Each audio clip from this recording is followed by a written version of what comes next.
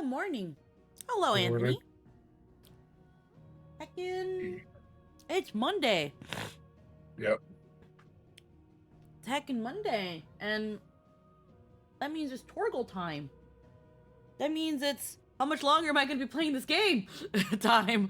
Holy shit, this game is so long. Who even knows? We still have some side quests to do. Last time we beat the shit. I'm pretty sure not last week, but the last time. We defeated Barnabas. We had to go towards the Mother Crystal. We got transported to like Ultima's weird dimension thingy and beat up Ultima. That's what we actually did. We beat up the crap out of Ultima. And then they created a giant crystal kind of tower looking floating shit. And it seems like this is looking like final dungeon territory. But there's also a million side quests to do. There's a hunt board to complete, and there's DLC to do. So, as we make our way, I'm pretty sure we had still a couple of side quests. And then we've got the DLC, which is about 3 hours, which means that considering things, we might be able to do the remaining side quests and the DLC today. Yay. So let's heckin' take a look here. We've got some things. We've got nobody here asking for us. World map. Let's see. We had some things with Torgal going on, which I think we've got some things with Joshua, with Gav. This is the main quest where we're not gonna fuck with that for a bit. Martha's Rest is local map. Silver Linings. We'll go here because I don't really see anything over here. With Uncle Byron, there's so much. There's so many side quests. Let's hope one of the merchants here has what Gav needs. Excuse me. I'm looking for something. Oh, well, then I'm your man. A silver chocobo feather. Oh, or maybe not. Though you're not the first to mention the bird around here. There was a man stopped by the rest not long ago, claiming he was attacked by a silver chocobo. Near some gutted hovel, not far from Eastpool. Most took him for a braggart and a liar, but who knows? Perhaps there was some truth to his tale. We'll see.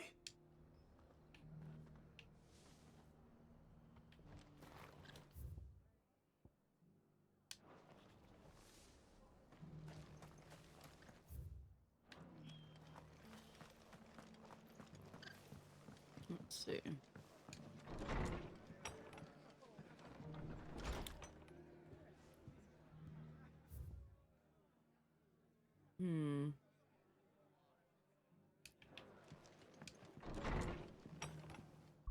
Is there a way for me to look? Journal.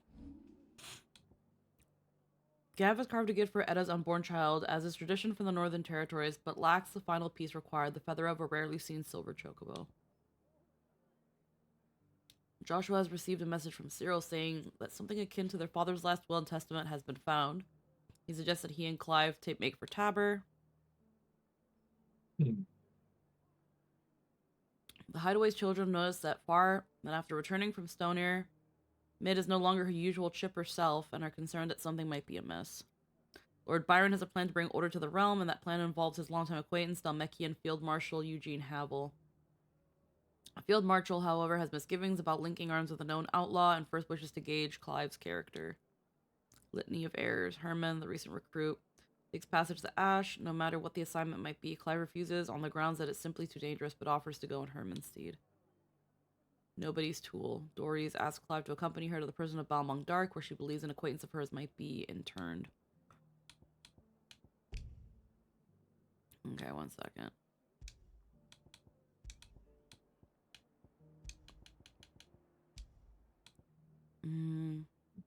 We'll wait for that one. That one.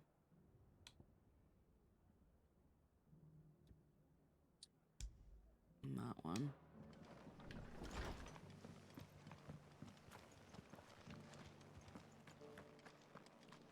I don't know which is the best order of importance here. They all seem so important. Have I gotten all your equestrians? No. There you go. Okay.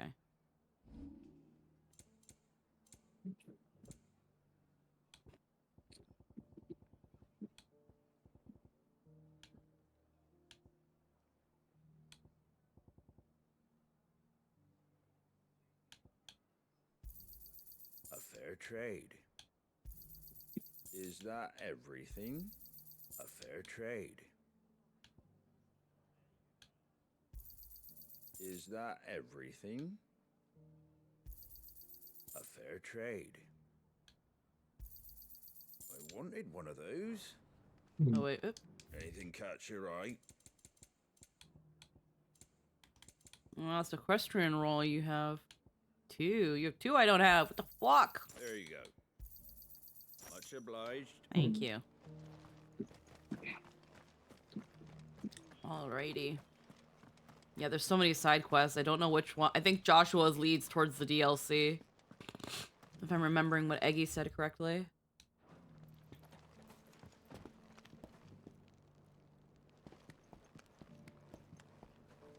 What are the merchants at the rest? Where are we going? That's something else.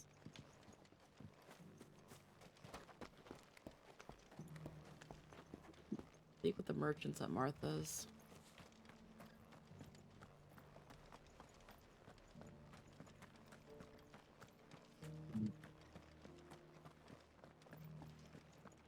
Just because the heavens have gone to rack and ruin, it don't mean we have to. Yeah. Let's get this stall set. How do, traveller? You've the look of a man who could do with a new whetstone. Or perhaps a bawdy etching of the Vicerine. Maybe another time. I'm looking for a silver chocobo feather. If that's the case, rumours are all you're likely to find. No one has seen a silver chocobo for years. Word is they were all hunted for their feathers. Some northern nonsense about bringing good luck. Didn't bring them much, nor their bows. If any are still out there, I reckon they'll be doing their damnedest not to be discovered. You're probably right. That is the irony, too. Let's take the things from this thing. It means it's lucky. If it's easy to kill, it probably isn't. Nope. Rabbit's foot. Yeah. Like, if going after a silver chocobo was akin to suicide, then yeah, I can see how its feather can be considered very lucky. Because you should have fucking died. Honestly, you should have taken the feather from that from the red comet that you fought. That's a goddamn miracle. Yeah, shit. You a summit? You wouldn't happen to sell silver chocobo feathers, would you? I deal in fruit, not fancies. But if it's fancies you're after, I suggest you try Rhiannon's ride. Was a silver chocobo seen there? Oh, yes. If you believe the ravings of a madman. It wouldn't be the first time. Yeah. Silver chocobo sighted in the hills near Rhiannon's Ride. It sounds almost too good to be true. But since I'm already here,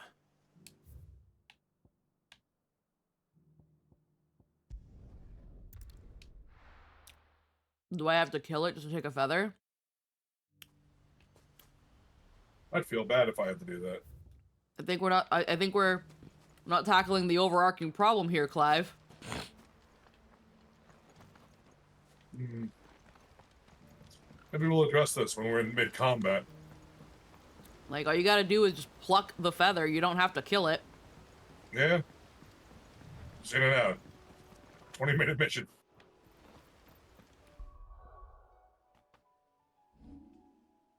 Like, just fucking startle it a little bit and make it freaking flap a lot. A feather is bound to come out.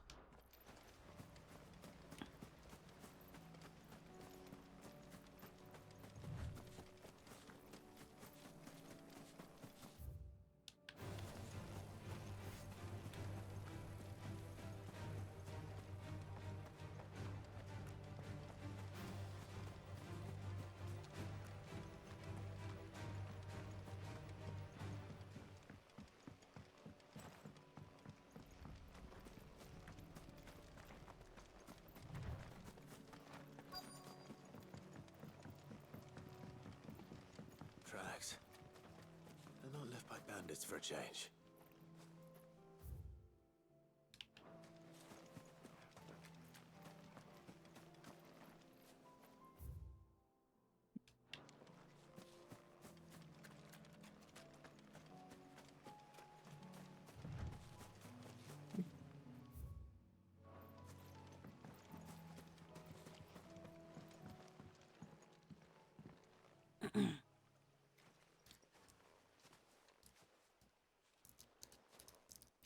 More tracks.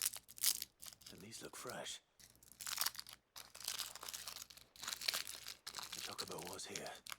And recently. Perhaps it still is. I don't want to kill it, dude. Leave it Me neither. alone. One sec. The red comet was one thing, but this is another. Mm-hmm.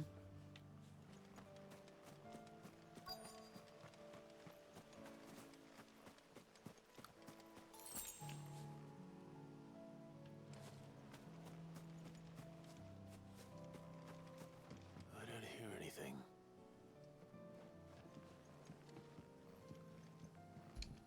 Oh. Oh, thank fuck. We can just I'll be leave. damned.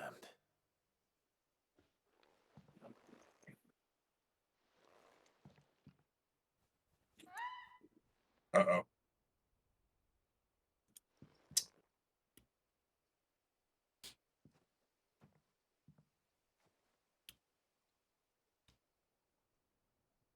Look like ambrosia.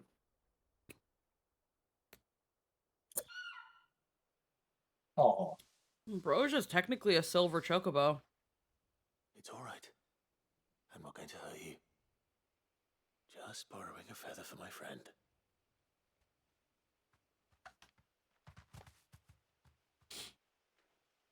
I was so chill with chocobos. Yep. You sounded so relieved. Let's get this back to Gav before they change their minds. Yeah, Man, because Clive's again, just I always- don't. He's I just don't so think. likable. I just don't think Clive would want to kill a chocobo just for its fucking feather. Yeah, a singular feather is the one we need. That's all we need. Yeah, he just asked for a feather, not a fucking corpse. At all. Yep. Still. Clive, you're back. How'd you get on? Any luck? Any luck, you say? The people of the north, silver chocobos are symbols of good fortune, the mere sight of one potentially meaning the difference between a failed harvest and a bumper crop. According to Gav, at least. Hey, Crystals crack. Is this what I think it is? Where in the hell did you find it? It's a long story.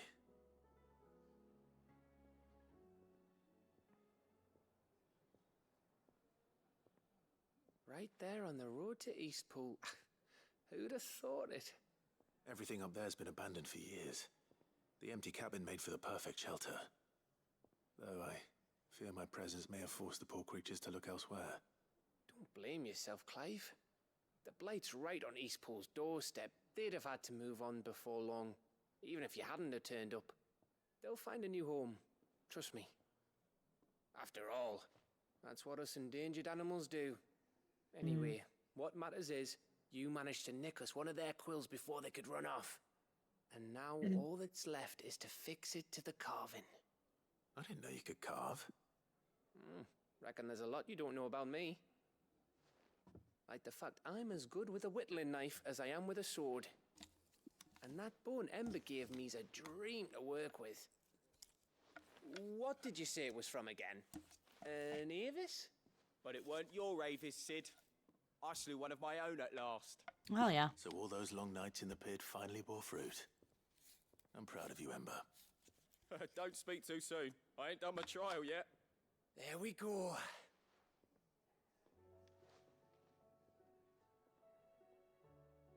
What do you think? I think if you ever hang up your scouting cap, you'll be able to make an honest living. Oh, will I? I should go and see if Ed is awake. Give it my best. You can give it to yourself. Come on.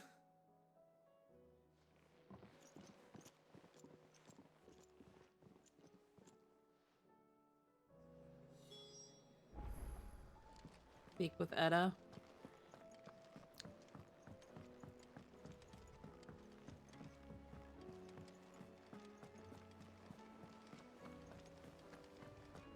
He's gotten quite smitten with that lady. I know there's probably a reason why, other than just maybe he fancies her. Probably.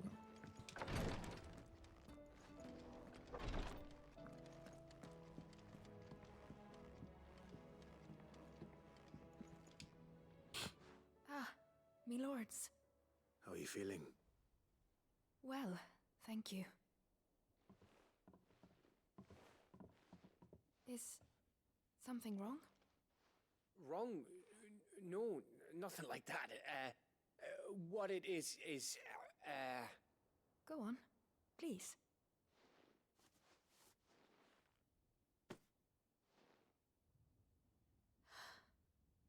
It's beautiful. Did you make it? We did. Aye. It's from all of us here at the Hideaway. Your new family, like. It's a good luck charm. We may come up north when a band's on the way. I mean, a baby. To let him know that they're part of the family too. Oh, I hope you like it. I don't know what to say. I thank you, my lords, for everything. If there's anything you need, just let us know. I will. Clive, fancy a swift off? I'm thirsty. I could be convinced.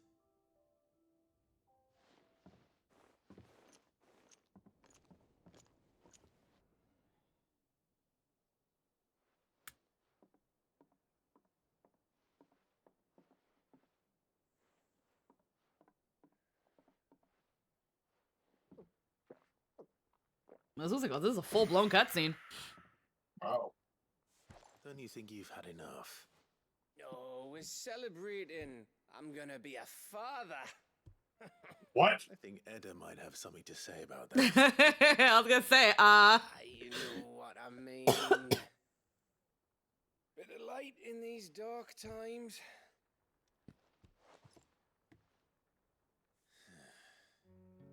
Wasn't long after me 10th name day. My mum told us she was with child again. I was over the fucking moon. I was looking forward to having a little one to lord it over. What with me being the runt of the litter. Thought I'd finally have a chance to prove to the world that I could be a big brother. oh, Imperials came the day she went into labour. Had myself a baby sister. And then I didn't. oh. My whole family gone in a blink, while I hid in the cellar like the spineless little arsehole I was. Great brother I turned out to be. Yeah. I'll never be a leader. And I'll never be a hero. I'm just a daft little dog who comes running when his master calls.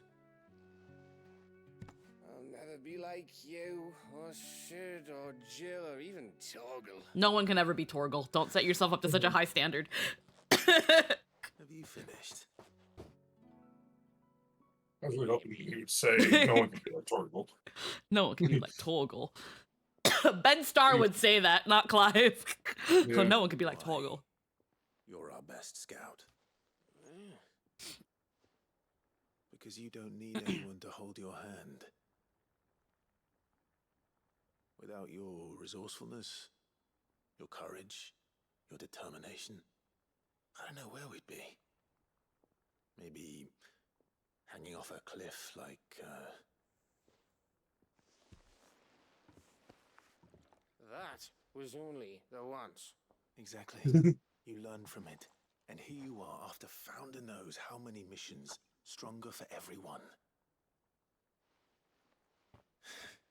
And let's not forget Rosalith. Who was it who freed me from the dungeon? Who was it who ran to Jill's rescue? That would be me. He's so drunk. My brother. Aw. Aw.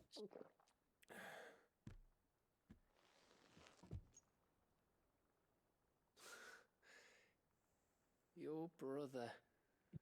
I'm fucking crying. God damn it. This game has made me cry so much. Yeah.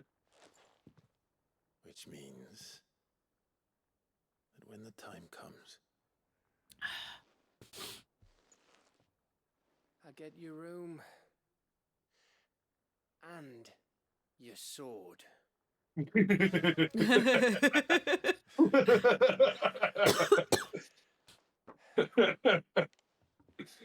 Oh, God damn it.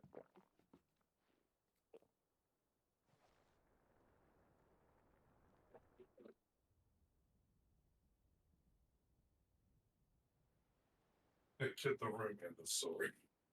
I Fucking may have dickhead. had one too many. you may have had 10 too many. I said I was thirsty. Better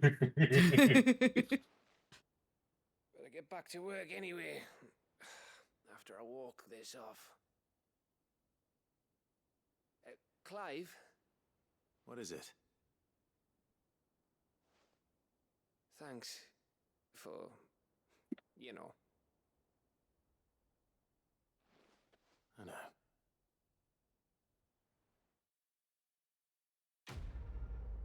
Yeah. See, this is the kind of shit that side quests are made for. Like Gav we is so imagine good. not imagine not doing the side quests and not having that cutscene, and then beating the game. Like, you are doing yourself a huge disservice not doing these side quests. A potent Winter mead. potable made from honey collected in the Northern Territory's short summers and fermented slowly over the next 6 moons. Winter mead. Said to warm the belly on the Norse cold winter nights. I said I was thirsty. In Clive's You know what I love- chambers. You know what I love about old drinks like that, and why people drink that shit constantly? Come back. One, because alcohol's awesome. The other thing is that it was a source of reliable calories. Oh yeah. No, mead and beers were essentially liquid bread. Yeah, and it was cooked and boiled, so you didn't have to worry about like infection with it. Yep. There's illness with it, because it was cooked out through the process of distilling. Yeah. Before we depart, if you have my sincerest gratitude for reuniting me with Master Hippocrates, and I might embark upon the most important of journeys, my heart free of regret. So in the past few moons, I've come to realize that the longer I spend in the company of you and your brother, the deepest I find myself in your debt. We must swiftly see to the menace that is Ultima, if not to save the world, to save me from an eternity of recompense. Thank you, Clive, for indulging in the whims of this doddering old soul. I am ashamed that for far too many years I allowed stubbornness and fear to keep me from something so simple as letting a friend know how proud I was of him. Your intervention has lifted a heavy pall from my heart. Perhaps upon your triumphant return from the skies, you might be inclined to set to page that quill I gifted you. There are many of us who would hear a first-hand account of your time with the Holy Prince, myself included. Man, Yeah, there's a lot of talk about when we get back. Yeah. I don't like that. When you get back, I don't like that. I really don't fucking like that game. Don't you dare. If that's what happens, and then the true ending is it doesn't happen, I'm gonna be even more fucking angry. This potent potable is made from honey and collected in the Northern Territory's short summers and fermented slowly over the next 6 moons. Despite an obvious inability to hold his drink, Gav has insisted that he be allowed to share the bottle when the time comes to crack the seal. Our little thing's looking pretty damn nice now. A lot of it is signpostages, but Wall of Memories. We still got 6 more things to get for this. There's a fuckload of side quests and DLC apparently. Yep. So. But no, God, like, dude, I Gav? can't. My heart can't take this game. Like, there's such amazing highs and crazy mind-breaking action, and then the deepest heartbreaking moments. And I can't. God damn it, dude! This is a real final. This is a Final Fantasy game. Yeah, no, I don't understand how some people have been shitting on this game. It's like, if you don't like the combat or whatever, that's fine. But you can't tell me the story's bad. No, you really can't. Does it drag on in some places? Yeah. It's a little bit dragging in some places. Some things definitely overstay their time. But honestly, this has been such a wonderful game. It has made me cry so fucking much. Yeah. When I talk about things overstaying their fucking welcome, goddamn 15. Yeah. I'm still willing to give 15 a try. My only issue is all the DLC I'd have to get. Yeah. That's my main thing, is I don't want to feed that. The problem is the DLC's not bad. I only played really Gladio, and like I got into Promptos, but I didn't finish it. I just stopped playing. I just couldn't play 15 anymore. I'm like, I'm so fucking done. They're good, and honestly, they feel like they were just part of the fucking game that was actively removed. Yeah, no, they if you just take base 15, you have an incomplete game. And yeah, you don't see what happens to the other party members during a thing that happens. I'm not gonna talk about it, but anyway. No, I know little bits and tidbits of the story. I know that like Luna Freya got fucking done so the dirtiest out of everybody. So fucking dirty, dude. It's so anger-inducing. Like one of the reasons I don't want to play is because, first off, I really liked the idea of Stella when it was still Versus 13, and then they turned her into Luna Freya, and I was like, okay, well, she's still cute, so it's fine. I'm still interested in what's going on with her. And then I watched Jester play it when he had first gotten it, and I was upset with what they did with Luna Freya. I was like, is that all she does in this fucking game? Yeah, all the things she did. I was 2 letters and half a cutscene. I was so upset. I was like, you did not just do this bitch so dirty. I'm like, we're the whole first half of the game is trying to get to her, and bitch is dead. Yeah. They have the cutest fucking dogs delivering the sweetest fucking letters to each other, and then you don't even get to see it. It just happens. You show up, and then boom. And it's like, dead. I guess there's that over. And hey, Arden, are you here to continue the plot now? It just kills me. It just fucking kills me, because again, the whole time the game is like telling you how much these two love each other and how much they want to see each other and how much they mean to one another. And then people like it tells you so much and doesn't show any of it. You never have a moment with Luna Freya. Look, until she the only moment you have as Noctis with Luna Freya is when she fucking dies, and it's not enough. So when people say that they don't give a fuck about Luna Freya and that she's just a plot device and prefer to ship Noctis with his fucking bros, I'm just like, I don't fucking blame you, but I also wouldn't blame Luna Freya. She didn't ask to be fucking written that way. Like,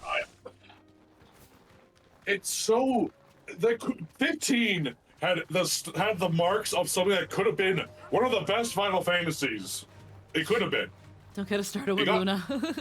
Yeah, it could have been great. It could have been sick. It could have been the best fucking road trip, coming-of-age story adventure ever.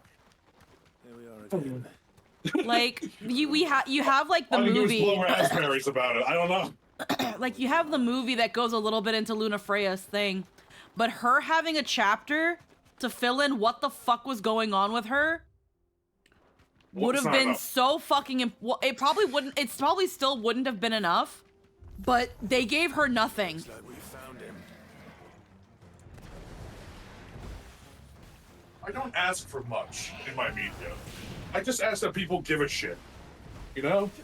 Yeah. It's not. I don't think that's too much to ask for. You know? Hard to say at this point. All the shit. You know what?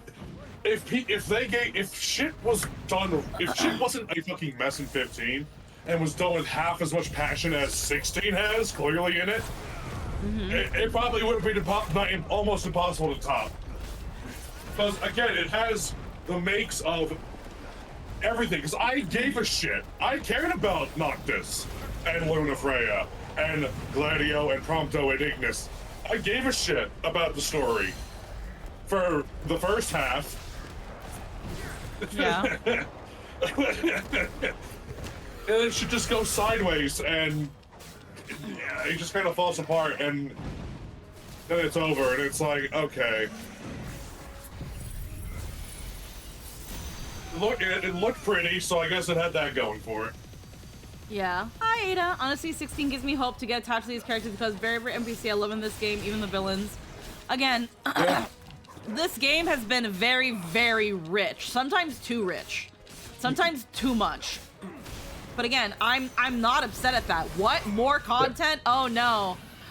And like Barnabas in Ultima, like they didn't have a lot of time, but from what we got, I'm compelled by them. I wish there was more because they gave the bits they gave us were juicy enough that I was like, yeah, no, I'm down for more. I want to know what was up with these fuckers. Yeah. I would buy an episode, Barnabas. Yeah. Just to see more like how. Like, we got glimpses, and it tells a pretty solid. Yeah, what they gave us is still pretty solid. The rest they leave up to interpretation. Enough interpretation. Yeah. Like you get how Barnabas got there. You get how Benedicta got there and how Kupka got there. Yeah. You know, it's good. You know, we get to see everything with Dion too, and obviously Jill. Yeah. And all that. But you know, the villain. The fact that what gets me the most is how compelled I am about Ultima. How interesting they made Ultima. This whole setup with like the summons being gods and shit. Yeah. You know, like it's great. Conversely, 15 and Arden, I don't give a shit. He has a cool drip. That's about it. Yeah. Get these materials to Mid. He was a cool, mysterious dude. But he wasn't really. His motivation's kind of lame. I know that when I started getting back to 14, you guys told me about Emmett Selk, and you were like, Emmett Selk as if Arden was well written. And I was like, okay. I don't know much about Arden, but that makes that it's really true and a little unfair. But it's true. It is true. Because it's not exactly the same, but kind of the same kind of vibe. Old guy wanted to get something back he's lost. Willing to do whatever it takes to do it. But Arden, Emmett, there's enough difference to make me say it's not entirely fair. And a cogwheel. Just a tiny one. Though that's the problem. Gears that small are a bastard to make, and I may have lost the one Blackthorn spent a fortnight toiling over. Wait. The children. When they took apart your scales, there was a tiny brass gear. Oh my god, it's a continuation of the Scales quest. Yep. Now that I think about it, they didn't use it when we put the scales back together. The young'uns? But why would the... You know what? I don't want to know. I'll keep working on the model. You go and find that cog.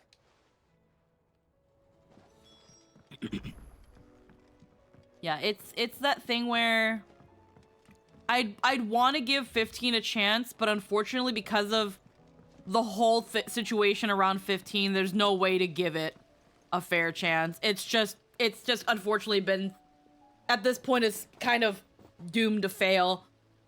They gave you an incomplete game. I know that around the time that game came out, a lot of people shit on Nomura because Nomura'd and forgot he was even working on this fucking game, let alone working on Kingdom Hearts, and had just way too much shit on his plate. And then people started shitting on Tabata because even though it was thrown at him and he was told you have 2 years to finish it, he didn't have enough time to essentially scrap everything and start over, and was able to convince Square Enix that, hey, we can make this is all I can do, but we could sell DLC to add to the story what we can't do. And Square Enix said, I heard more money. But unfortunately, again, the wrong lesson was learned here, in that if you're going to take the game from someone and throw it on someone else, you need to give them adequate amount of time. Tabata didn't want to do this shit, and Nomura ended up being, you know, kind of reasonably to unreasonably pissed, because he was really he did really want to work on Versus 13 and make that whole thing, you know, like the idea was to make 13 almost like another Final Fantasy VII, where it was another sub-franchise within Final Fantasy. The thing is, though, is that they were working on 13. And, you know, 13 and 13.2 and 13.3, that there was no time to work on Versus 13. That while 14 was sure they're existing, it was like, we don't have a 15. What is this shit? And Nomura didn't have anything to show for it, because, again, he forgot, he got lost in his own sauce, and they were like, whatever, we don't care, take this and turn it into 15, do something with it. But, again, it was supposed to be a whole sub-franchise. 15 was supposed to be Versus 13, and there was supposed to be 2 other games with it. Like, 13, like, the whole, like, realm of 13 was supposed to be 6 fucking games. That did not happen because of how badly handled it was. And now you have Nomura, who's like, you know, now he's working on Kingdom Hearts more. And now he's just kind of gonna be turning, it seems like he's gonna be turning Kingdom Hearts into what he wanted Versus to be. With the fact that we saw, I think they're called, Yozora, but like, that's fucking Noctis. That's just fucking Noctis. Like, it's really interesting what's going on with that. I'm kind of sad we didn't get the game that Nomura wanted, because it feels like that was going to be, at least from what we had seen, the trailers that were out and what we had known, it was very promising. I really liked the idea of Noctis and Stella and this kind of seemingly Romeo and Juliet thing that they had going. Like, they were both going to be central pivotal characters. You still had the boys. You still had Noctis and Noctis's boys. But there was, it seemed like Noctis and Stella were on opposite sides. She was in the enemy faction, and he was, you know, in his own kingdom, but they had a bond, and there was a forbidden element to it, and that kind of shit's my cheese. But we didn't get it.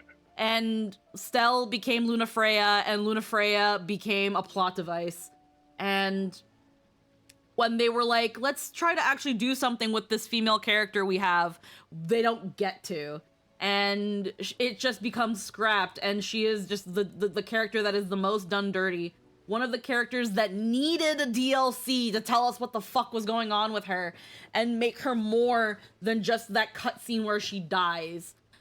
Like, she was there to get fridged, and it sucks so bad that that's what happened to her. She could have been a very wonderful character. But it just seemed like they looked at who she was and was like, how can we turn this into an emotional, like, heartstring moment? And it's like, we'll just fucking kill her. We'll tell the player about how great she is, how much Noctis wants to see her, how much we have to get to her. We only have so much time, and we're gonna turn it in a you were too late. And she's dead now. And we're gonna hope that people feel the same about this death as people felt about Aerith. And no, it didn't work. It just pissed people off. And it sucks because then that anger ends up going out to Lunafreya. This dumb bitch is dead. And it's like, y'all did that shit. Y'all did her dirty. So dirty. Sid, Is Mid still hiding from us? She wasn't hiding. She's fine. She's just busy working on her next project. A new invention? What is it? What is it? Is it an airship? I bet it's an airship! Do you think she'll let us help? That just so happens to be why I'm here. She needs something special, something only you three can provide. A brass gear. A tiny one. One that might fit on, say, a set of scales? Oh, the one you forgot! We remember! We saved it, just in case. It's in the bag of bits. Hi, Yuka. Since your lesson, we've been disassembling, then reassembling everything we can find. All the pieces that are left over, we keep under our beds, just in case. That's good to know. Look! I found it!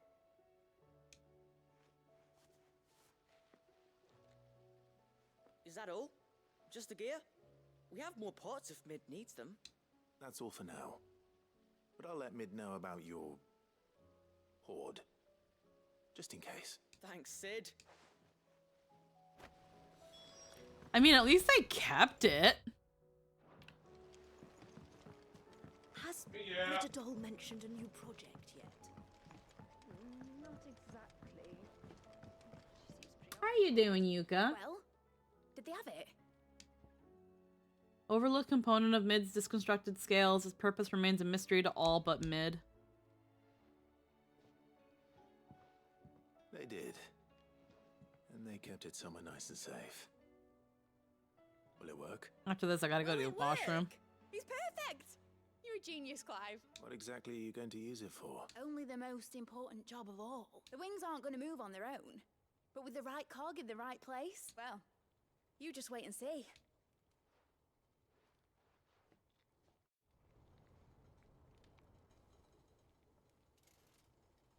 Oh, this is a cutscene, too. Should do it. How's the game going? IDK, what this is? It's Final Fantasy 16. We're so close to the end. But this is just a lot of side quests.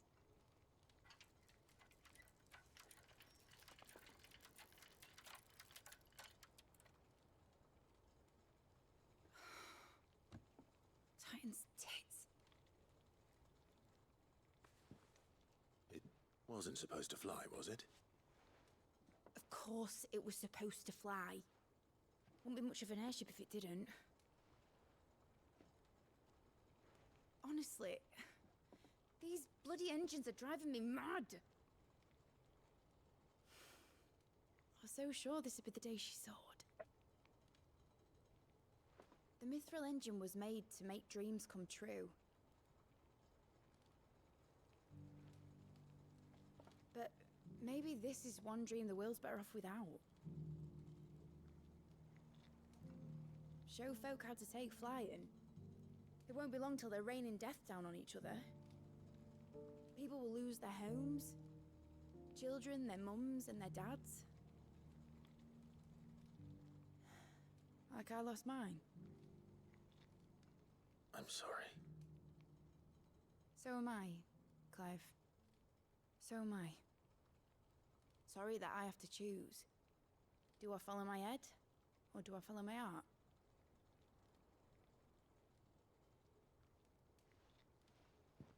Good question. The first time I stood on the deck of your ship, felt the wind in my hair. It was like I was flying. But imagine how it would feel to actually do it. My dad always said there were two ways of living life. Chasing a dream or shuffling to your grave. And he were right. Right about a lot of things. Not that I like to admit it. People need dreams to chase. Especially in a world like this.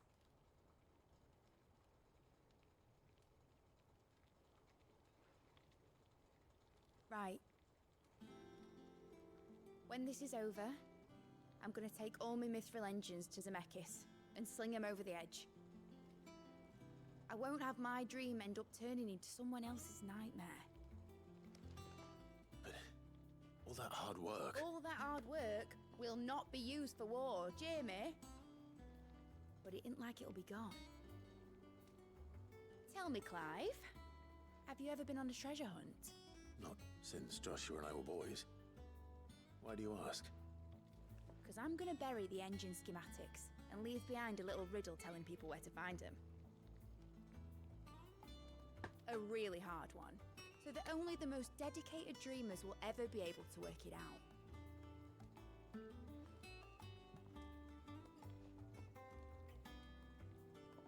Ooh, I can picture it now. Some daft general squinting at the words with a gormless expression on his mug. Like that one, yeah. Right.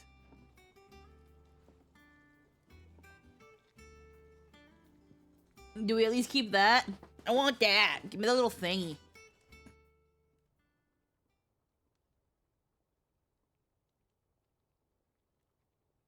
Of course, if I'm putting this engine at the end of a treasure hunt, I'll still need to make it a treasure worth hunting for. Won't be much of a prize if it couldn't even make a toy boat fly after all. My dad always said, dream big. But it ain't the size of a dream that's important, is it, Clive? Only that it's a good one. And I reckon I've got a fair few good uns left in me. I'm sure you do.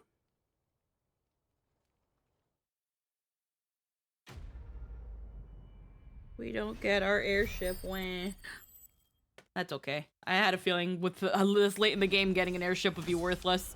Not with fast travel in a world map in the world map. Model airship. Mid's dangerous dream of flight, immortalized in miniature.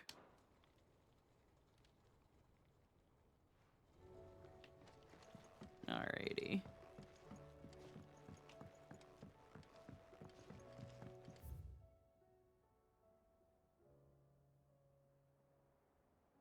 Right, I'll look at that in a second. Auckland. Cyril. There's something going on here. Ravenlit walls.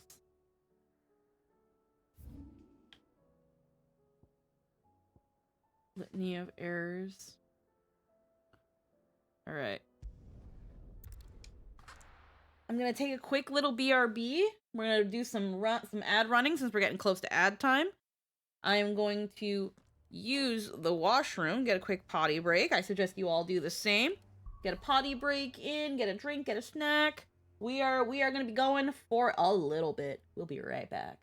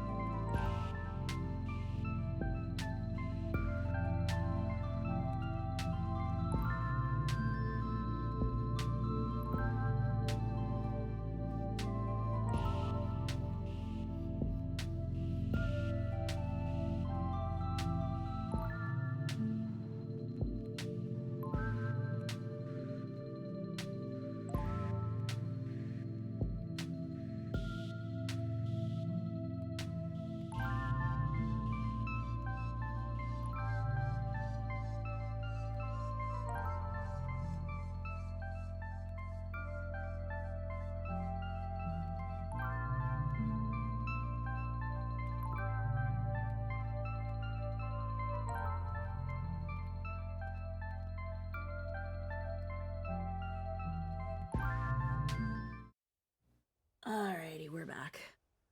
Right. Okie dokie. BB. Alright, we teleported here, I'm pretty sure. And there is Litany of Errors. Returning to the Bad Batch Conservatory. Ambrosia? There we go. Good girl. Bird. It's waiting for food to be ready is the worst part. Yeah? I'm making dirty rice. Trying to fight. Oh. Let me get more. I get paid today, hopefully. Heck yeah. Fingers crossed. Oh. So we can go grocery shopping after this so I can get more shit. Ran out of garlic and onions. Oof. Yeah. Sometimes it's good to get like dried onion or dried garlic. Or sometimes, depending, garlic paste. Garlic paste is really good for when you need garlic but don't want to have a bunch of it on you. Yeah. I love garlic. It's the best. Yeah. Alright. Where am I going? Oh, okay. I gotta...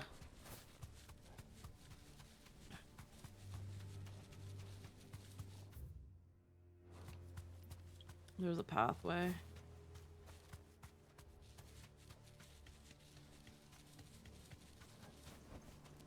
Back to the stables, girl. I mean, yeah, that makes sense. It won't let me... This must be the orphanage. It won't let me bring Ambrosia here because it's technically flooded.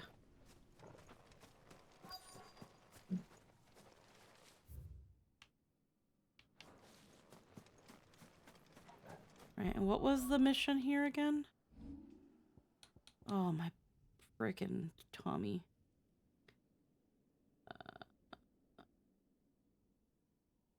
Yeah, I have to look for a registry for something.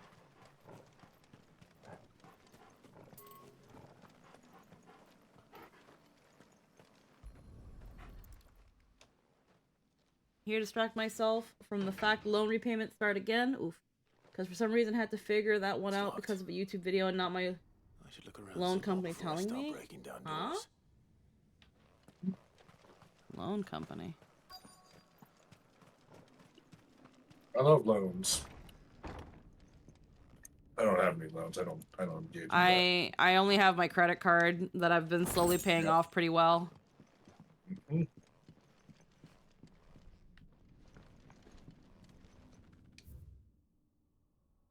The Kingdom of Waloed hereby incorporates this institution wherein juvenile bearers are to be granted the opportunity to give themselves in service to the state as soldiers. Trainees succumbing to the crystal's curse or otherwise perishing are to be disposed of with all haste. The graveyard is strictly reserved for the uncursed. Bare disposal within its bounds is punishable by death. Wow. You can't bury the freaking... Sorry, they gotta use the other people's graveyard. Conditioning schedule. Today's exercises will consist of the press yard, 20 sandbags for such duration as instructor shall dictate. The furnace, burn intensity to be gradually increased. Live combat, 1 to 3 hellhounds depending on performance. 1 to 3 hellhounds? I don't. There's children here. Yeah. Ooh. Wait, 20 sandbag. Wait, burn intensity. It just clicked from my head. Is this place called Bad Batch? This is nothing short of torture. I think we just found Bear Auschwitz. It's a wonder he survived this place. I need to find that registry. Holy shit, dude. Mm-hmm. I mean, it's like Auschwitz if it was a boot camp. Yeah. It's a bear boot camp. Because again, the Kingdom of Waloed incorporates this institution wherein juvenile... Bad Batch. Yeah, Bad Batch Conservatory. Bears are to be granted the opportunity to give themselves in service to the state as soldiers. Trainees succumbing to the crystal's curse or otherwise perishing are to be disposed of with all haste. The graveyard is strictly reserved for the uncursed. Bare disposal within its bounds is punishable by death. Oh my god. I'd recently learned that my own daughter was among the children turned to stone by the brutal training I subjected them to. I had not so much as thought of her since handing her over to the authorities as a babe, but inquiries with the military confirmed it. It was her. I had been torturing my own flesh and blood. And now I see her everywhere. Today, one of the children smiled at me in the hope of receiving a few scraps from my table. It was her smile, the smile she inherited from her mother, the mother I killed for giving birth to a bear. Their ghosts have all come back to haunt me. My daughters, my wives, all of them, all those children. So many have died at my hand. I can no longer bear the guilt. And so I have decided tomorrow I too must die. It will be the last order I give those poor wretches, the last torment I subject them to. I will command them to tear me limb from limb and inter my accursed corpse beneath the white tree, whose crooked hands reach to the sky in supplication. And beside me, my shame, my curse, the record of all their names. All those I have wronged. This reads like a suicide note. Did the director go through with his plan? There's only one way to find out. It's funny how it took him finding out his own flesh and blood was in this fucking shithole to make him be like, oh, I guess I am terrible, huh? Yeah, but it was on top of that, though, he killed his wife for giving birth to a bear. It's like Yeah, it's a little bit too late to be remorseful of that one, though, brother. It's like you... Yeah. I guess finding a soul at some point is better than not finding it at all, but still. The registry is at the tree, and this place is flooded too. Yeah. I'm sure there's some Akashic here. Maybe. Yeah, and this was this was like an orphanage boot camp, yeah. One of our curse breakers survived here. He might be the best curse breaker, honestly. Jesus. Wow, that's a weird tree. Interesting tree. Oh, group of trees. Inspect. Well, stick you up, you old fuck. Could he really be buried here? He ordered them to mutilate him and bury him here. Let's see. Because from birth they were conditioned to not think of bears as humans. Yeah. Oh yeah, it's all conditioned. It doesn't make it good. It doesn't make it any less. They just wanted to break them and remake the perfect soldiers. Yeah. Bad Batch Conservatory, Registry of Bearer Losses. Hans, 10 years old, lithification. Alfred, 9, succumbed to conditioning. Franz, 10, lithification. Paulina, emaciation. Paulina, 10 years old. The next day, Bruno, 11 years old, disciplined for attempted flight. Johanna, 12 years old, disciplined for they were disciplined to death, huh? Okay. Yep. The next day, Reinhardt, 9 years old, conditioning. Marta, 10 years old, conditioning. Lothar and Dietrich, 12 and 11, emancipation. Oh, sorry, lithification, emaciation. Dietrich, 11, emaciation. He starved to death. Yeah, no, Paulina also starved to death. And then I'm guessing ... just means it just goes on. This is the registry of all the children that have died here. So many names. Yep, it just kept going. This was a slaughterhouse. Where is the architect of all this misery?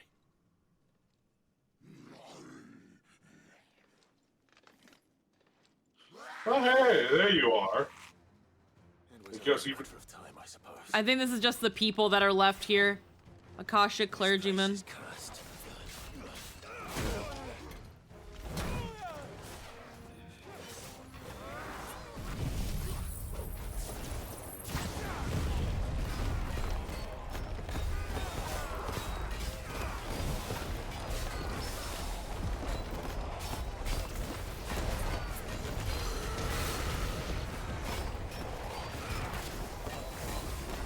This world knows a special kind of fucking evil, dude. Yeah. It's only special because it's mundane in our world, I guess. We see shit like this all the time. You just only hear about it about like a decade or two later when you're rolling around. You can't punished for it anymore. Yeah.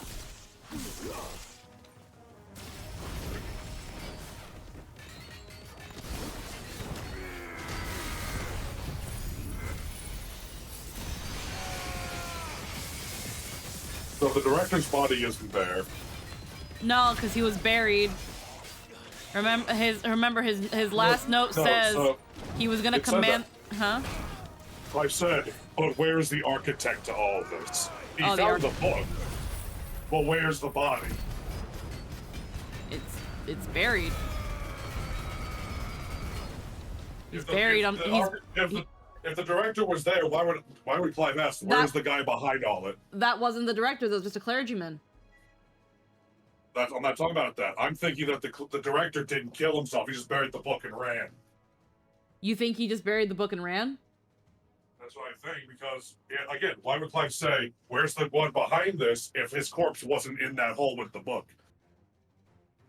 I don't know then. I'm misunderstanding then, because the suicide note said he was going to order the remaining bears to tear him apart, to kill him, and bury him by that tree. That's the thing about shitty people. Just because he wrote it down doesn't mean he actually went through with it. Not necessarily. Hard to, I guess, yeah. It's that thing of like,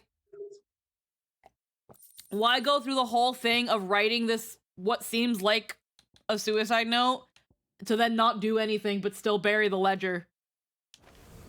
You know, I'm done here. Let's get the registry back to Herman. Whereas, like, those Akashic that just came by, like, there's a village near here, and there might have still been staff here that got turned Akashic. Thing is, the place may have flooded before he could. And that's also possible.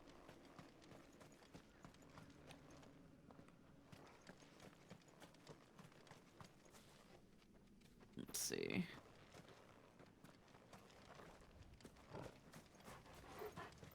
The Bad Back Conservatory. There's a thing here. It's always weird seeing this like architecture in like the middle of the woods. yeah, it's nice and secluded. Like if that book was out there for like a month, it would have been destroyed.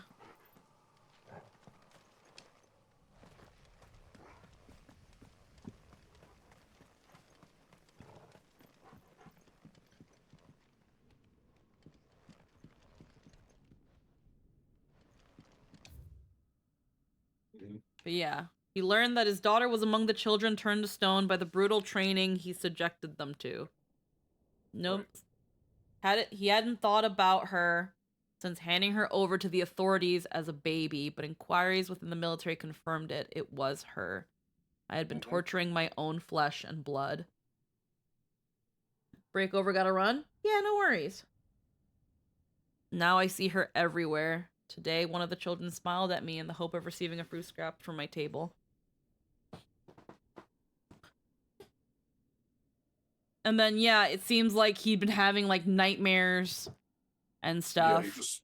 Yeah, and the guilt was too much, and he said he's gonna give that command. And Clive did say this reads like a suicide note. Went to go to the tree, got the book. Book's like, this is not this registry. This place was a slaughterhouse, but where's the architect behind it? Last torment I subject them to, I will command them to tear me limb from limb and inter my accursed corpse beneath the white tree, whose crooked hands reach to the sky in supplication. And beside me, my shame, my curse, the record of all their names, all of those I've wronged.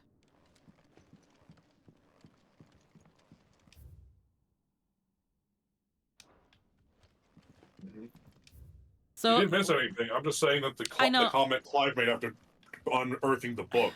Yeah, I know. It's the director's still somewhere. If not eaten by whoever's in the village, maybe he ran off. Yeah, I feel like it's just they want Akashic. It's hard to say. It's even more. If the clergyman was the guy, that means a priest was the director of this place. Well, yeah, and that's not too surprising because the clergy also think that bears are fucking are essentially blasphemous creatures that should be subjugated. So unfortunately, of course, that's not surprising. This makes it a little worse. That being said, I'm looking at this and it's like, I wish they had I had remembered what was said when we accepted the quest. All I remember was the dude being like, I came from here. It was horrible. So many children died and no one's going to know who they are. But if we have that registry, we can properly honor them. I think that was generally the idea behind this quest. But the thing is, though, it's too dangerous for just a bear to come here, which is why we're doing it.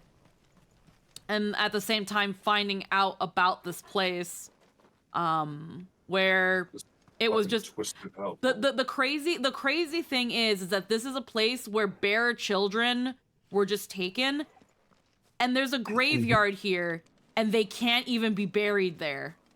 They're buried out behind the fucking shed. Like, there's a graveyard here, but it's not bears. It's just people. It's just a graveyard. Which, yeah, it could be because I think right around here, there's a village. So this graveyard could belong to this village where, unfortunately, with just how ye olden times was, graveyards were at fucking West Bubblefuck. So you'd have to go, if you wanted to visit your loved one's graves, they had to go over here. And I understand why they do that shit, because it's pestilence, it's disease, it's dead bodies. I get it. But man, imagine just going to visit a grave and getting fucking eaten by something along the way. Like, that just fucking sucks. That's why only probably armed soldiers would come to the bear school of orphans. Yeah, so... And then, yeah, and just in general, keep them away from general society. They don't deserve to be around society. And then, yeah, just bury him in the ledger here. Like, I think the person who kept the ledger, if he's not the director, he's fucking dead. I think he's dead. But I don't know. We'll hand in the quest and see what they have to say. I wish I could go back and like read the actual thing. It just gives us a little thing. A recent recruit of the Cursebreaker seeks passage to Ash, no matter what the assignment might be. Clive refuses on the grounds that it's simply too dangerous, but offers to go in Herman's stead. But I think it's back at the hideout.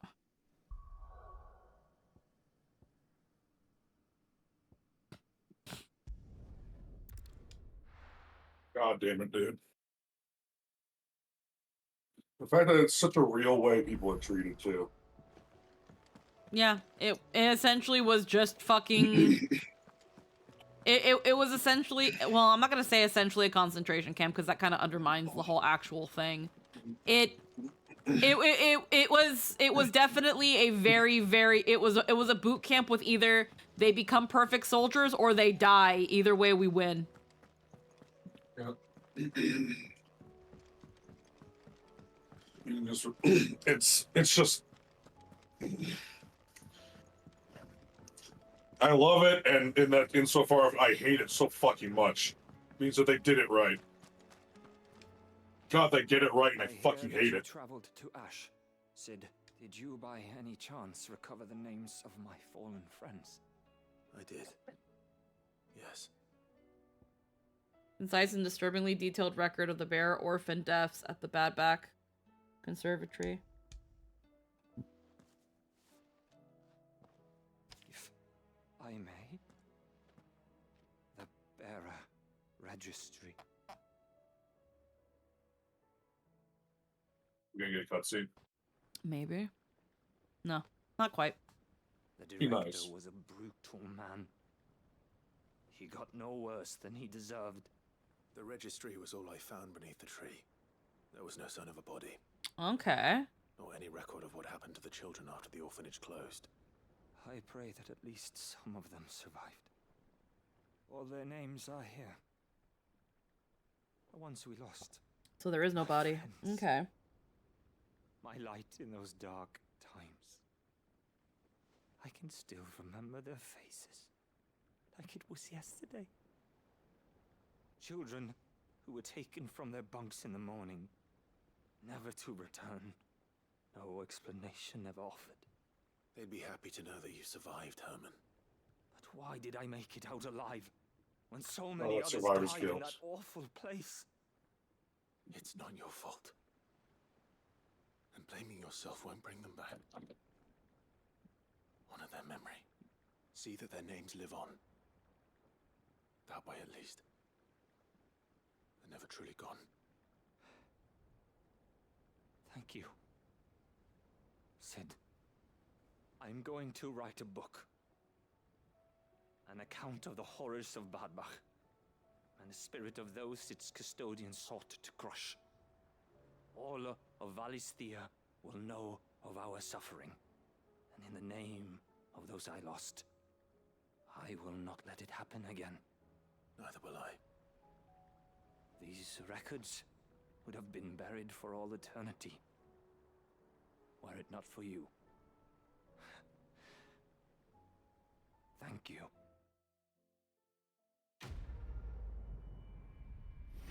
It could be that the clergyman was the director then.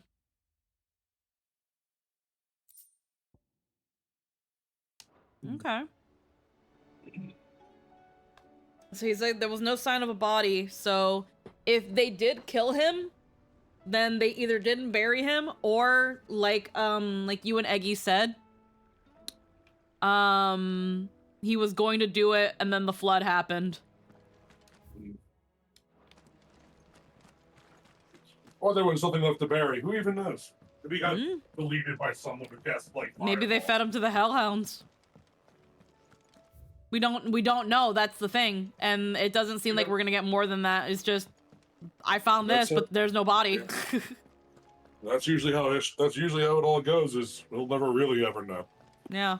We can only hope and remember and if move on. And if they didn't, they didn't complete things like he had ordered, if he wasn't a bearer, like it's very clearly seems to be the case, the flood came in, he's fucked, he's done. He's definitely dead. He's definitely dead. If he wasn't dead before, he's dead. He sure as fuck is dead. Cause apparently,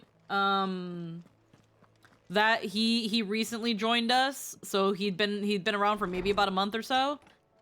He's fucking dead. Like, a hideaway welcome. Etta seems fond of the silver bow we gave her, so much so she's been taking to setting it atop her belly as she rests. To hear her tell it, the rascal kicks something fierce when she does, too. Sounds like we've another fighter in our hands, and none too soon. I can hardly wait to teach our newest little curse breaker everything I know. Though I suppose we can all celebrate first. No need to get ahead of ourselves now. What, you didn't think I were just saying that stuff about hiding my engine, did you? Wouldn't you know, I've already a fine spot picked out and everything, but if you're going to go on this grand adventure, you'll need to be quick about your business with that ruddy god of yours. Take too long and somebody more clever might beat you to the prize. I suppose in that case, I could bury you one of my lesser inventions. Goddess knows I've countless. Yeah.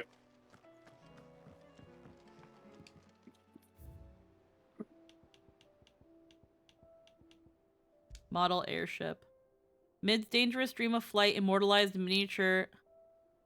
Through the experiments ended in failure, Mid has allowed Sid to keep hold of the model so that once her renown has grown, he might sell the piece for an exuberant amount of gil. Well, that's the OG airship, too. Yep. The original airship design from 1. Love it. I love how that little thing is supposed to fly, but it didn't work. It would work. It just, she didn't want it. She just doesn't want it to because war. Well, no, the thing. Use it for. Well, the thing is, like, in the cutscene, she was like, okay, here goes, and she spins the propellers, and they stop. And she's like, it didn't work. And Clive's like, is it supposed to fly? And she's like, yes, but it didn't. Yeah. And she knows she knows what else she can do to fix it and figure that out, but she doesn't want to because then she's figured out how to make an airship, and then what can come from that, and she doesn't want that. Which is where she got the idea of, I'm just gonna throw everything out. You know? There's a real-world person. Yeah? Who had no moral qualms about it, or ethical qualms about it. But is the one who, through his work, made it so that the population boom of Earth happened in the first place. His name, I think, was Bosch or whatever. He was a German scientist.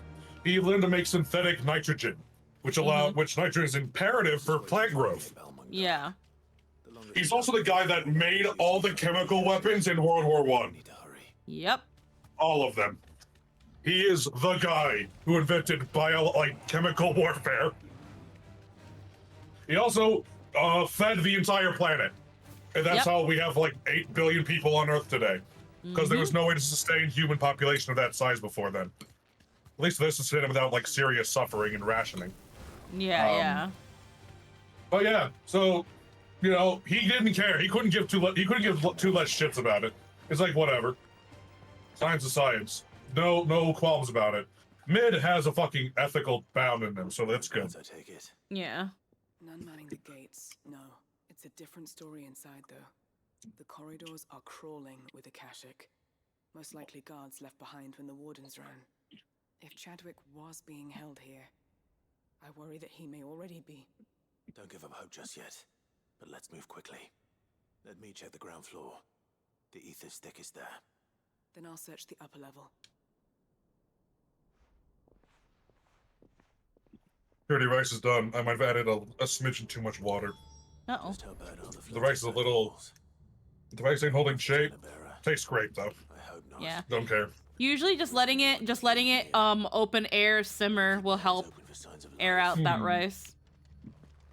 You've got to keep it on low heat though, that way that extra water evaporates. That happens sometimes with our rice cooker. We sometimes put a little bit, sometimes there's a little bit too much water or the rice just doesn't take it. And usually just letting it sit will help kind of evaporate that water. Or again, if you're using like a saucepan or something, just letting it open air sit kind of helps dry it out. I don't particularly mind mushy rice that much though. Really just depends. Still eating the bowl I got, but I took the lid off the pan. So yeah. Just keep it, just very low, and then every maybe 10-15 minutes, just give it a stir.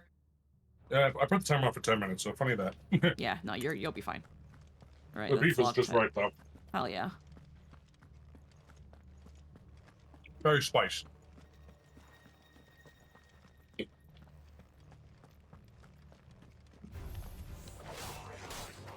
Pretty good breakfast, if you ask me. Yeah. That's not true. Technically, my breakfast was a bowl of dry Cheerios, but that's neither here nor there. I mean, the milk went bad, so yeah. Oh. I don't drink it fast enough. Lactose-free tends to last longer, even though it's a little bit more expensive. Consider if you do use milk every once in a while, but if you need milk but you don't drink it as often, lactose-free is usually pretty good. Either that or just get a nut milk. Okay. I can do that. Yeah, they tend to last longer.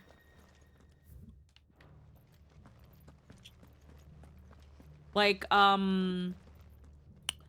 there's this one brand of lactose-free, I think it's called Fairview or something like that.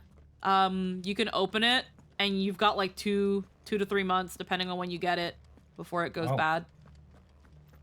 Wow. Yeah. And I find that lactose-free milk is a lot creamier too than regular milk. And also doesn't fucking stink. Milk stinks. Yeah. Milk stinks. Smells like ass.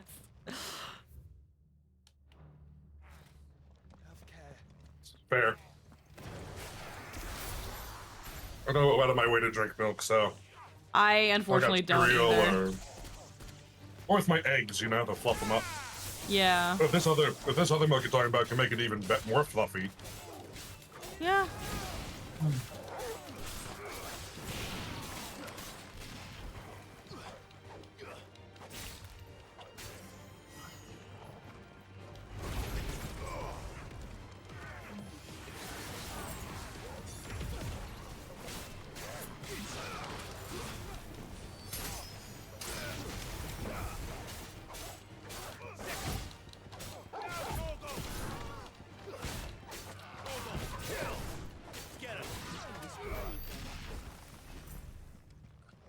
Yeah, I've not tried using lactose-free milk for like fluffing up eggs, but because I don't really use that.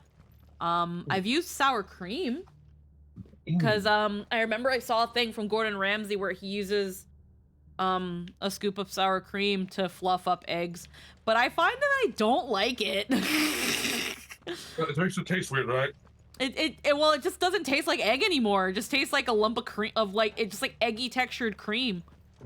When I say fluffy eggs, I mean it's just they're airy and they're nice and they're scrambled, but they still taste like fucking eggs. Yeah, I don't know. I feel like I would probably it's just a use dollop of milk, really. It's not really that much because you don't you too much milk in there, and they're just gonna be boiling fucking milk. Your egg might even curdle. Probably, I don't fucking know, but it doesn't curdle. More so, it just you end up with like a liquid. I find that usually, when it comes to cooking eggs, I find that like a tablespoon of water, helps it. Like, I know that in certain things, like, let's say I want to do, like, just, like, a quick scramble, but, like, let's say it sticks to the pan because my pan is, like, too hot or whatever. It gives me a little bit of freedom. I don't know. I don't know how to explain it, but No, I remember now. That little bit of water, no, it's not for cooking. It's when you want to batter something. When you have to, like, when you need to cover something in egg wash. For when you fry it. A little bit of water loosens it up because I think it was I was doing crab ragoon mozzarella sticks, and my egg just wouldn't fucking stick to the shit, and I just like looked up. I was like, my egg's not sticking to my flour. What do I do? And some recipes and like cooking blogs were saying to add a little bit of water, that it'll loosen it up and the water will stick to the flour, which will help the egg. That's whenever you're frying something and you're trying to like get egg in there and it's not sticking, a little bit of water will do it. No sign of any bearers yet. I hope you have better luck downstairs. And then, so yeah, I saw a YouTube short about like a cheap food to make, like little quick thing. Oh, have you tried like eggy rice? Sorry, you go first, actually. What? You like feta cheese? Feta? Yeah, no, feta's really good. I saw a YouTube short. They take this a block of feta, they cut in half, and they put them into tortillas. They wrap them up. They put dried tomato and basil and some honey. And they wrap them up like a little dumpling. They wrap them up like fold it, like a little square fold. Yeah. And then they fucking air fry that shit. They put sesames and egg wash and air fry it, and then it takes like 10 minutes, and then they got this like melty little tortilla dumpling. Cheesy tortilla crunch snack. I'm like, They also drizzle honey on top, but that's a lot of honey, so I don't know if it works well, but I bring this up because guess who gave me their old air fryer that is still in great condition? Oh, hell yeah. Yeah, I got an air fryer now. Fuck yeah, bro. I'm only missing a toaster. If it wasn't for the fact that I'm just like, where the fuck are we gonna put that shit? I'm kind of down for an air fryer, but at the same time, it's like, I have an oven, and it's like... Yeah. Ovens are great. Yeah. I used to make toast. Whew. Making fucking roasted garlic bread in an oven is so fucking good. Yeah, it is. Oh my fucking god. Do you think when you cut the entire bulb in half and then you just roast it, then you mush it, then just spread it? Feeding bearers to it. This is even worse than I'd. Oh Jesus. Oh, I didn't read that. Sorry, hold on, what? Memorandum on Kuza beast feeding. Recent supply storage is left with insufficient resources to feed the Kuza entrusted in our care. Unfortunately, the creature was observed to kill and consume the bearers assigned to fight beside it in a mock battle conducted as part of its training. The beast was further observed to enter a state of visible contentment upon feeding in this way, suggesting that live bearers may even be its preferred source of sustenance. While this behavior is unexpected, it is not unwelcome. The bears no longer for use for training purposes can now be repurposed as required. Yeah, no, this place fucking sucked. Like, we always knew the rest of the world sucked to be a bear, but in here it's like, what? You can't do anything? You're food now. What? You can't be a child soldier? Well, To the fucking ovens with you. Recommendation concerning Kuza beast deployment. The Kuza has long been recognized as an especially aggressive species. This being the case, it was hoped that successful deployment on the battlefield might be a means of inflicting heavy casualties on the enemy. In exercises conducted thus far, however, the beast has proven incapable of distinguishing between allied and enemy combatants. As such, deployment alongside regular troops is not recommended. It is proposed instead that bearer captives be employed in order to draw enemy focus, and the beast then driven into the fray in order to achieve maximum benefit with minimum loss of Waluder lives. Minimal loss of Waluder lives. And what happens when they run out of bearers? Even the Imperials take better care of their branded than that. It's really fucked up that that's true. No, and that's down here. And that's the crazy thing. Better upstairs.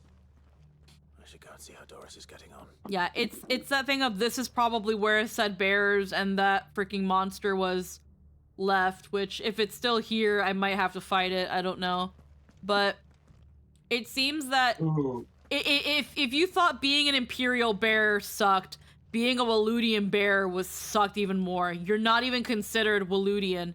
You are a tool, you are an asset, you are feed, it's disgusting.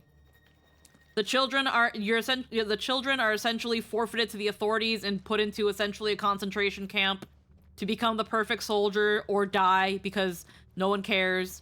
The ones that survive here are put into training their beasts and their soldiers, and if they die or are unable to fight anymore, they're fed to said beasts. Like, this place sucks. Dude, Valisthea sucks ass. Balmung Dark, writ of designation. The kingdom God, this place is called Balmung Dark. Yes, it is. The kingdom of Walud hereby designates this facility a prison for the detainment of bears, both foreign and domestic. The purpose of this facility is to rear and train a Kuza beast for deployment in the field. The aforementioned purpose is a matter of strictest secrecy, and any mention thereof is to be punishable by death. Captive bears have been provided solely for the purpose. For the pursual of the aforementioned purpose, express permission is required for use of bearers in any other capacity. Yeah, we're here because Doris thinks that there might still be bearers here.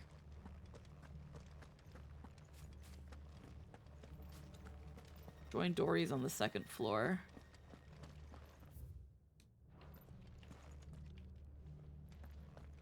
I'm pretty sure we still can't go in here.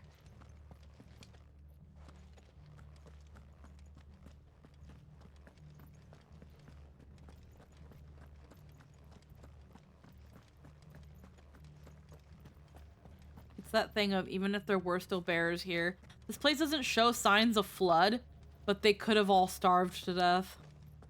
Or the Kuza beast got out, or they killed them all, or I feel like if anything, the Kuza beast probably got out. I don't see anything though, and it's nothing but Akashic here. So actually, no, this place did get flooded, or the Akashic just made their way here. But use for bears and anything else requires permission.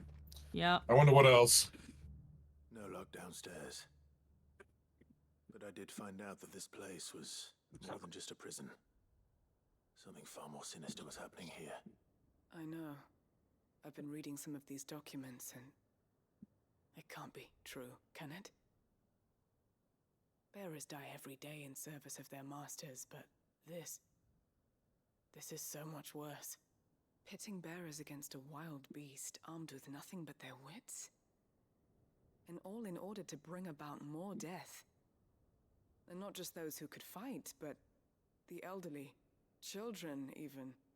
And those who wouldn't or couldn't were disposed of. Whatever that means. I'm afraid it means they were fed to the monstrosity they kept here. Then we're too late.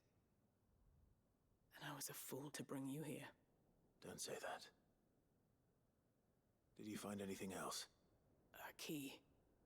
But it doesn't fit any of the locks on this floor. Perhaps it will fit one of the doors downstairs.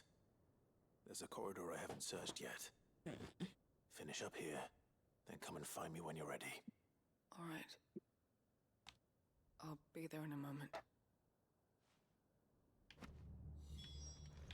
Jailer's If we key. don't find any survivors, we've risked our lives. for nothing. Take care. That creature might still be here somewhere. Oh, I have a feeling it is still here.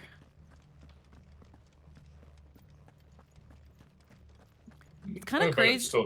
It's kind of crazy how 16, with just slightly different context and gameplay, could easily be a fucking horror game. Oh yeah, I can. It's just like, what? This isn't a horror game? What's this? Man-made horror is well within my comprehension. It's like I'm playing Amnesia the Bunker. It's like playing it's like playing Fantasy Outlast. Imagine Release that kind of game. Just playing fucking you play Outlast version when you're playing a bearer. I mean, yeah. When you really think about it, Outlast, you're in a fucking penitentiary sanatorium where people were being fucking experimented on because they were considered less than. I know most of them were criminals in some way, shape, or form, and the mentally unwell, but it's not that far off on how they were fucking treating bears. Yep. They were experimented on. They were tortured because they were seen as less than human. Oh yeah, this shit broke out. Yeah, because all this is gated except for this.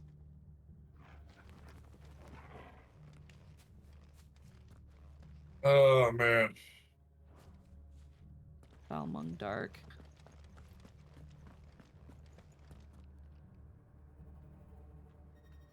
Also, just listen to this fucking music, bro. This is horror game music. Yeah, it is. Pet the dog to feel better. Yeah. That's that shit where if this was like, if it was dark as fuck and you couldn't see shit, this would be a horror game. Yep. It makes you like, it feels like there's like a tingling on your back, right? It makes you stand up on end. It's like something's watching. Bad feeling. Something's watching you. Ugh. I don't know if it's the Kusa Beast or all the fucking dead here. What? A survivor. And she sounds close. No way there's a survivor. Nobody's Jesus. cool. Search the East Wing.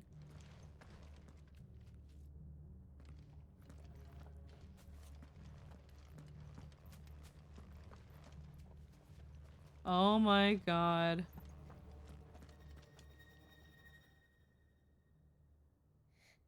Who are you? There's no need to be afraid. Are you alone? Are there any other survivors? Some of the guards. They're still here. But something's wrong with them. Everyone else was eaten by the monster. Of course there were. Thank the Founder. It was worth our coming. But I'd rather we didn't linger. Are you ready? Ready when you are. You poor thing. He must have been terrified. Did Chadwick send you? What? He fought the monster. Distracted it so I could run away. He must have sent you. He promised to free the others too. Where is he? He opened your cell, didn't he?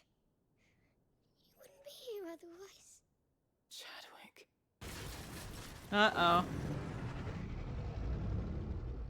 Joy. Monster's back! Chadwick, help! We have to get out of here. Doris, keep the girl safe. All right. You put that bearer-eating bastard in the ground. I'll look after the girl. You teach that thing a Oh. lesson.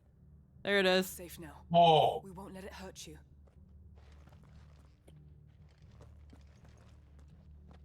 It's out there waiting for me. I can't let it live. Not if it's got a taste for bearers.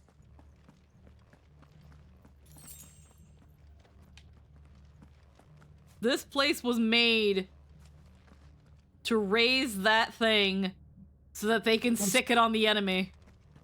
That looks like a behemoth with wings. Yep. Called a What the kuzu. A Kuza beast. Yeah. What the fuck? And it seemed to enjoy eating bears, probably because of the magic. Probably, yeah, it probably has some crazy fucking magic. It's not a Kashik looking, so it has to be resistant. Well, yeah, because the bears to some extent are immune to some of the flood. To an extent.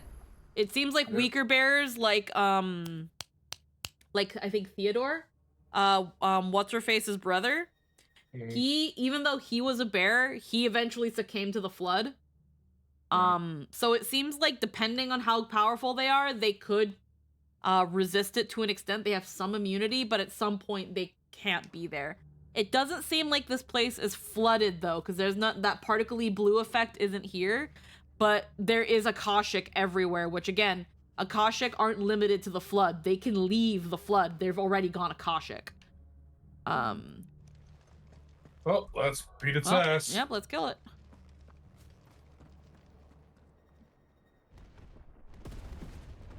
God. Rank A Rank Kuza A. Beast. Oh, it's also a hunt board. Sick. 40. Beast will wreak havoc if it ever leaves the prison. I can't let that happen.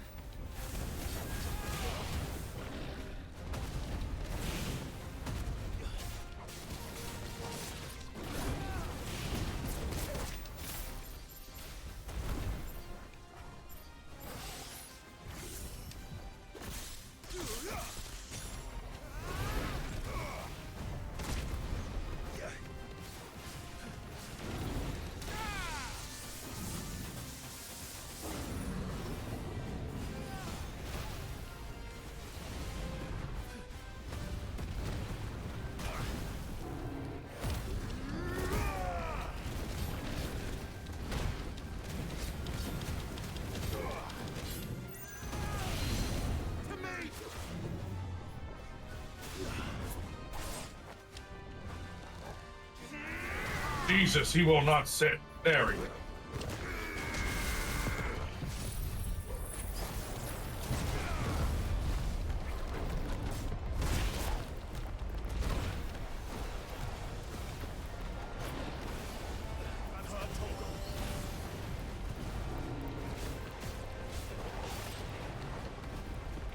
The Kuza Beast is okay, so it's an older mon. Okay. Alright. Final Fantasy 5.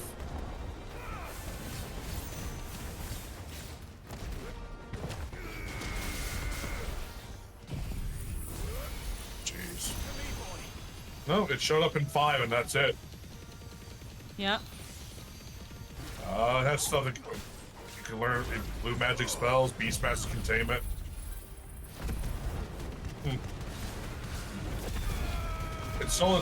Its special attack is question mark, question mark, question mark, question mark. That bodes well.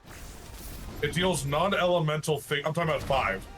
Oh, okay. It deals non-elemental fixed damage to a target based on the caster's max HP minus their current HP. And this means it deals more damage based on how much HP the caster is missing.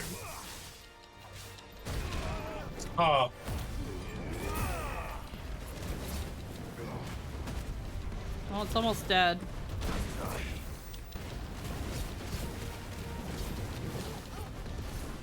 Oh, it's a skill. It's just called 4 question marks. It literally doesn't have a name. It's used by also Magia, Kuza Beast, Tyrannosaur, Behemoths, Archaeo Demons, King Behemoths. Okay. Okay. Blue magic. I guess it's fun. It's a blue monster. Its actual coloration's like purple with blue hair. And switch the color around.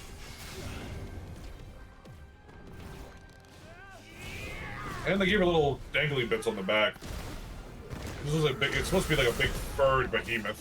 Yeah. They just took the behemoth and gave it wings, or something like wings. Which works. Basically, what it is anyway. There we go. So this is literally Kuzabe's second appearance in any Final Fantasy game. That's crazy. Yeah, I think it's because they already used Behemoth, so it's just like, oh, another Behemoth, but it's pretty much a Behemoth. Behemoth. Oh, Shackle. it's a Kuza. I thought it was called. I thought I knew the monster is only a Kuzer, but no, Kuza.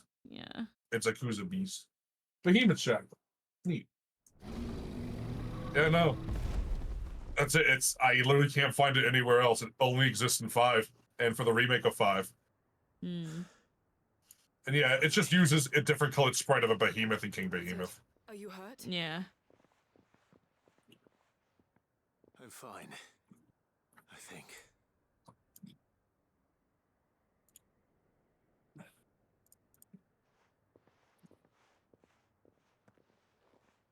That's fucking insane. No. What is it? A diary. I gave it to Chadwick before we went our separate ways.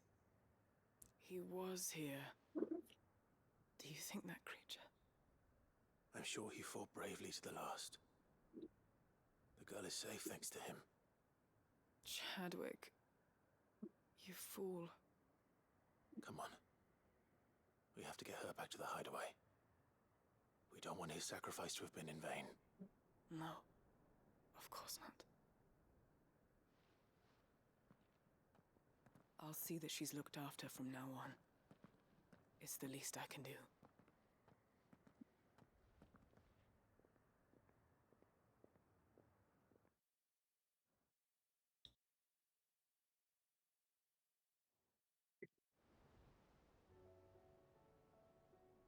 Sometime later.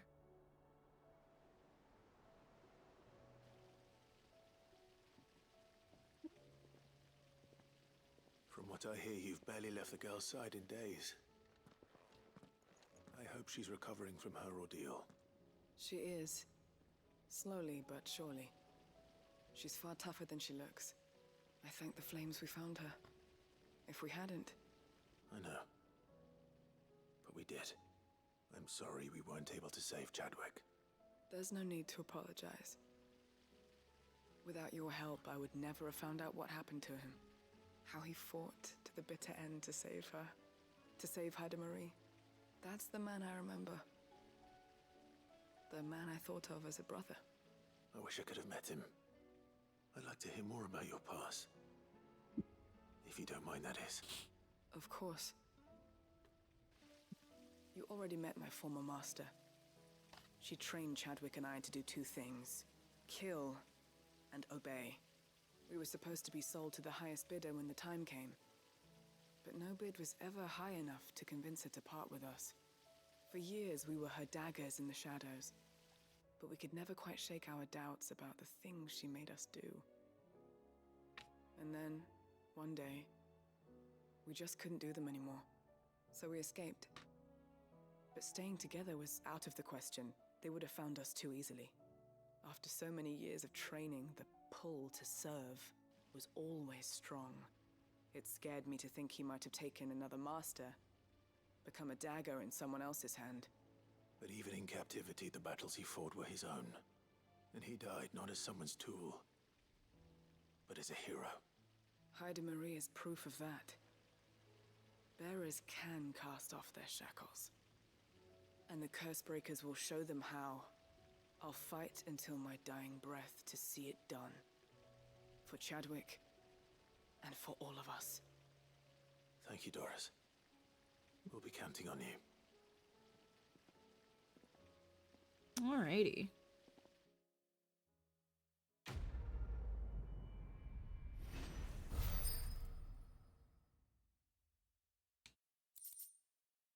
Breath of Darkness, Gungnir.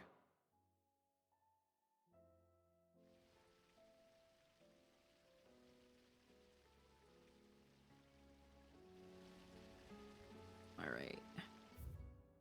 There's still... Oh, there's a new hump board. Hey. There's still some fuckers on this board too we gotta kill.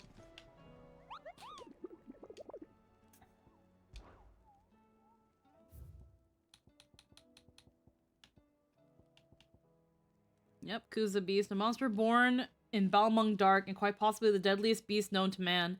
Sid, we beg you to slay it, and not only that the world might be a safer place, but that the bearers who lost their lives to that vile creature might at last be avenged. Forgive our presumption, but knowing what we do of it, we doubt that any but you could emerge from its cage alive. The Wailing Banshee, Knight of the Splendent Heart, and the Grim Reaper. Grim Reaper. The Masterless Marauder. The Lunar Army captured such beasts and trying to train them to serve. But this particular specimen's training has long since ceased. Whether captors remain returned to Kashyyyk with the rest of their comrades or are eaten by their pet when it broke humans' bonds, we shall never know. All we do know is that there are none left alive who knows where the words to put an end to its rampage. Only a show of force will suffice. That's a lot of money for that one. Yeah, it is. It's like 2 orchestrion rolls. Yep. 2 equestrian rolls. Those, it might definitely be worth doing those. Haida Marie has taken a liking to her new home. How her spirit survived Balmung Dark unbroken, I'll never know.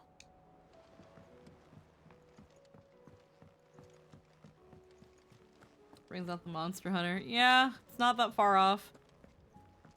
I love how, like, when Dika was here the other day, she was like, oh man, this looks like a game I'd like to play. And I'm just like, yeah, no, play it.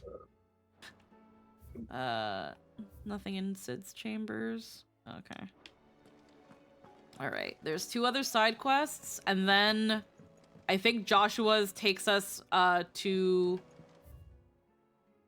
We have to do these, and then we'll get the quest that leads to the DLC, if I'm recalling correctly.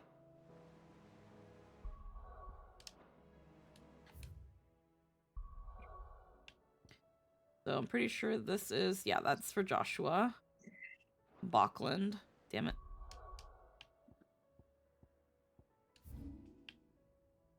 Alright. Let's go here. Let's see what Uncle Byron wants. Let's do that. Then let's do Joshua's. And then let's do that hunt board and finish it off. And then let's see how far we can get in the fucking DLC. What are you looking for? Equestrians. You bought them all. Yeah, I bought them all.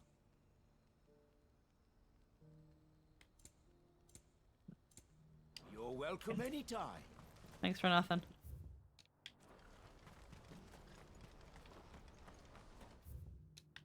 Do you see that too? Oh. You just see that there.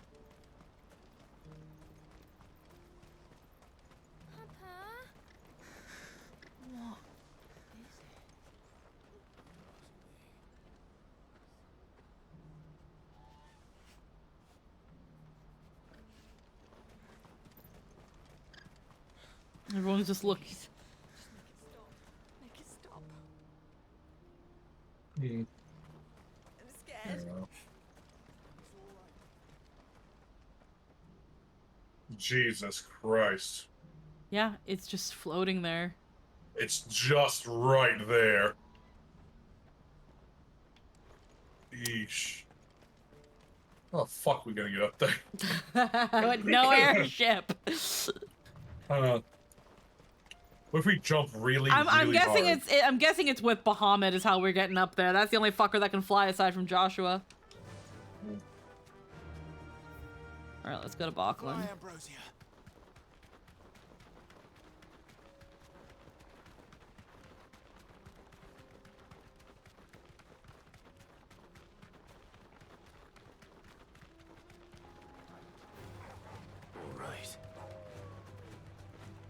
Again, it makes me wonder, it's like, we needed to get a silver chocobo feather, but what is Ambrosia? Is she not silver or is she just white? Jury's with the sun being broken. I'm guessing, I'm trying to remember her side quest, and they talked about a white chocobo, and I think that's just what it is, she's white. I guess there's a difference between white and silver. I guess, yeah. Can't be Rutherford, can it?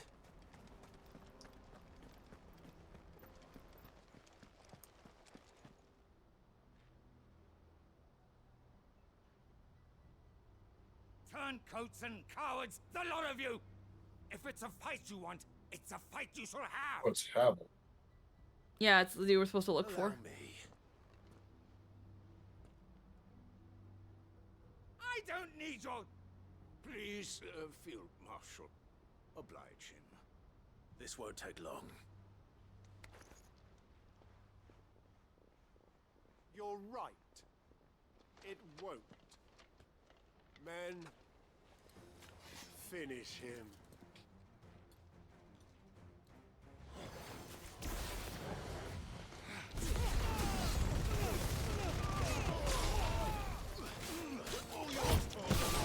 This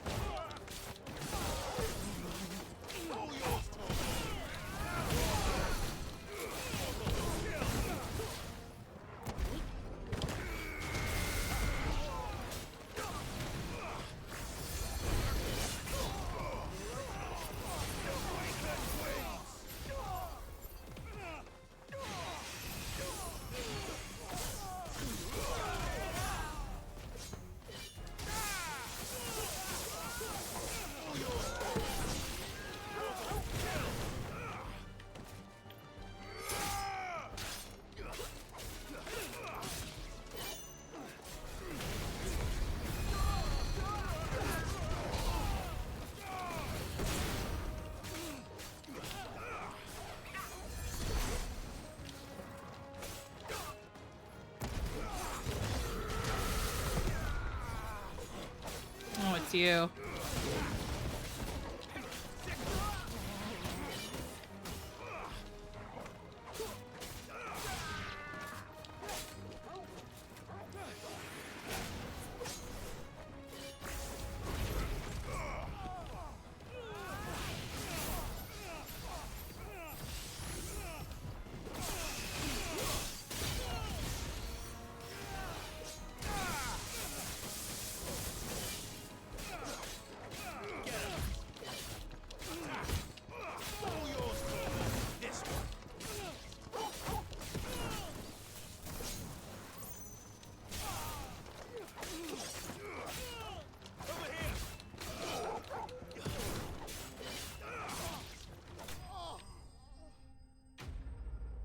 Alrighty.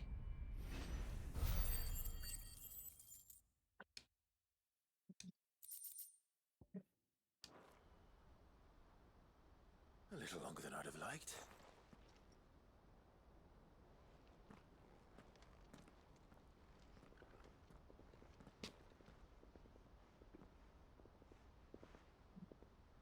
Field Marshal Havel, I presume. Are either of you injured? No, my lord. You arrived just as our escort turned on us. fucking traitors. I'd heard reports of soldiers in the outlying regions abandoning the oaths they swore. But I hadn't thought the corruption had reached so close to the heart of the Republic. It's a fucking disgrace. Your interfering old bastard of an uncle tried to warn me, of course. My lord Marquis. Or is Sid the Outlaw more to your liking? Call me what you want. It doesn't change who I am, or the urgency of the message I bring. My uncle has a plan to right the realm, and he needs your help to see it through. Before I agree to anything, I'd have you answer one question. What do you stand to gain from all this? I won't deny that I might benefit from further chaos. But I seek a new beginning for all of us. And while the choices I've made may not always have been the right ones, I know I made them for the right reasons. For so long, so many of us have been told how we could live, how we could die, when it should have been our decision all along. Now we have a chance to put things right. But in order to take it, we must stand together. Even if it be beside those with whom we don't see eye to eye.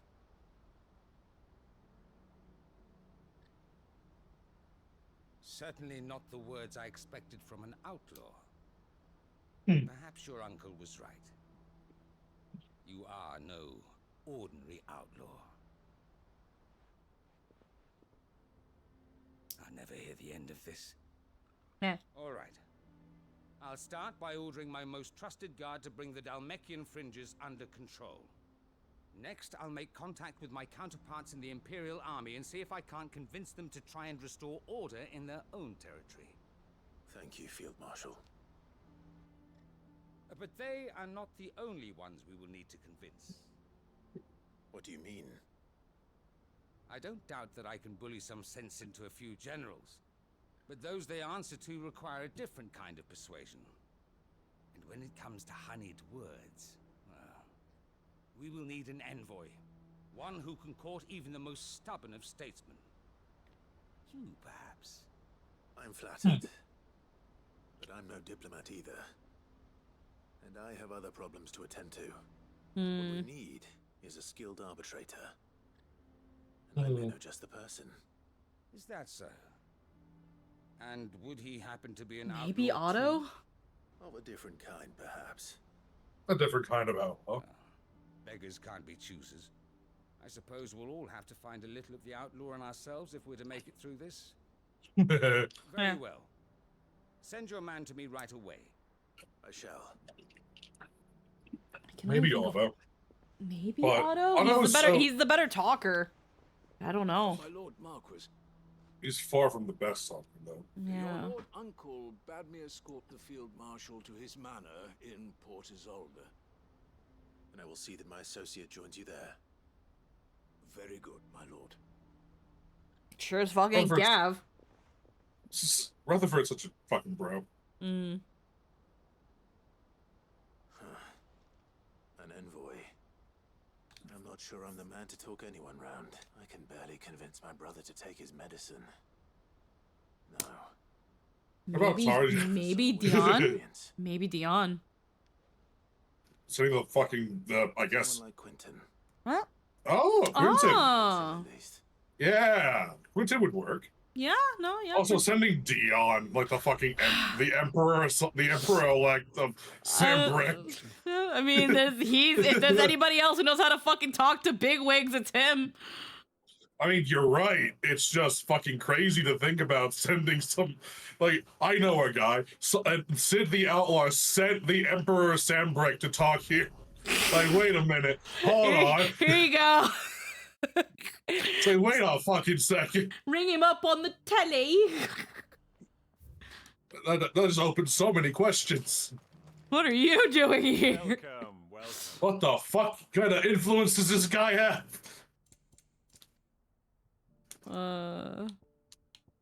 Give me a potion. Of course. A fine choice.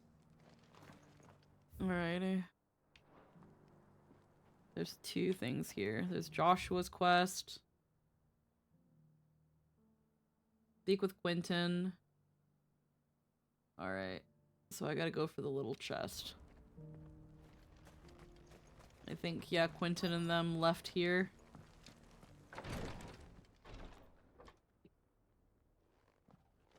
Oh, but this one might not have been the right one. Your Grace, my lord, I trust your journey was not overly onerous. Cyril, you found a letter from Father? Yes, I have it here.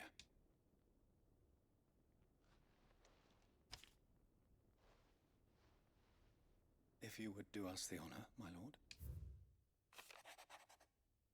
My beloved sons, no. I know that I ask much of you in this coming war, but I see no other way to secure a future for our duchy and our family. Yet even should we succeed in subduing the savages and winning back Drake's breath, the threat of the blight still blooms, and only with all Rosaria striving as one might we at last overcome it. I have made plans to see us through, but such are the obstacles that stand in our way. It likely shall fall to you to continue my work. I know that you have the strength, the courage, and the will to do so. This shall be an arduous inheritance, and so I offer you another, that you might be reminded of the love and the faith that I hold for the both of you, your father. Oh. An inheritance. It would seem the late Archduke penned this missive shortly before his passing. The day before we left for Phoenix Gate. What are these plans he spoke of? His plans for the duchy, your grace. Your father entrusted them to my predecessor, the former bearer of the Burning Quill, who entrusted them in turn to me. The complete emancipation emancipation of bearers is their stated aim. But your father's dream did not end there. His Grace also spoke of building hospices to care for those stricken by the curse, and the founding of a new university to further the development of non-magical technologies. With the blight spreading ever more widely across the twins, Archduke Elwyn saw this as the only means of securing Rosaria's survival. He wished to see men and bearers treated as equals. To see centuries of common wisdom overturned. Small wonder he did not think it achievable within his lifetime. But he thought it achievable nonetheless. Had he not, he would never... Dude, Elwyn was such a fucking Chad. Goddamn legend. Trusted his vision to his most faithful aides. Those who would have stood with you, shielded you from the machinations of the less benevolent personages at court. Your mother, mostly. Your mom.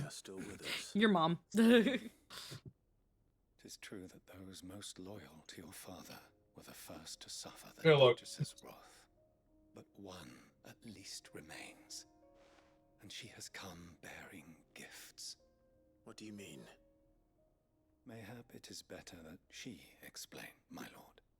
After all, the duties entrusted to me by my predecessor extended only to recovering His Grace's will and arranging a meeting with the one who might execute it, or a part of it at least. And where is this woman? She awaits you in the archive, Your Grace. Thank you, Cyril. Shall we then? God damn it, dude. No wonder they're... God, good people like that don't last long. Yeah. Not with places of power like these. Archduke Erwin's testament. Alright, well, let's go find Quentin. He's up I'm here. sure I'm sure fucking Annabelle knew all about it. Of course. And she probably just hated all of it. Cyril's guest. No, where's the Quentin? There it is. Wait.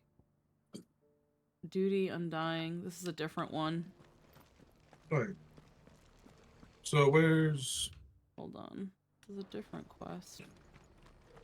Speak with Archduke Elwyn's aide in the Requiatory. Yeah, but that's... Yeah, right up there. 41 meters away. Yeah, no, that's up there. That's something else. That's not Quentin. This is something else. This is a different quest. Lord Marquis. What is it, Cyril? One of our brethren lately journeyed across the strait in order to pursue a new avenue of inquiry in our ongoing investigation. He sent an owl some while ago, but... Was he surveying it? No. The object of his study was a savior cult that has arisen in Ash in recent years. We believe it may have some connection to the Circle of Malleus, an ancient religion that worshipped Ultima as its god. By gaining an understanding of this new faith, we hoped to learn more of the Circle's original beliefs. And so you sent one of your brothers to Ash, a continent teeming with orcs and Akashic. Fully cognizant of the risks, yes.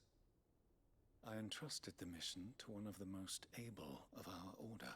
Though he has been silent for some days now, yet it seemed only right, for as you so earnestly advised me, it would not do to abandon him. Okay, something else. Ash is a big place. Cyril did take... Can't fault Cyril. He did take the advisement. Mentioned a village where he had... You should just leave him to die. Was its name. It lies, if aught... Right. You go then, with my... Alright. This is a different quest. Cyril isn't a bad person. He's just... Dubious. I wouldn't say he's dubious. He's just off.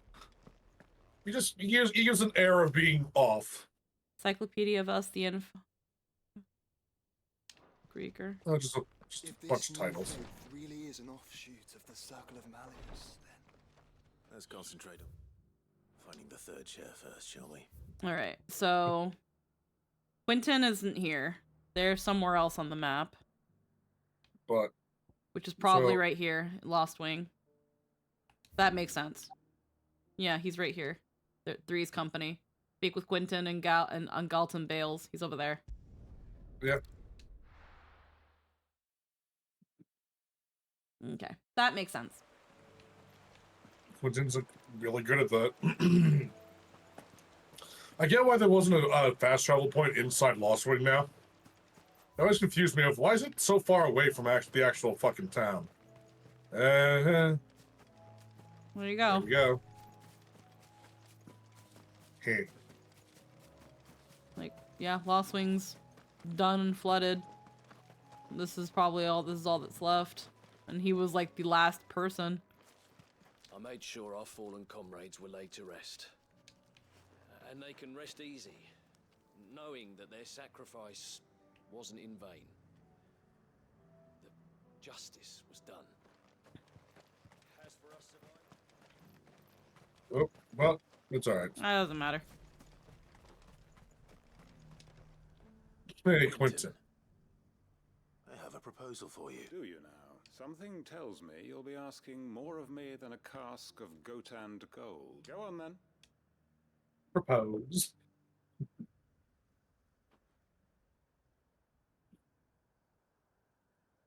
You'd have me convince the chiefs and chamberlains of the realm that they should simply swallow their pride and do the one thing that has proved impossible for thousands of years. Was there anything else? Perhaps I can fetch you a meat pie as well. Do you want fries with that? Yeah. And you'd have me give up what little I have left to do it. I told you, Clive.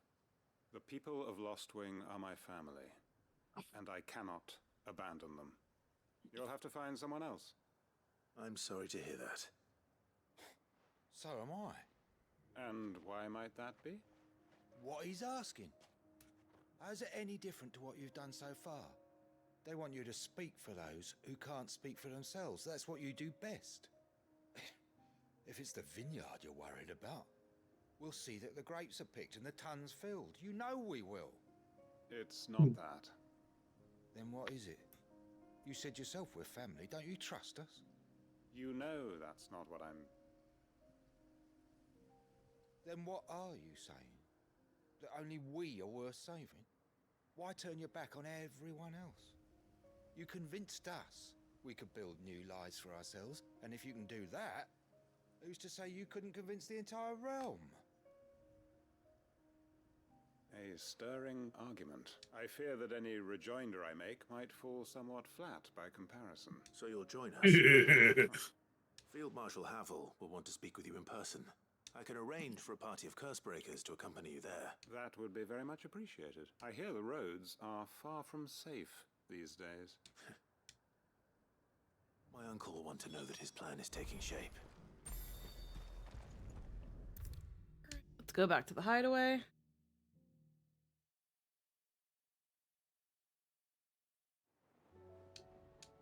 Hey, Uncle Byron. Uncle, the Field Marshal has agreed to your plan. Of course he has.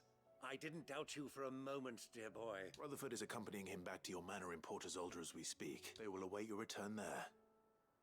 As will one other. One other? Lord Havel was concerned that even if he could get the realm's armies to agree to an accord, he might not be as successful in convincing those with political power. He asked if I might have a solution. And I suggested a certain Imperial Lord Magistrate turned Liberator. One of your co-conspirators? Master Quentin would probably call me one of his. But yes. Another outlaw, then. Just the thing we need to put these rotten politicos in their places. Good thinking, Clive. I love how Byron's like, yeah, fuck these guys. He's an outlaw. Uncle, assuming Havel and Quentin can solve our problem with the armies, you still haven't mentioned how we might manage the grain shortages. Oh, don't you worry, my boy. The 7 high houses will be seeing to that. They have all agreed to make the most generous of donations. Oh, of course, it did take a little persuasion, but luckily I had some unexpected help. From who? Why, you, my boy. Rumor has it that you rescued the Lady Ariane's head steward Rockford from a horde of bloodthirsty bandits. It was more of a handful. Well, the old battle axe was so pleased. She had a shipload of talents delivered to my private docks by the next new moon. And when the other houses saw the parsimonious old crone's purse strings finally loosen, they as good as tripped over themselves in the rush to follow suit. Can't have her. Can't be outdone. We can't get outdone by the famous miser in generosity. Of course. That's fucking awesome, dude. Yep. See, it's just doing little things can net you unexpected results. Yep. Be kind.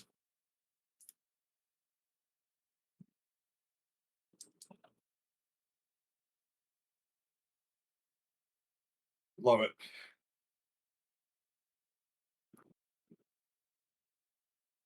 Game.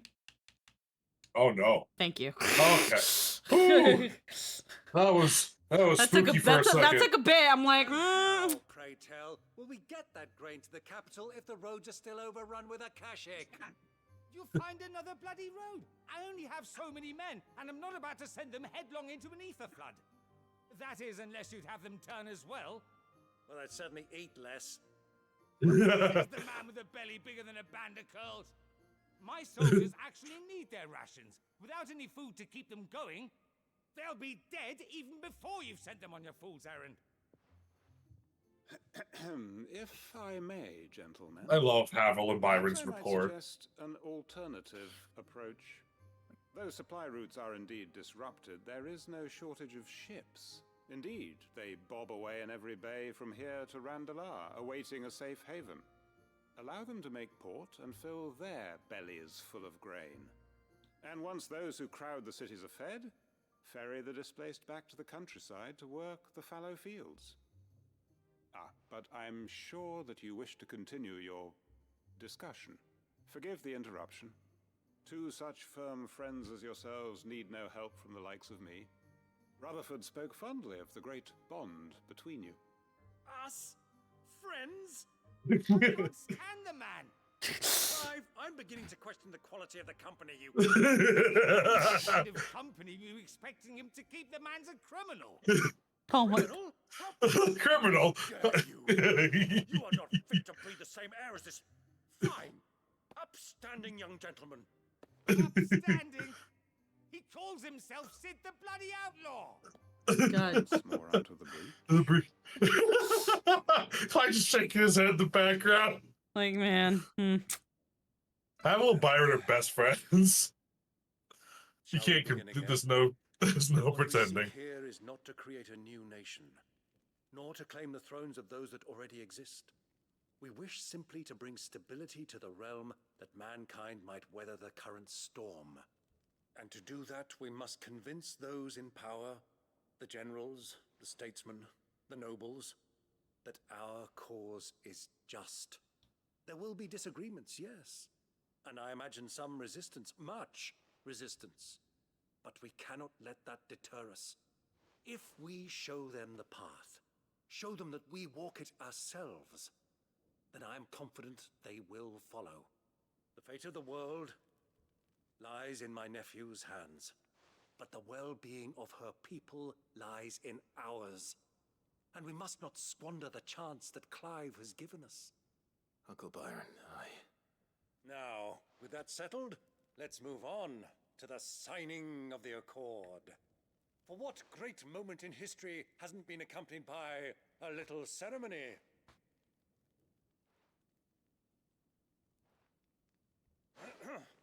Citizens of Valisthea, I present to you the Triunity. Rutherford, Myquil. There's already a word for that. It's called triumvirate, but all right. Yep.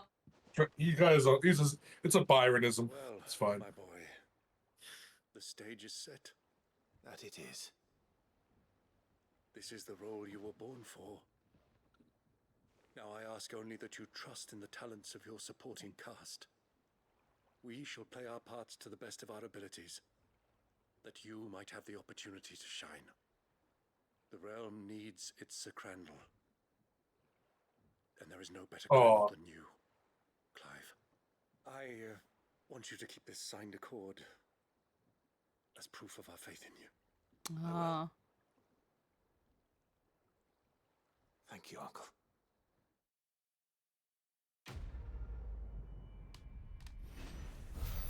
Three's Company. Yeah. The Treaty Accord signed by the representatives from Rosaria, Dalmekia, and San Brec. This mutual accord sets the stage for a new age in Storm, if not officially, then at least in spirit. Displayed in Clive's chambers.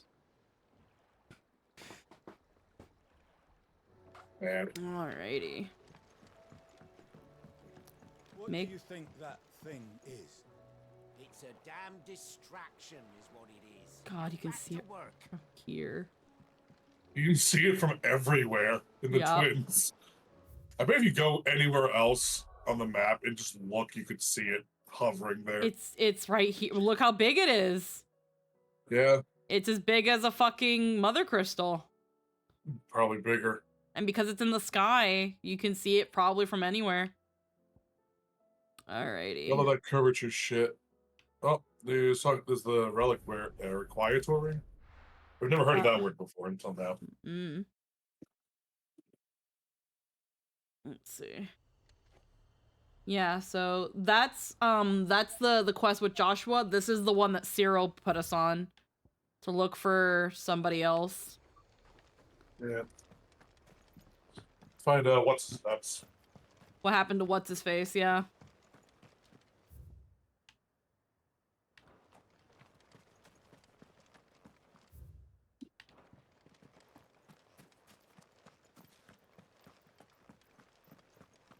Like, we sent him there to check what was on with the fucking circle and that weird religion, but, you know, we just haven't heard from him since. Okay, and you haven't checked? Well, it's dangerous to go there. Fuck you! Well, it seems to go there, and, well, you said to yourself, I need to just... I can't abandon him to his fate, and if I send just a regular bearer, we can't guarantee his return at all, so... Whoops. Well, in any case, my lord, it's time to fucking practice what you preach to me. And go find it. If you want to go check it out, you can. You know? I do like how Cyril seemed a little more genuinely worried for this guy's safety. Cyril cares because Joshua cares. Yeah, and he's trying to, and he there is... It is. Oh yeah, this place. Oh. Yeah, we found this place before and we couldn't get in. Now we can. Now we can. I was like, yo, we're gonna be coming back to here. It's kind of like the Balmung Dark where it was like, oh, now's not the time for whatever this is. And it's like, this was the same thing, now's not the time. And I love the entryway. Like, look at these, like, all these fallen relics, all these fallen ruins, and then it leads to this one. Nice. Mickelberg. Oh. Yep, it's just a village. These people aren't turned. The village seems safe enough at least. Surrounded by fallen ruins. What is going on here? Ah. Did you too heed the call? Heed the call? No, I came here looking for someone. To be honest, I wasn't sure I'd find him here. Let alone all of you. I was not expecting a village. Is that so? What are you doing here? Is this where you live? It is my home. The others, they heeded the call. You keep saying that. What do you mean? They came here to perform the rite. Just as King Barnabas instructed. This village is their altar, where they shall cast their souls upon the gentle waters and give themselves to the Lord. Give themselves. Oh, Lord, cleanse us of our sins. Let us be reborn in your loving arms. Free us from the torment of this mortal realm. They want to be saved. Forgive me. But did another foreigner, like me, come here? He was probably wearing a cowl. You mean the traveler from Storm? Yes. He's staying at my house, toward the rear of the village. Thank you. They seek the same salvation Barnabas did. At least the third chair still lives. Let's go and find him. Just something's gonna happen here, I feel. This is Oh, yeah. a village. Yep. He's saying they came here, so has he just been here alone?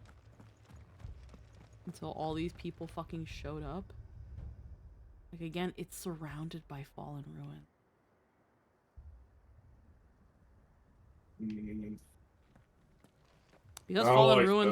Because fallen ruins are practically indestructible, it's a great place, but fuck. Mickelberg.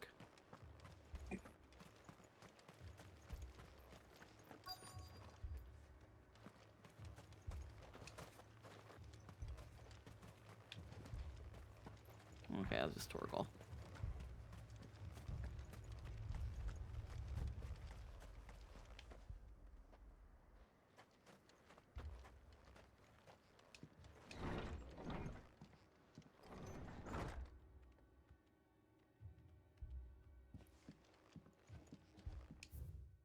Chronicles of Mikvar, being a collection of tales, is recounted to His Most Exalted Majesty, Lord Bjornhard of the Veldermark.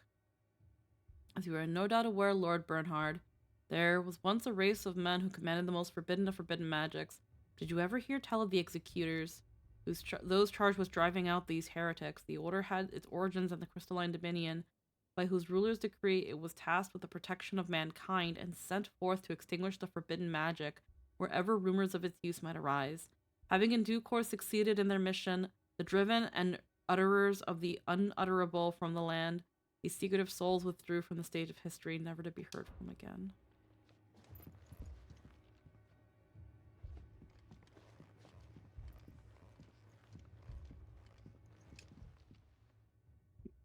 Excuse me.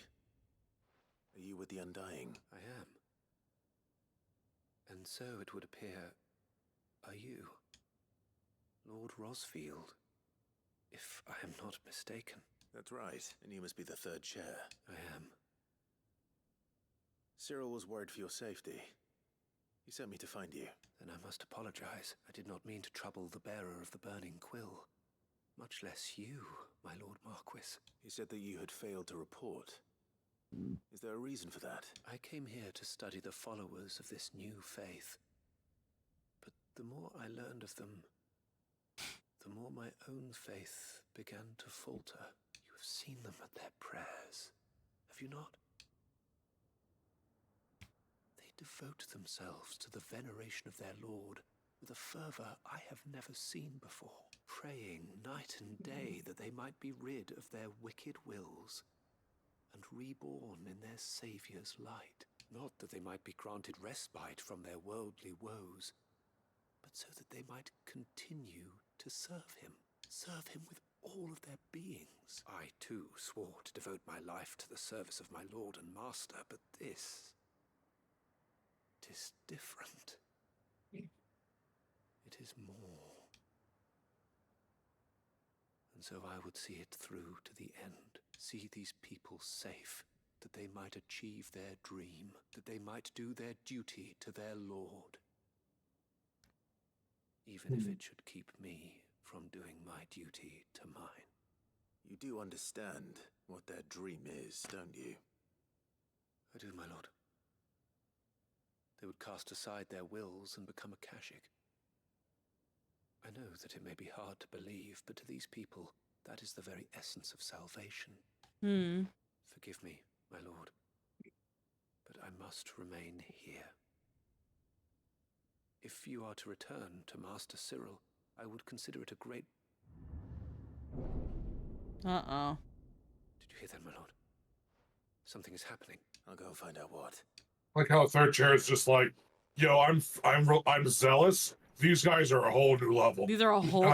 These guys are a whole new breed, bro. I gotta see where this ends. I gotta help these guys out because it's like wild. Flood. Ether flood. Which means. Oh no. It means their prayers are answered. There must be something I can do.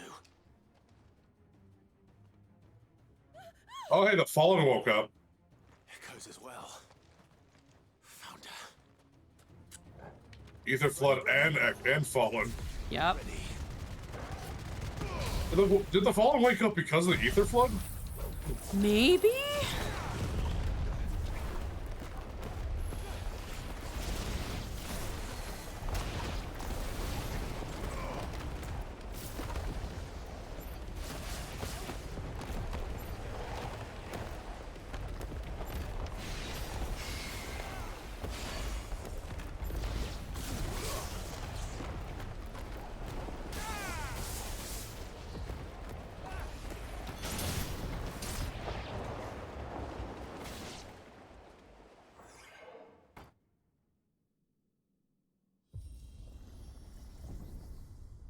What now? Oh. That ain't great. Nope.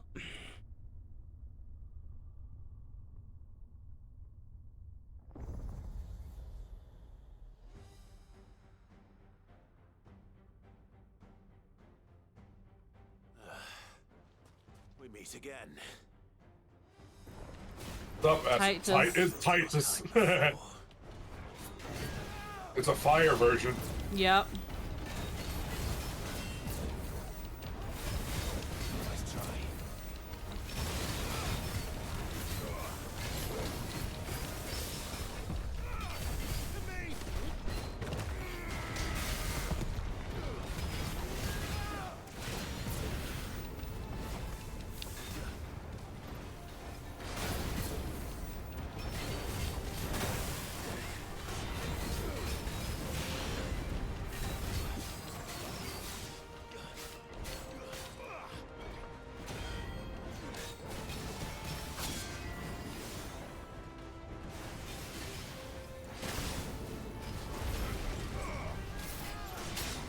Oh shit.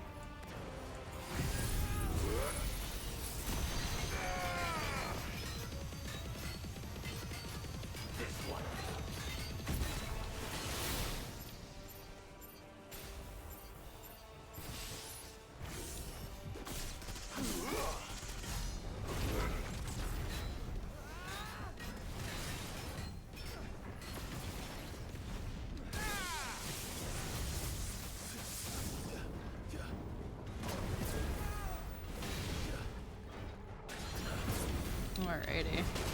Oof.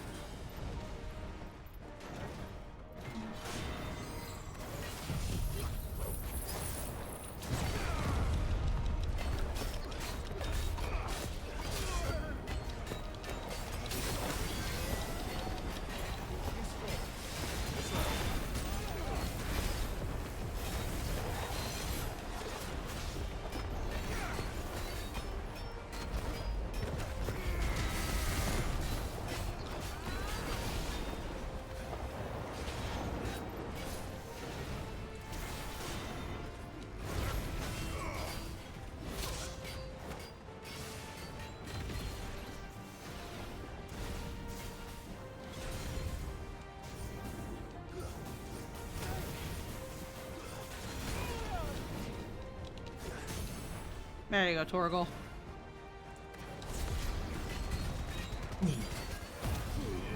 Probably does some good work. Yep.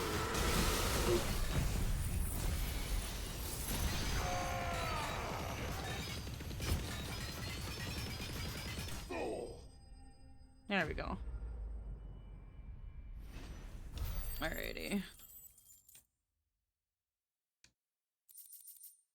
Fallen iron. Yep.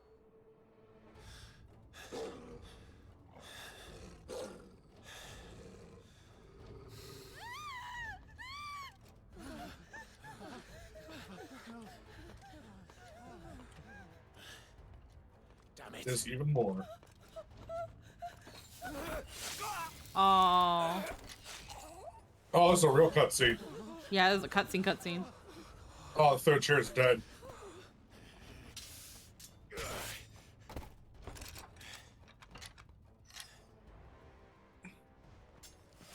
Don't you die. Come on, speak to me. I had to save them, that they might have a chance to find true salvation. By devoting themselves to the service of their Lord. They're turning Akashic. Just as I did. When the Undying plucked me from the gutter and gave me a cause to believe in. A duty to serve was everything to me, and I would not deny them that fulfillment, even if they must become Akashic in order to achieve it. Forgive me, my Lord Marquis. I did not mean to trouble you with this. My findings. Could you deliver them to Master Cyril for me? Of course. Your duty will be done.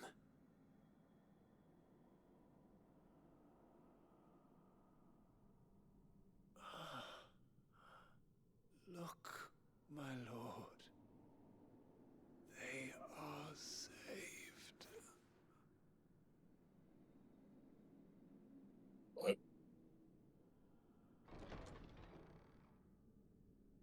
They're Akashic now.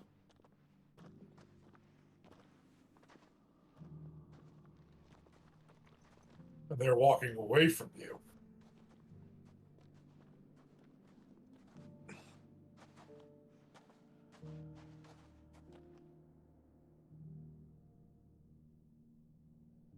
Huh.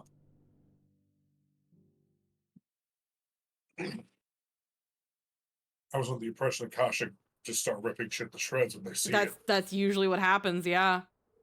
That's weird. Sometime later. They are saved. Founder. I should get this report to Cyril. The man's been contemplating that from his walk back. Jeez. Port to Cyril. Bro's right here, bruh. My Lord Marquis, I am glad to see you hale and whole. I met with your third chair, Cyril. He bade me deliver his findings to you. Third chair's report to the teachings of the Ashen cult, savior cult. Its outer edges stained with the same man's lifeblood. Thank you, He remained in Ash? He died protecting the villagers from an echo. I buried him in Mickelberg. I'm sorry that I couldn't save him. If you could not save him, no one could. The villagers, they were believers in this savior cult. They prayed to their god that they might be unburdened of their wills. Then an ether flood came, and their wish was granted. Your brother sacrificed himself that they might live, even knowing that that life was death by another name. Then he perished defending liberty. A hero's end. For the right to choose how one dies is no less sacred than the right to choose how one lives. Sid would agree. He wanted to build a world where people could die on their own terms. A noble ambition. To die for one's cause is the most perfect expression of one's faith. It matters not how misguided others might judge one's decision to be. Only that the decision is one's own. We live according to the teachings of our order. We believe in them. We protect them. And yes, we die for them. For better or worse, that is our creed.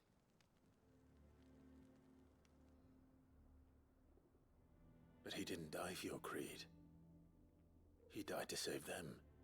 And you still believe that what he did was right? I believe that he believed it was. We of the Undying are not slaves, but willing servants. And this was his will, the ultimate expression of it. All right. I'd like to know this man's name, Cyril. To know the names of all the Undying who've fallen in the line of duty. They died serving my house.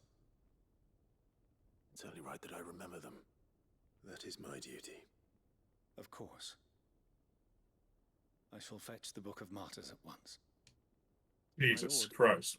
It has been, and shall ever be, the greatest honor of my life to serve House Rosfield. Though our duties may differ, yours is no less important. I pray with all my heart for your success. And were they here, I have no doubt but that every one of my fallen brothers and sisters would feel the same.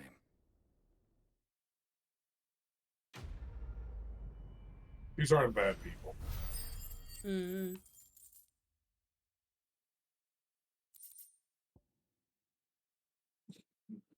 And for a Calcum.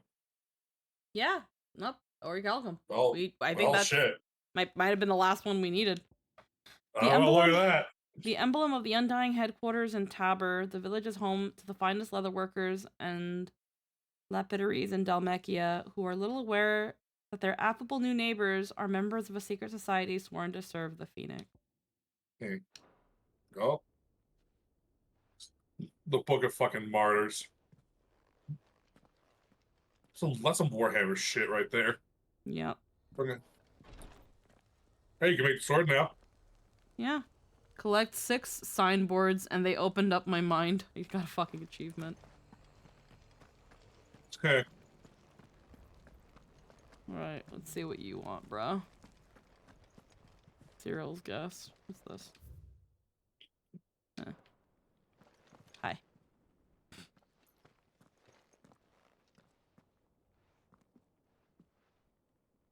My lord, your grace.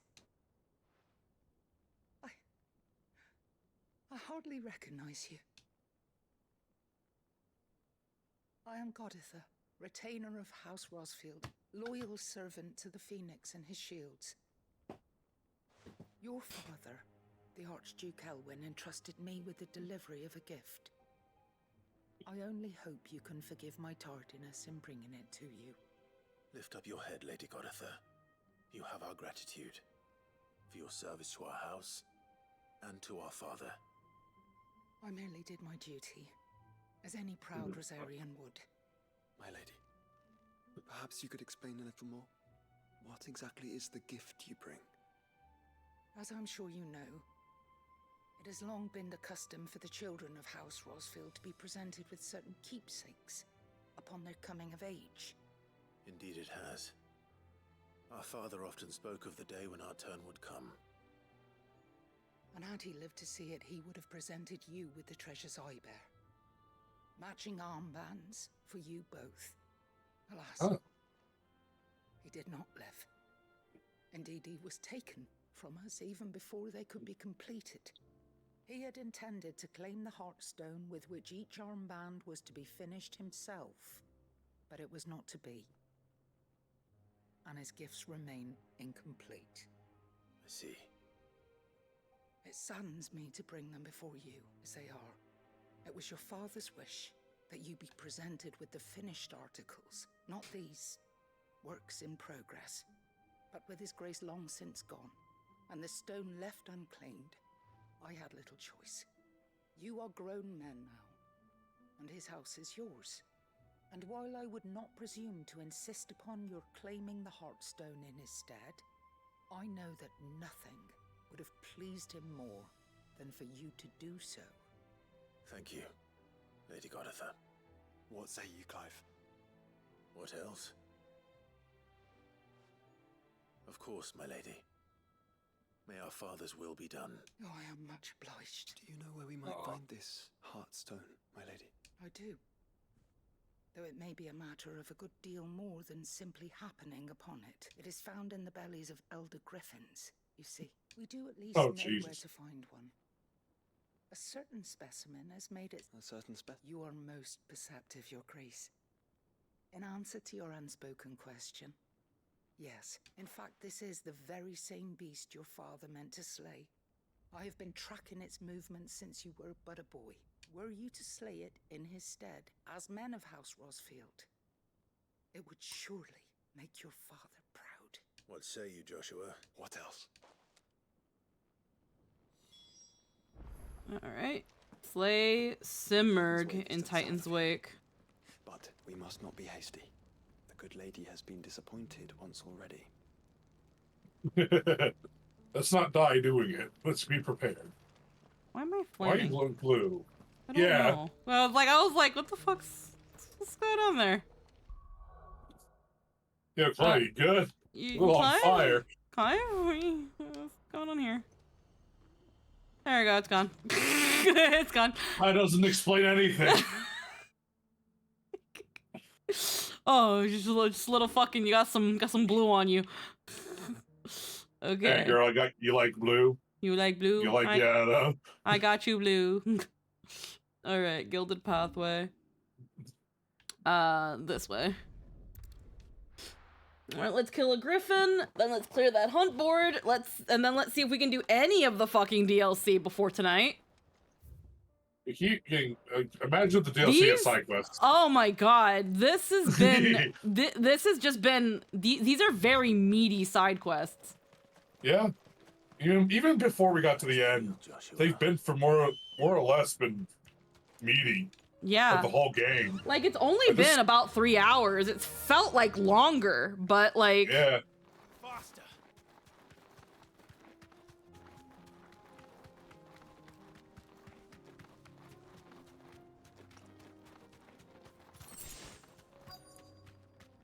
There he is. Is he a hunt mark as well? Nope. There it is. For House Rosfield. For House Rosfield. Oh, it's a black griffin. Yeah. Witch's ladder. Oh, it did its own storm. Look at that. Oh, it wasn't even ultimate. It just did that. Because it can. It doesn't last as long though. I can do that too. Watch this shit.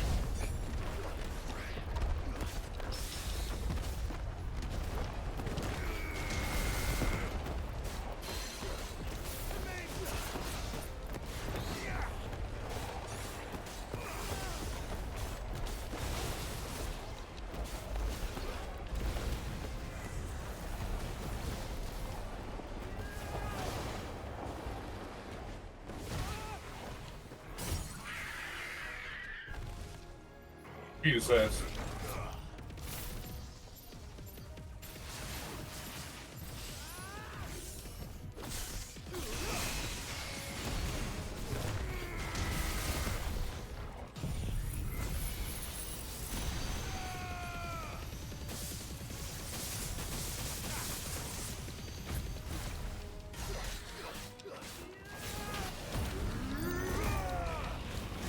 Kingslayer.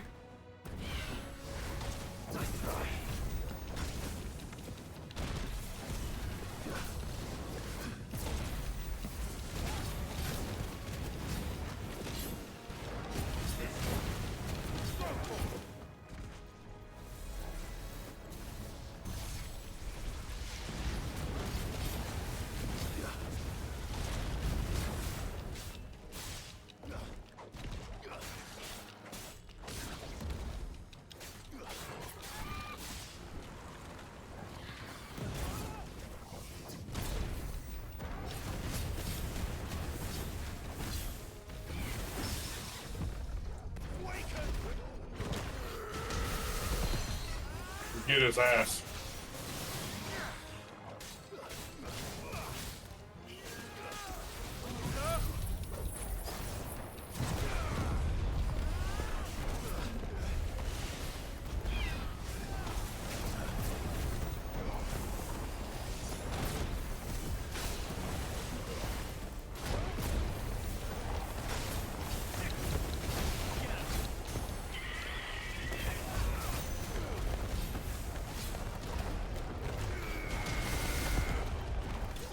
There we go. Alrighty. Heartstone gut. Yep.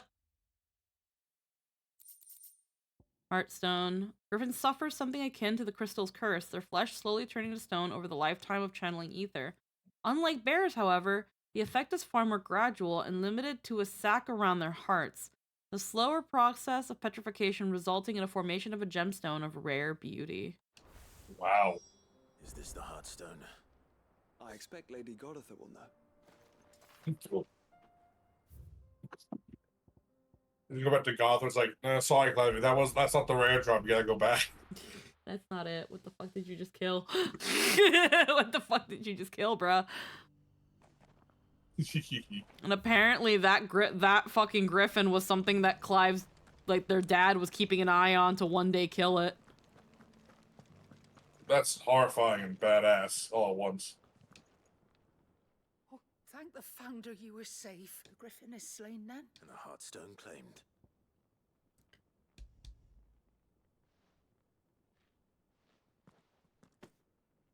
Yes, this radiant luster like frozen flame. It is just as your father described it. Thank you, your father would be so proud. Lady Goditha, the lapidary is ready. Thank you, Cyril. If you would excuse me, I shall have the stone cut and set forthwith.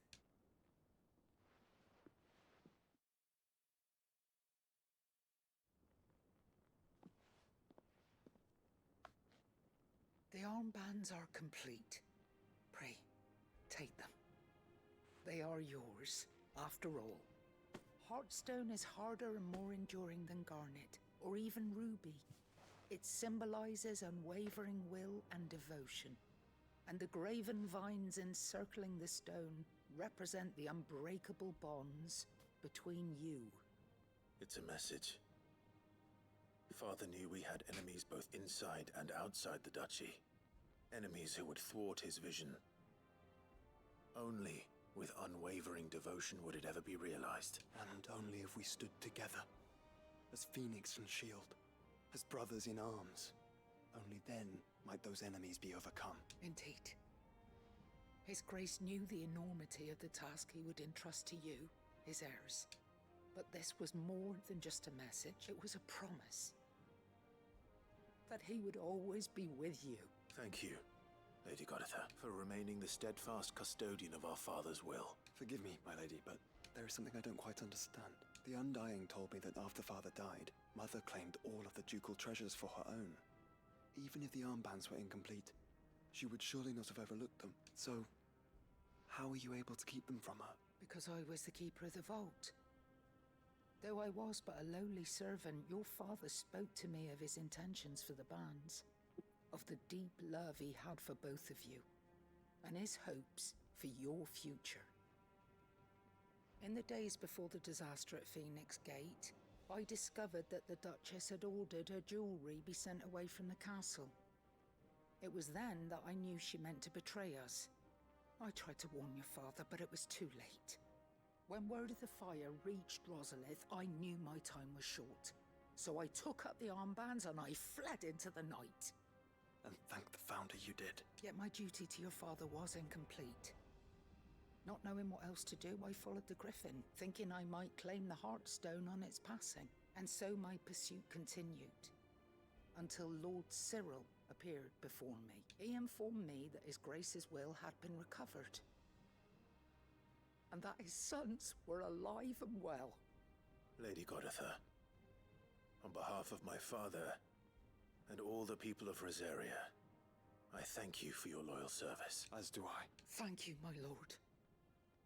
Your Grace, for coming back to us. For giving my service meaning. Founder's Grasp. Actual equipment. Lord Cyril, Acolyte Station across Valsai, reported a curious change in the primeval structures we have come to refer to as monoliths following the fall of Drake's tail and the change in the skies. Allow me to present the preliminary findings of our archaeologians' investigations into those monoliths most near at hand.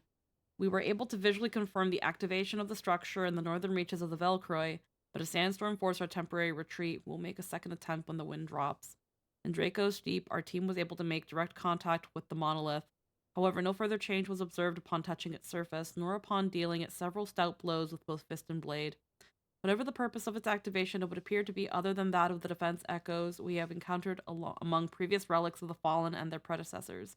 We shall continue our investigations both of the monoliths proper and of any historical writings that might refer to them, and inform your lordship forthwith if they produce any discoveries of note. May the phoenix's flame burn ever in your heart. Second Order of Archaeologians. All right. The bands suit you well. It must be gratifying to finally receive the inheritance that was denied you for so long. It is. And we thank you for the part you played, Cyril. If you would permit me to play my part a little longer, might I suggest that you make your way to your father's memorial atop Hawk's Cry Cliff? Let him see that you have received his blessing. I suppose it would be churlish not to. What do you say, Clive? I think we should. I was hoping to be able to offer him my thanks before we left for Origin. Your father's helm is enshrined there. It has been since the day we recovered it from Phoenix Gate. I prithee claim it. For it too is a part of your inheritance, and I do not doubt that your father would prefer it in your hands than perched upon some lonely rock. Alrighty. Cyril.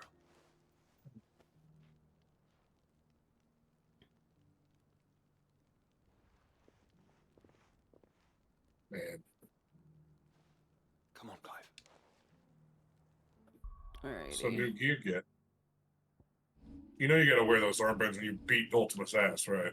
Yeah, sun bracelets. The Founder's Grasp. It is a little bit of a Ooh. boost.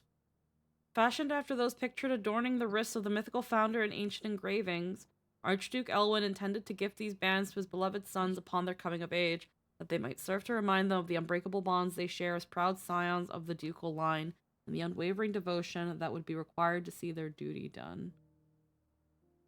Dude, fucking Elwyn, man. This is his DLC. Yeah. Alrighty. Visit Archduke Elwyn's memorial. Well, of course he is memorial. I just didn't think about it. Hawk's Cry Cliff.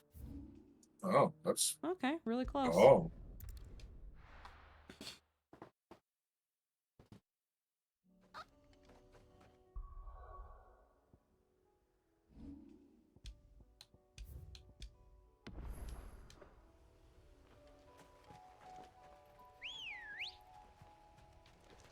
Come on. Yeah. Unwavering will and an unbreakable bond. Do you really think we're strong enough?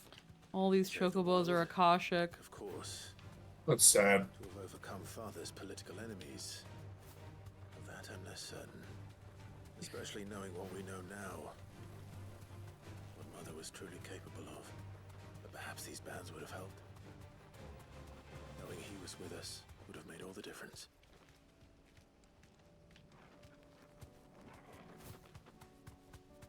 Knowing that our mother is actually a huge bitch. Instead of just being a normal bitch. Hero's Bluff. Oh.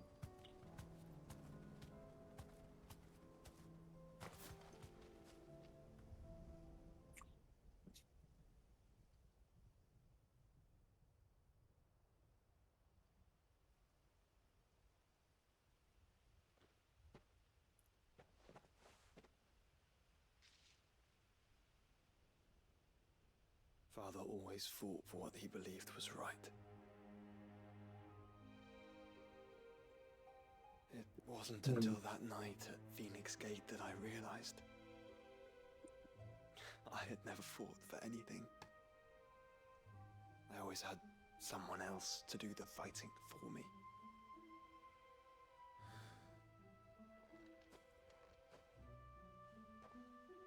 No matter how fate conspired against him, he never lost heart, never looked back, never stopped fighting. To me, he was the greatest of men.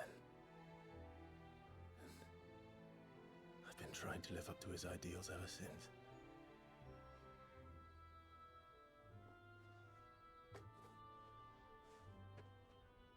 We all have, Clive. We all have. And we'll keep trying. Because that's what he would have wanted. What he would have done himself. Even if it meant standing against the very gods in the heavens. I shall be borrowing this, Father, if I may. That you might watch over us as we follow in your footsteps.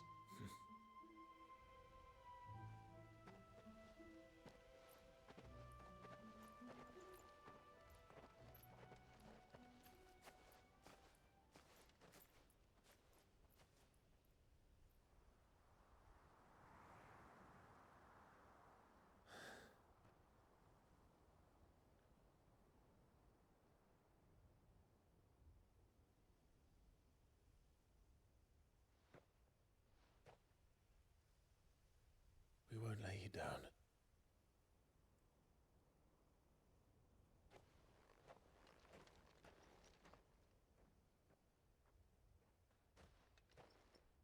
Onward then. Onward. To the end. And to a new beginning. Alrighty.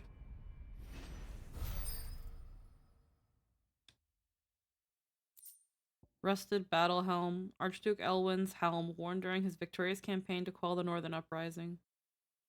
War is coming, my boy. We must make ready. Displayed in Clive's chambers.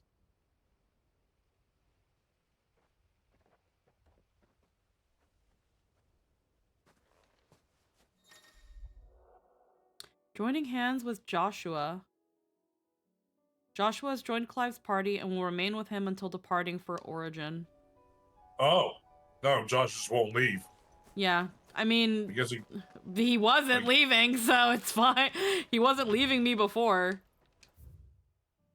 In loving memory of his grace, the most righteous Elwin Rossfield, Archduke of Rosaria, conqueror of the Northern Territories, shield against the scourge of the Southern Seas, defender of the flame of the Phoenix, who kept his light burning throughout the long winter of his slumber. Now you sleep, but your flame burns still. Alright, that is one more side quest. That's probably the DLC, though. Hello, VTuber. How are you in this VTuber Monday? We're doing good, Runaway. We are doing good. How are you, Bunny Man? Are we sure there's no more? Yeah, there's one here. It's in the reading table. There's also some renowned acclaim. The reading table is probably the DLC. Maybe. I'm guessing the DLC is supposed to take place right before the end. Oh, I wasn't expecting you back so. To sail the Forbidden Seas, Equestrian, Fallen Enigma. All yours. Obtain all available items from your patrons. That's all of it. That's not every epic starts.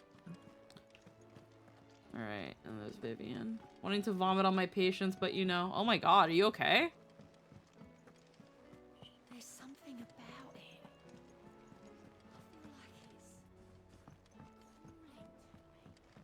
Delphine, the scrubber of stains. Let's see. What's left? Getting the sword. From I'll get that in just a sec. I just want to see what's still here. Two. There's two left. Emblem of the Undying's headquarters.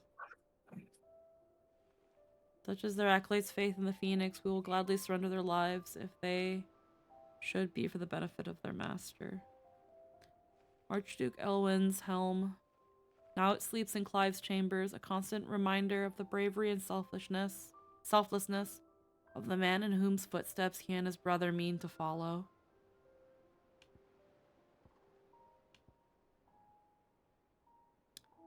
The Accord, signed in Port Isolde by representatives from Rosaria, Dalmekia, and Sambrec. This mutual accord sets the stage for a new age in Storm, if not officially, then at least in spirit.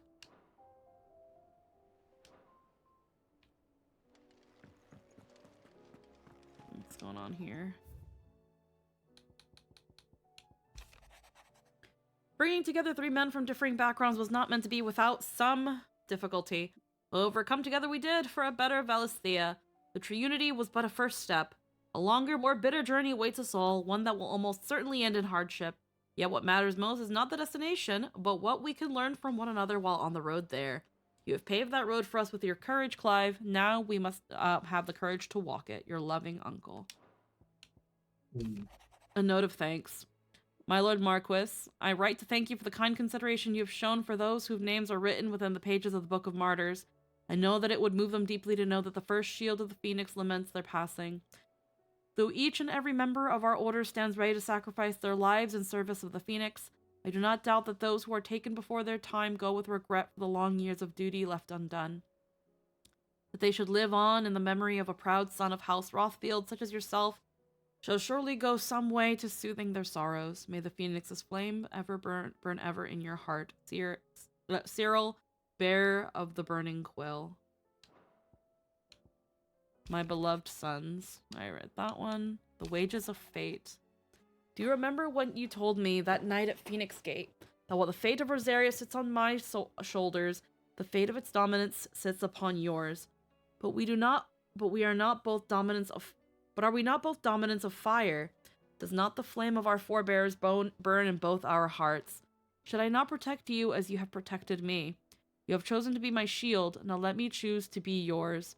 Is that not what our father wanted, what Cid wanted, to cast aside fate and forge our own paths? Grant me this, Clive, let me be your strength. Concern for Jill.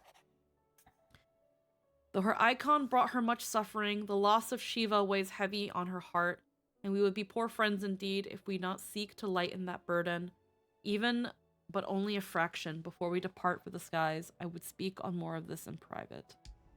Alright, something's up with Jill. If Joshua's worried about Jill, I should go and speak with him. Priceless. Goodness. There's so many quests. Yeah. Well.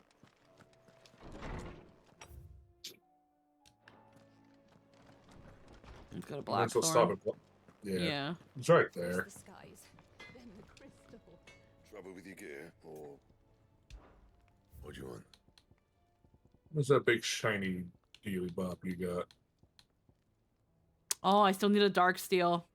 Fuck. I have more than enough orichalcum, but I need dark steel. Wait. How much does it make to make those other items with orichalcum? Doesn't it take 1 for each? Ouroboros takes 1. But at this point, it's not that much. Oh, that's the belt. And the Sons of Ouroboros isn't worth it because it's only a tiny boost.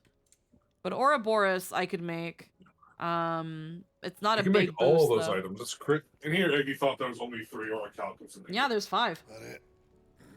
There's 5. Okay. Speak to with Joshua about his letter. Here it is. Joshua, I read your message. You're right. Jill is different. I don't think I'd realized how different, but since we returned from Drake's spine, I've felt it more and more. I suppose it's not hard to imagine why. She doesn't think she belongs anymore. And that's why we need to remind her she is still one of us. To let her know that we still need her, now more than ever.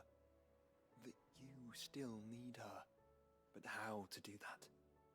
When last we were truly close, we were but children. Of course. Do you remember the time we accompanied Father on his annual tour of the Duchy, and Jill and I broke from the procession to ride up Man's Hill? To see the snow daisies, I remember. It was the first time Father had allowed us to join him. And when he realized you were missing, he had the entire retinue down to the pot boys combing the countryside. In the rain. A thunderstorm forced us to take refuge in a grove of oaks before we'd even made it halfway there. It was the Lord Commander who finally found us, and needless to say, he was none too pleased. And it seems you and Jill have unfinished business. Man's Hill. Oh, true. What a cute story. Though I suspect it is also much changed. Little in southern Rosaria remains as it was when we were children. You're saying I should go and scout the area for bandits? I'm saying we should first go and see if there are actually still any snow daisies left. What would you do without me, Clive? Why don't you use your brain sometimes? I just love the idea of Clive and Jill disappearing, and Elwyn doesn't notice for like an hour, and then he just turns around. Where the fuck's my kid? Where the fuck did they go? Clive? God An damn. entire fucking company of soldiers, down to the piss pot washers, are searching the countryside. God. All right. Like, up and down for two fucking delinquent kids. All right, let's kill some of these fuckers first. The Penitent's Gate in Sanbreque. The Cape, Like a dragoon. Cape Orsier in Sanbreque. Garnick in Waloed. And somewhere. Fucking somewhere. Well, I ain't looking. I got a guide for these fuckers, so... But we'll save you for last just cause you want to be cute. So... The Penitent's Gate in Sanbreque. That one is called... Hold on. What the fuck is he called?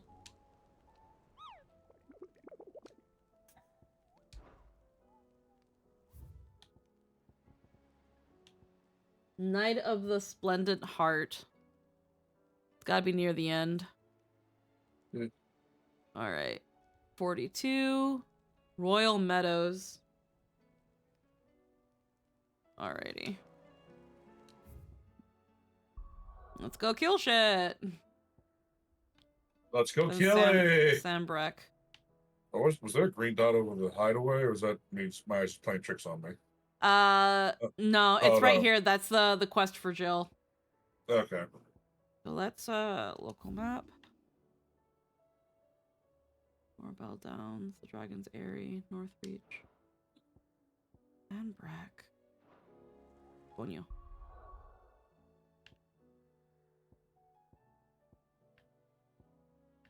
East Pool, the Dim.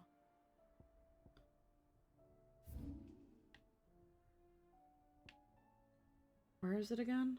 Where's the map? The Royal Medals Obelisk in Sanbreque.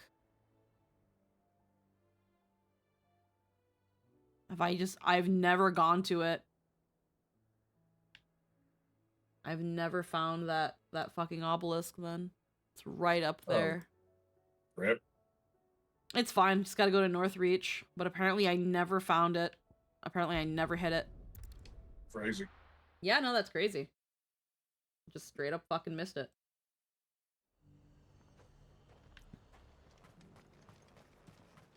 And how might I help the garrison today? Yeah, it sucks is that I have to go through Northreach. And I can't use Ambrosia for that. Looks like you've got first.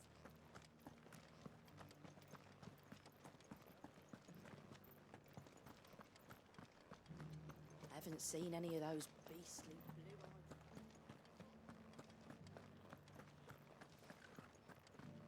Do be careful. I will.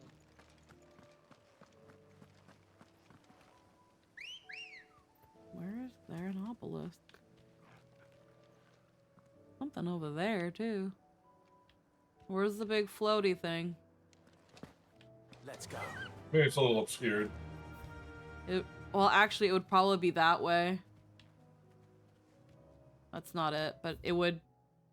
based on the world map, it would be southeast. Either way, we want to go that way. Ish.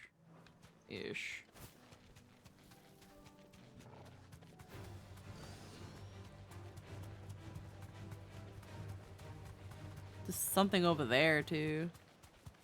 Ooh, that looks interesting. Like, I can't get a closer look, but just it looks like some fallen odd. shit. Yeah.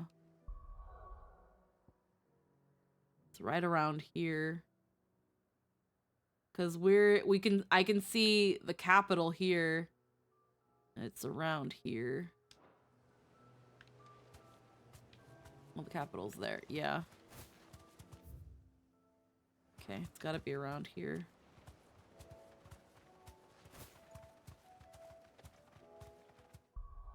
I have returned. What have you looked for? Right now, we've done all the side quests. We just finished Joshua's where we got Elwyn's helm, and then it's like, hey, there's something up with Jill. But right now, we're gonna be doing the last bit of the hump board that we've got, and we're in Royal Meadows, and we're looking for the knight. We think it's here, but there's apparently an obelisk here that I never got.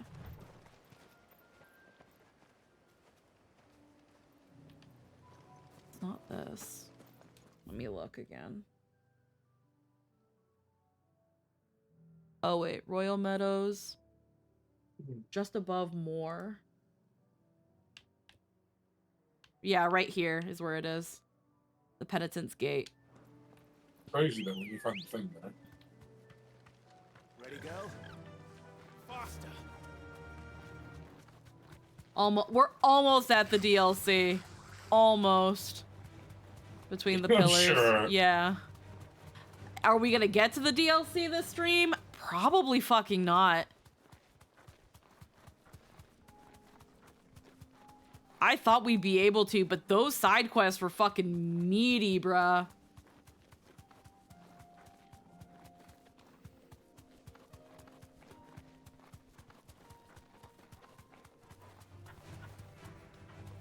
But the content. Oh yeah, no, it's been good though. It's been very good.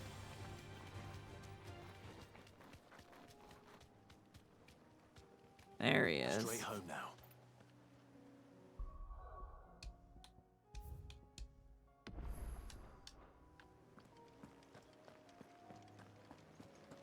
The side quests had side quests, exactly.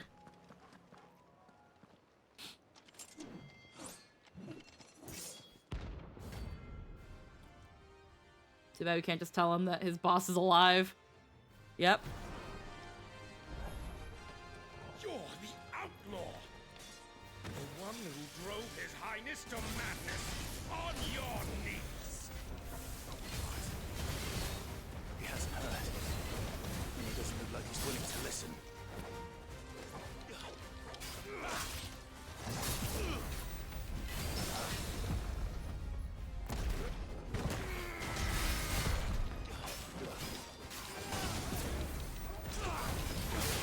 Really cool armor.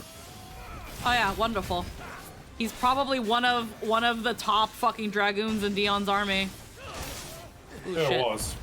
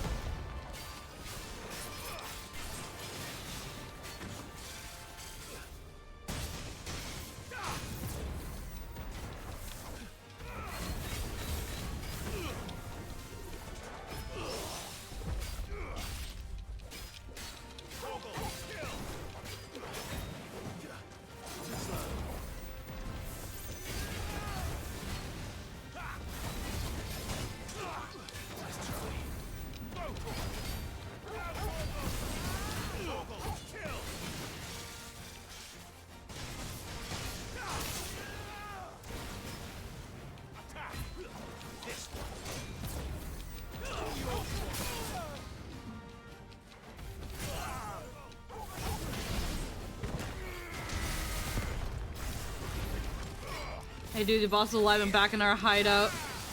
He probably has a job for you and has the only remaining. Yeah, no, seriously.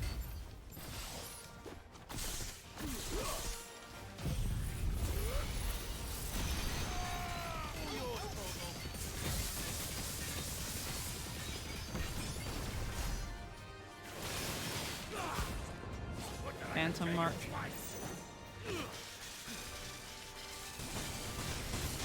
Damn. Can't believe they're spoiling the next Dragoon X-Pack. Yeah, seriously.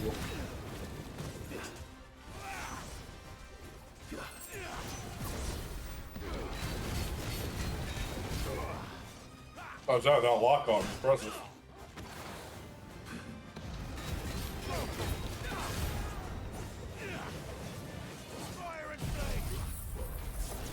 Also, we didn't drive into madness. That was a stepmother.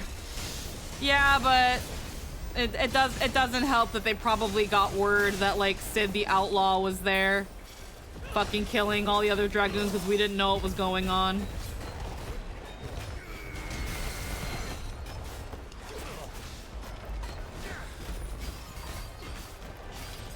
Oh, whoops.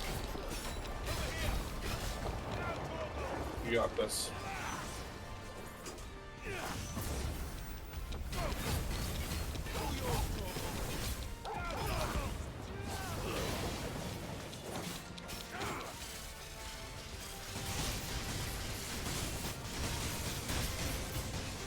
Damn.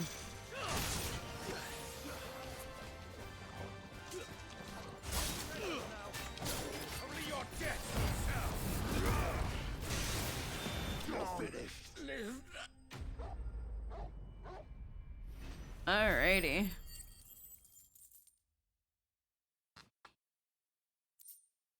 Meteorite. Is that all he leaves? 2 meteorite. Yep, he just gives me 2 meteorite, some renown, which I don't need anymore because I've maxed it out.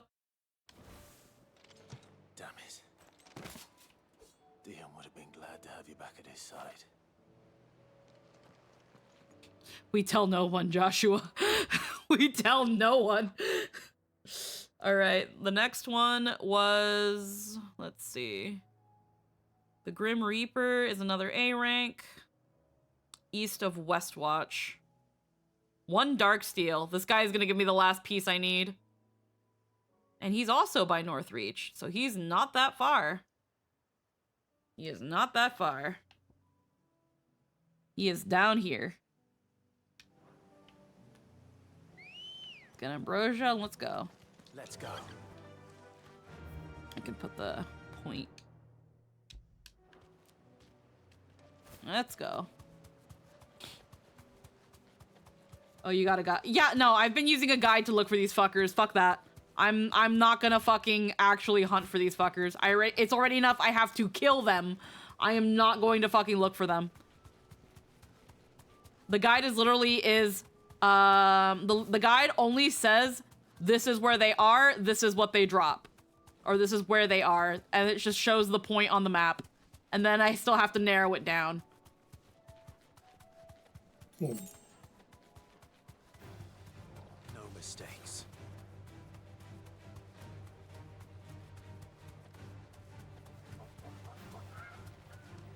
I believe Eric's things in like a little bit. Well, not a little bit. Yeah, I think it's around, huh? The time? Like 6. Oh, it's at 6 o'clock? Oh wait, no, for you that's 5. Okay, no, it's a usual time. Yeah, more or less. Yeah, so we still have about 2 hours. Yeah. Give or take. Give or take, yeah. Plenty of time. I think by the time we do all this, we'll just be at the DLC. Yeah.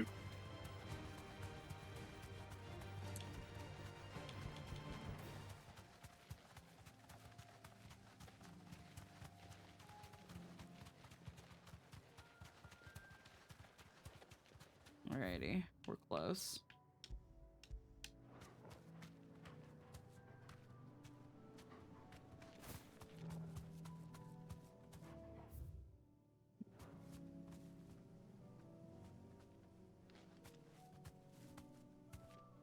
There it is. Be safe.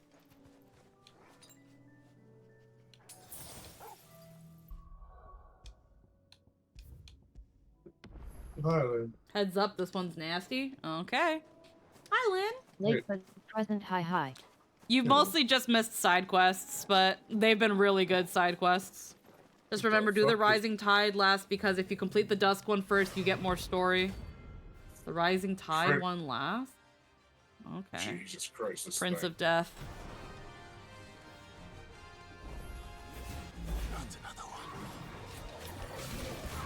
I caught some of it while watching Saram stream.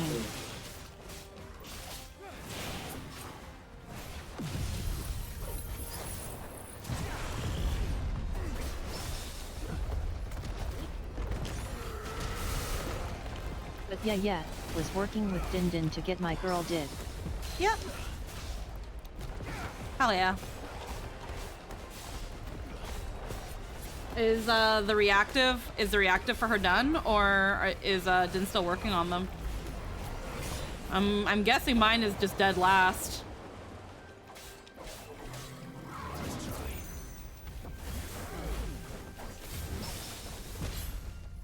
Yeah, yours is last. Yeah.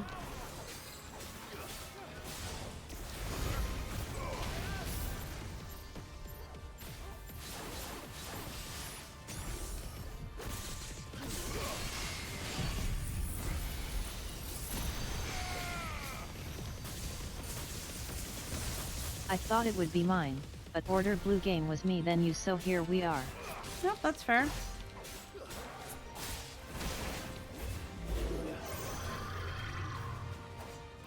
I have a feeling there's not going to really be much to mine anyway, considering how she is.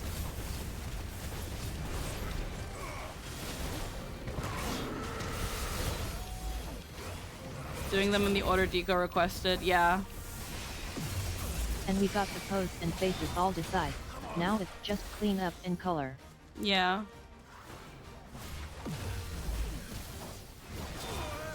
Oh shit.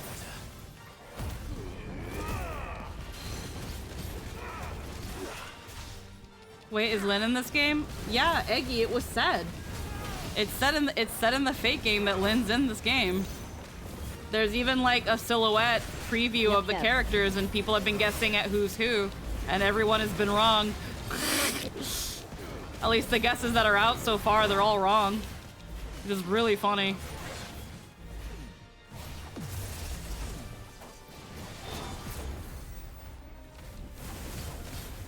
It just kind of shows that despite how we've all been playing all these years, y'all still don't know us. It's awesome. It's great. It's really funny to me. Yeah. Kind of fell asleep during that announcement. Well, that's fair. I'll be needing your input by tomorrow or so. Do you mean me? Oh, hold on, you're staggered.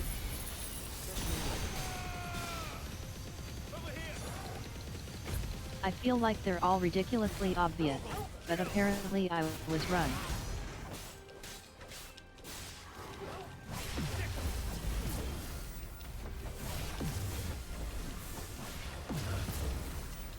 Get the fuck over here.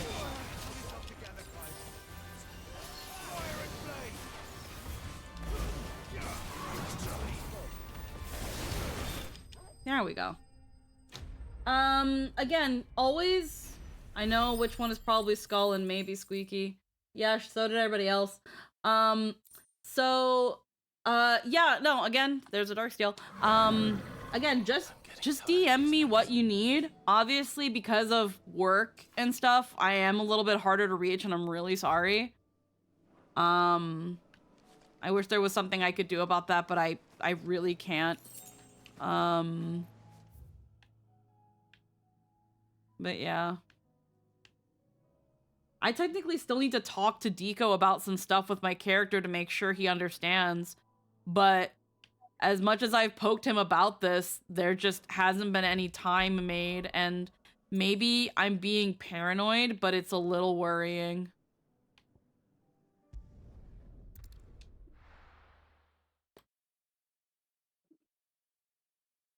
I get that.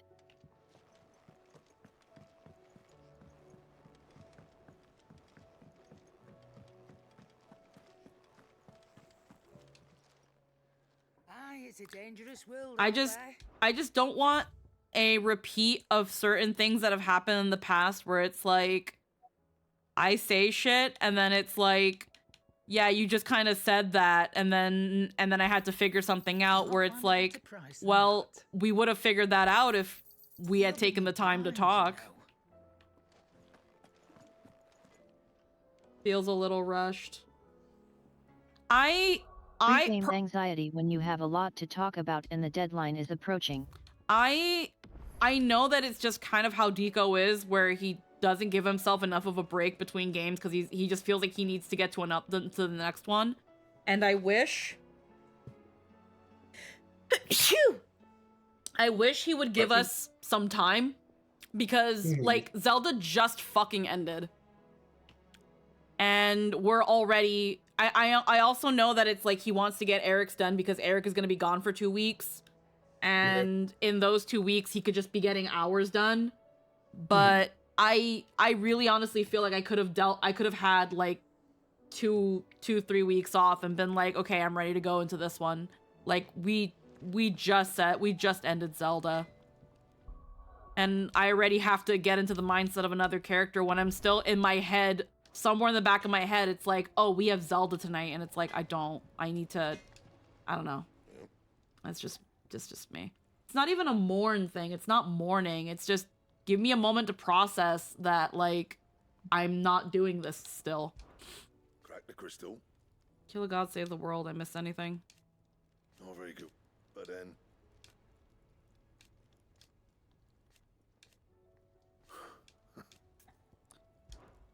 What do you want? Alright. Guten Dammering, we can finally make this bitch. We've got a Ragnarok, we've got 2 Darksteel, we've got a Primitive Battlehorn, we've got 5 Orichalcum. But we only need 3. No scratches, right? Yeah, when you've been Craft the doing legendary something for sword. 5 years, brain is going to take a bit to evaluate change. Yeah. And? I could make the Ouroboros, but I don't think I will.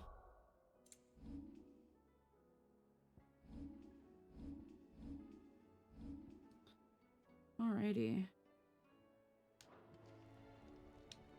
Yep, and there it is.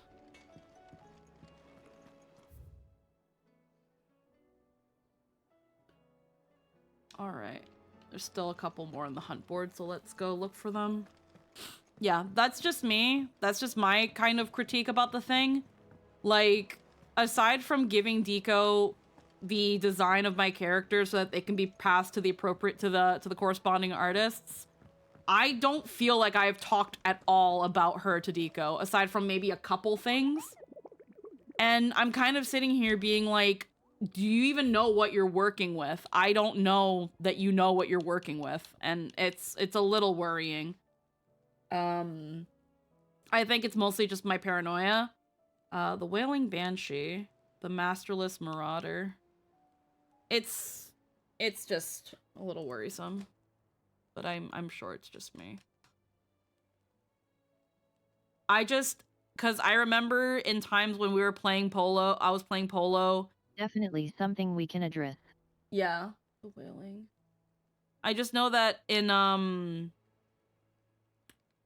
okay, it's in Garrick.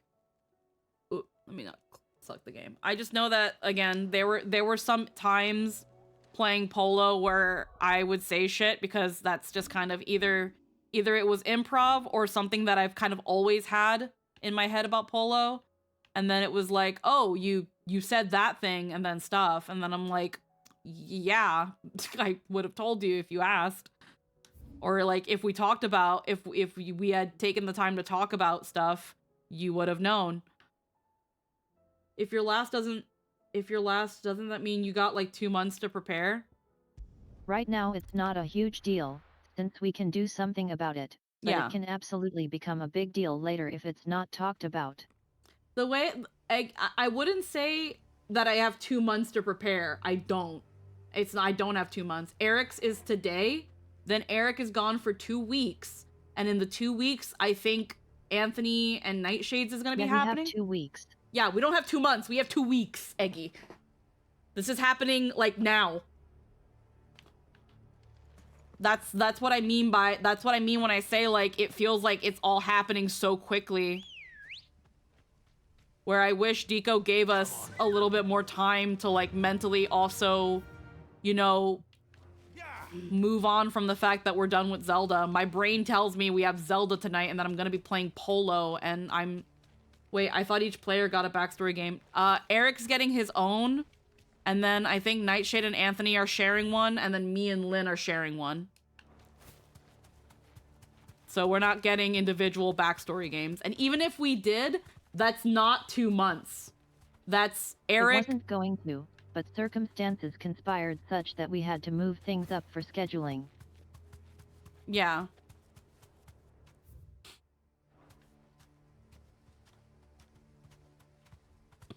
It's also, I know Deco. Deco wants to go straight to the next... Deco wants to go straight to the next game. He's been, like, in his mind, Zelda finished late. It should have been over a while ago. And we should have been on Fate, but that's not how things ended up. And that's fine. It's just, you know, that's where we're at. Let me save. Basically, we either start now or 3 weeks from now, and settled on now. Yeah.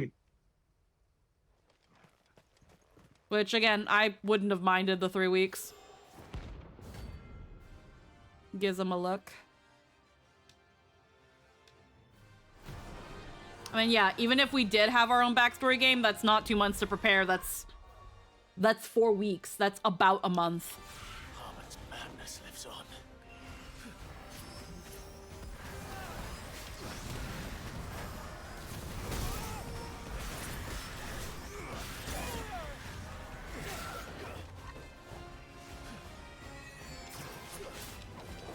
Me no time good. It's fine.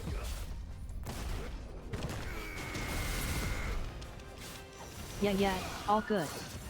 Yeah, again, there's nothing, no one did anything wrong. It's just... I'm mostly aware that I myself am just being a little bit paranoid. It's just anxiety. Yeah, it's just anxiety.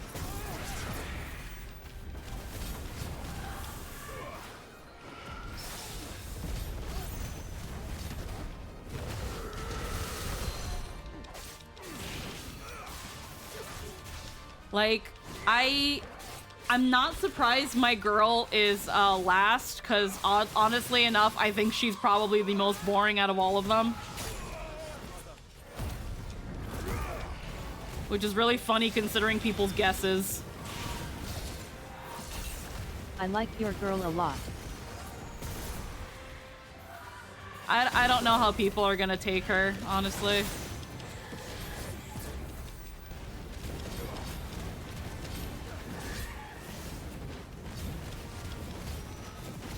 That's fine. If they won't take her, I sure will. Heh.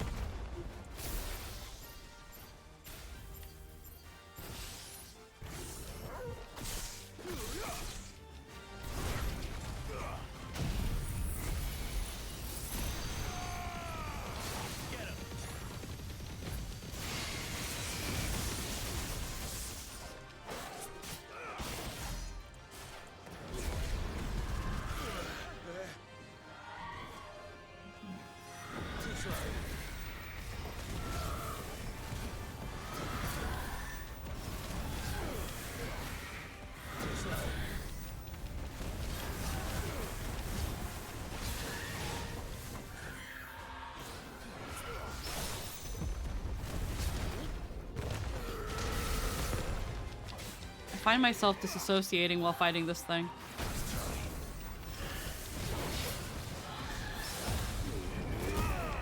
Haha.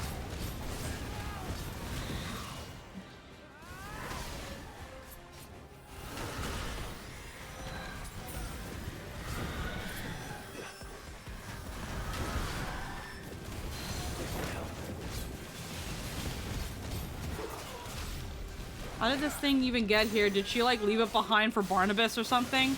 It's possible. I don't know. It's dead now. What does it drop? Oh yay, level up. What did it drop? Clouded Eye. Okay. Rest in peace.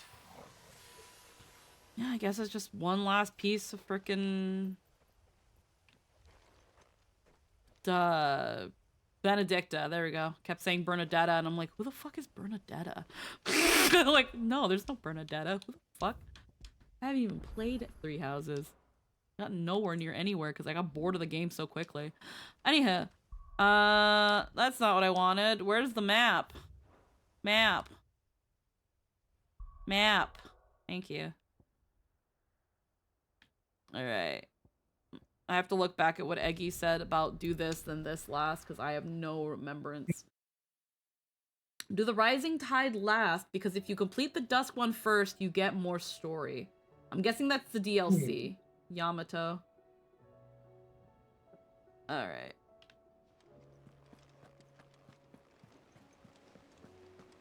Okay, so when it comes to the DLCs, I have to do the Dusk one and then the Rising Tide.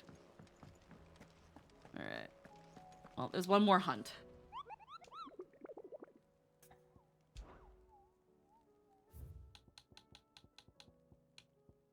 Alright, this one is the Masterless Marauder. Alrighty.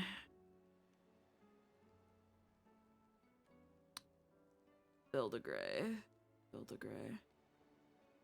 Okay.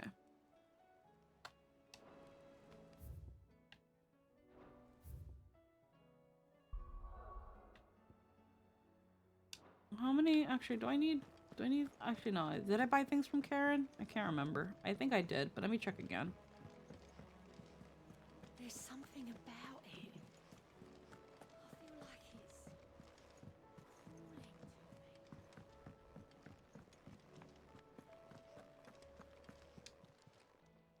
it's Still alive, are ya? Going purse weighing you down? Okay, yeah, I only used one. You'll not find a better price than that. It'd better all be here.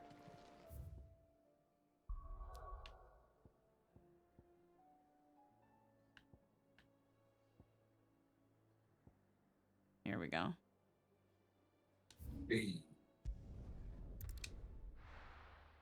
How far off? Not that far off. I should be able, I'll know when I see it.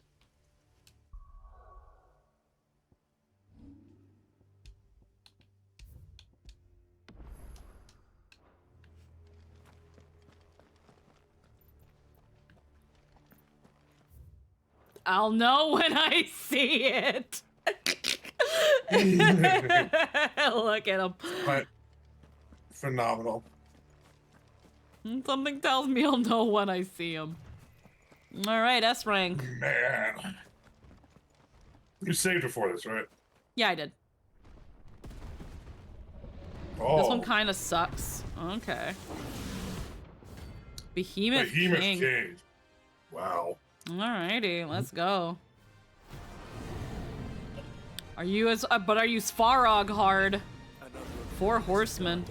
Oh.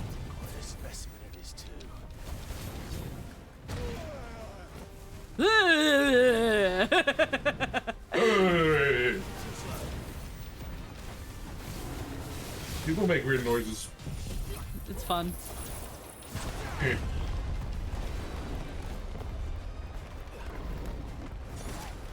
No, I thought it was weird that there was no Behemoth King.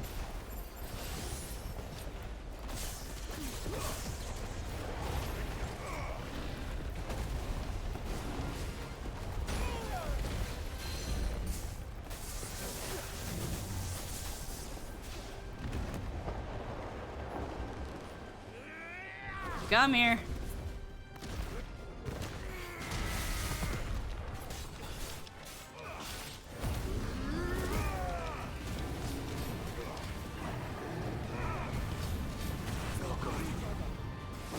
Oh, what's going on here, bruh? Oh, shit! Oh. That was close. Yeah, it was. This one ain't fucking around.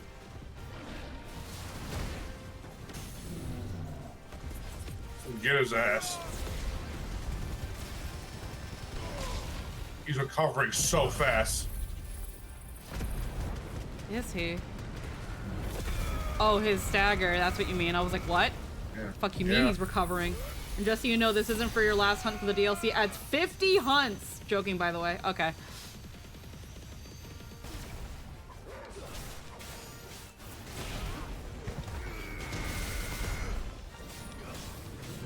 Very nice.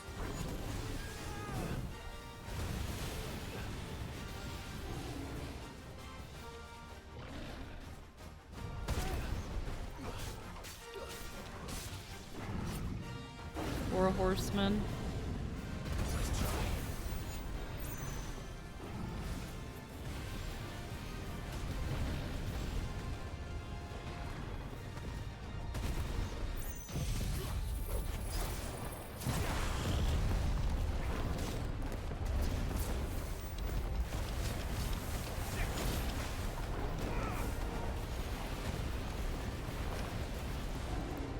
I just know that as long as it does Maelstrom, I need to get the fuck away from it. Yeah. Rain of Fire.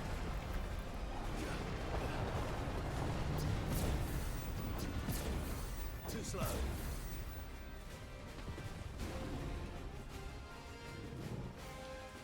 Let's try. Nice.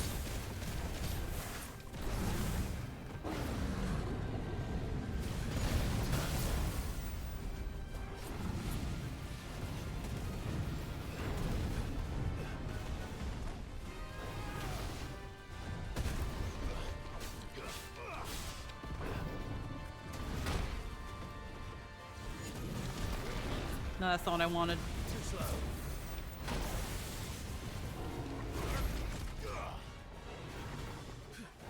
Let's try.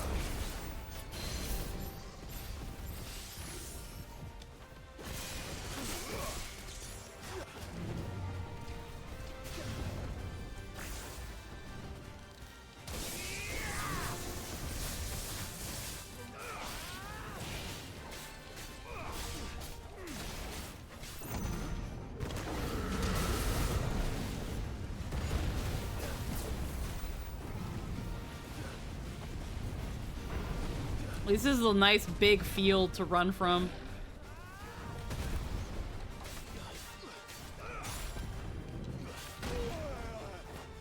Damn. Too close.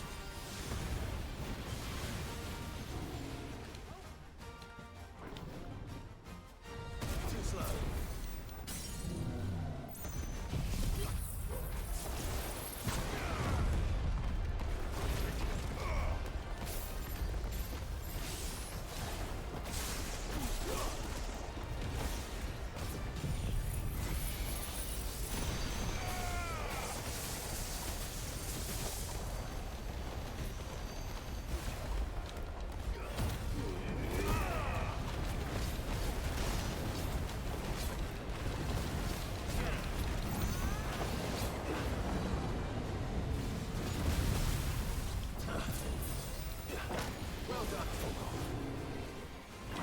Get away, get away, get away, get away, get away, get away, get away, get away, get away, get away, get away, get away, get away, get away.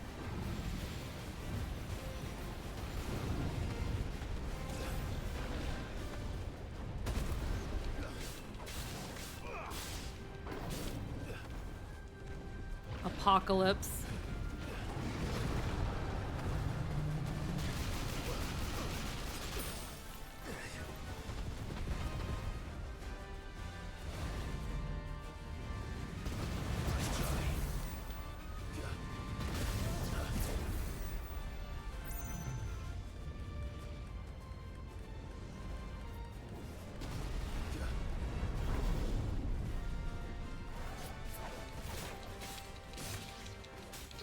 This one.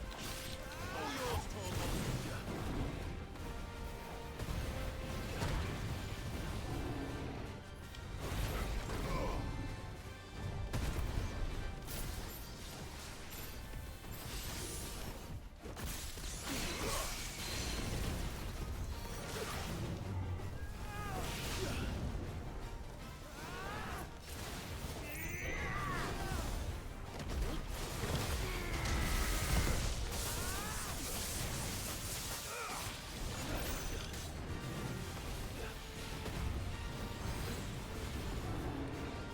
Go, Torvald.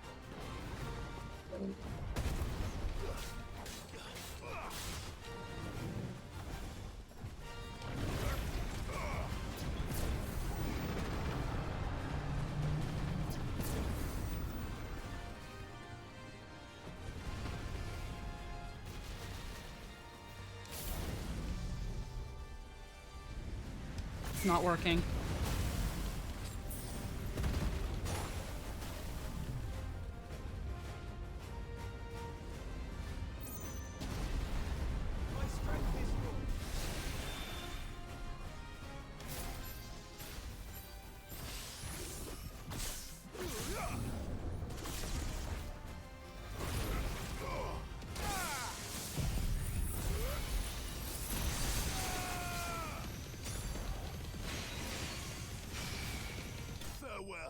There we go.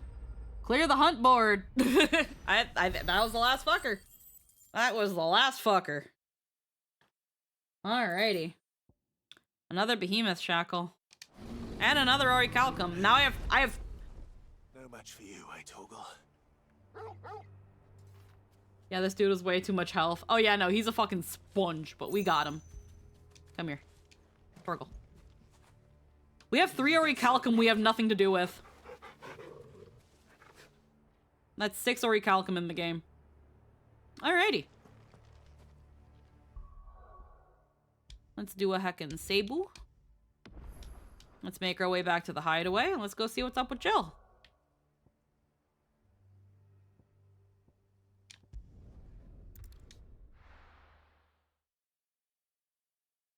Have you crafted the final sword yet? We did already craft. We did craft Guten Damarung. We have it right now.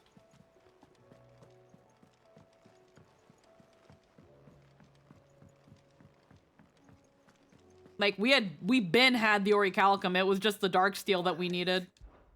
If you're gonna buy something, be quick about it. You'll not find a better price than that. Last elixir. Upon KO, automatically restores HP, fills limit gauge for 60 seconds. Is it the easiest elixir to produce? No, but is it is the last one you will ever need. Huh. You're rubbing me blind, you know. Does that one just works if you have it. Huh. Interesting. I don't need it. I don't think I'll need it, but it's interesting that it's interesting that it's there. Yeah. All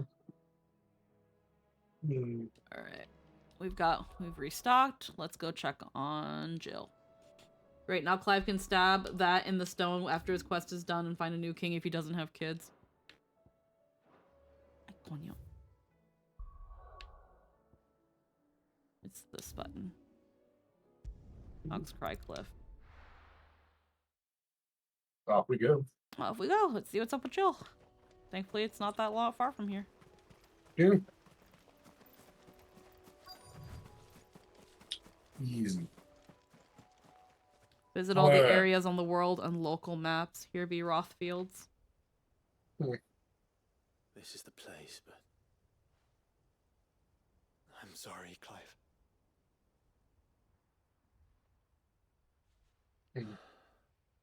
There's nowhere been spared. What do we do now? We keep looking. Man's Hill cannot be the only place where snow daisies grow. Perhaps, but it's the only place I know of. Knew of. Then why not ask someone who might know of another? Someone at the backyard. To the hideaway, then.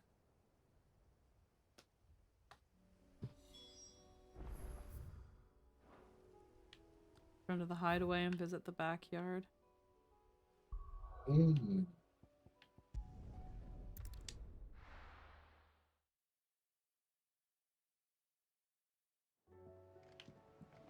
Let's hope one of the gardeners knows where to find. No daisies.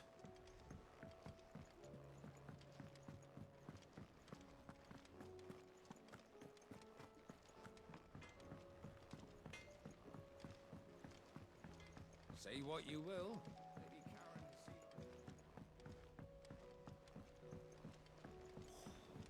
This should tide us over until the new moon.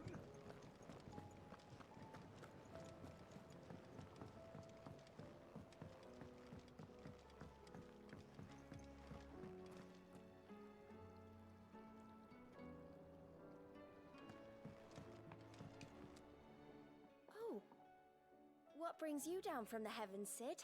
I need your advice. Joshua and I are looking for a place where snow daisies grow. Preferably in abundance. Snow daisies. Then you'll want somewhere not too hot and not too cold. And where the winds are strong enough to carry the seeds. I reckon Man's Hill would be a good place to start. There in the Royal Meadows, perhaps? Both have similar climbs and the right elevation. If the Blight hasn't claimed them yet. Right. We like just there. Did you learn where we might find our flowers? The gardener here mentioned the Royal Meadows in Sambrak. Oh, Sambrak. The fields beyond Northreach. Well, if that's the case, then Yote was right. I recalled that she kept a record of our travels, you see. So I asked her if she'd perhaps noted anywhere that snow daisies grew, and she mentioned Oilerfeist Bay. Whose shores border the meadows.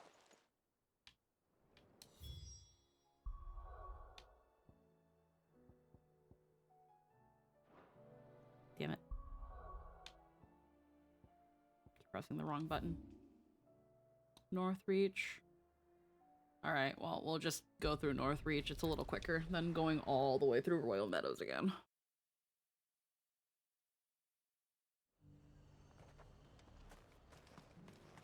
And how might I help the garrison today?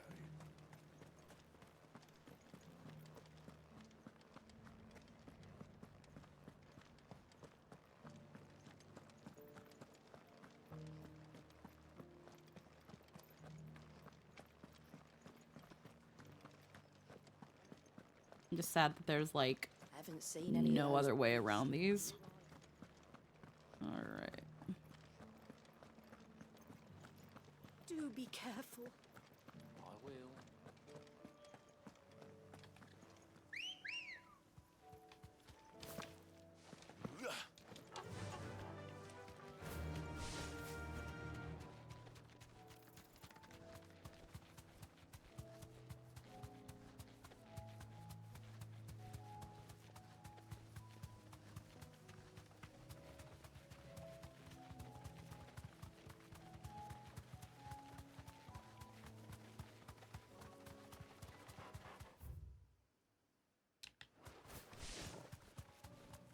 The meadows are vast. Where do we even start? Yote mentioned the coastline. We can start there.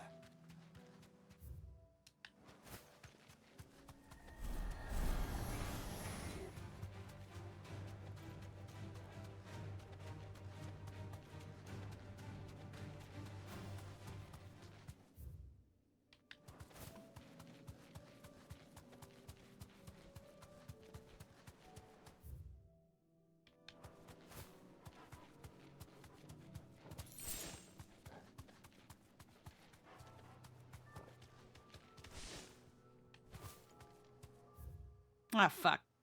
Jumped off. Huh?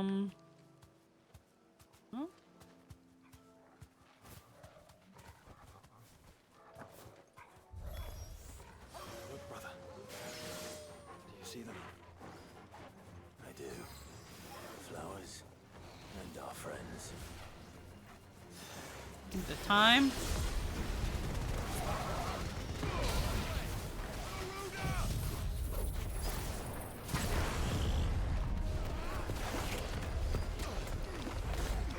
Get in the tornado.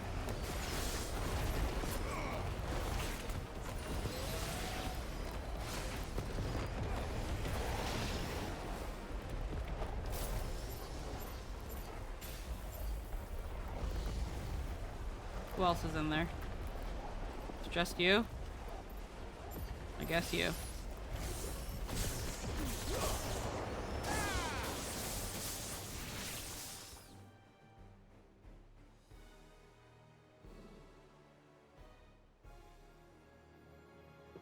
What do you see, boy? Oh, Minotaur. Let's hope this is the last one. Only one way to find out.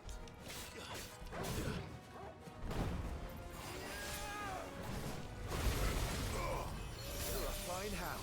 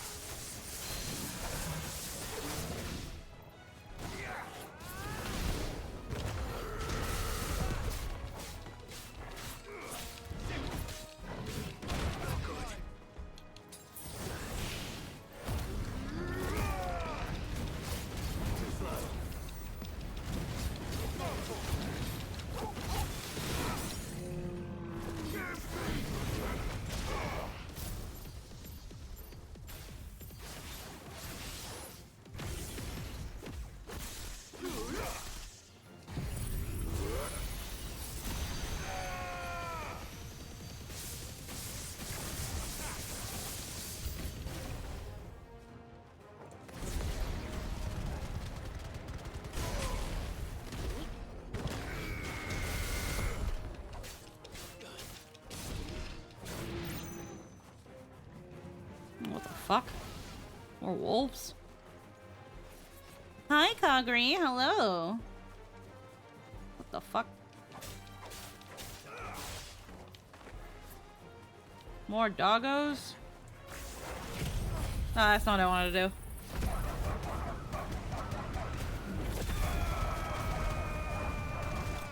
Job's done though. Not what I was hoping. I was gonna do the other one. Minnesota brings back so many good memories. Hell yeah. Minotaur main. Yeah. That was harder than I expected. No, it wasn't. Don't lie, Clive. Don't lie.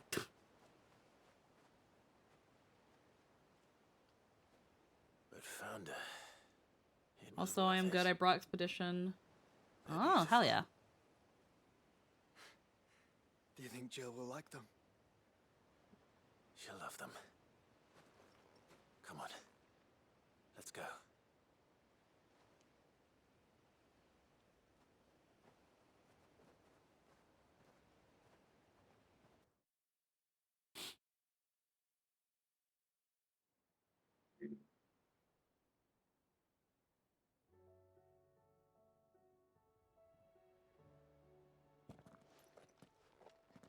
It appears my work is done.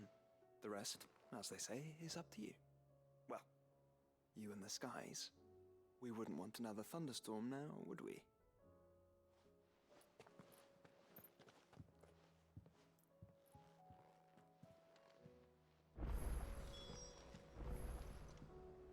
Return to the hideaway and speak with Jill. Oh yeah, she's in the chambers.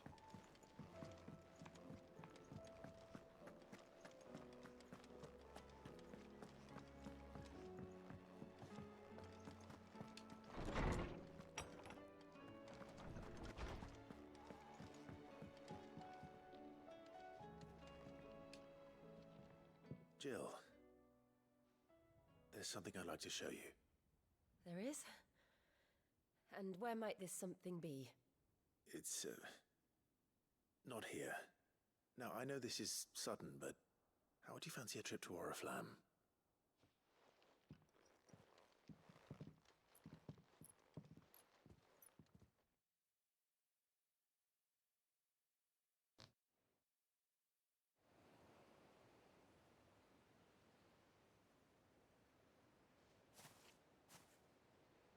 There are so many.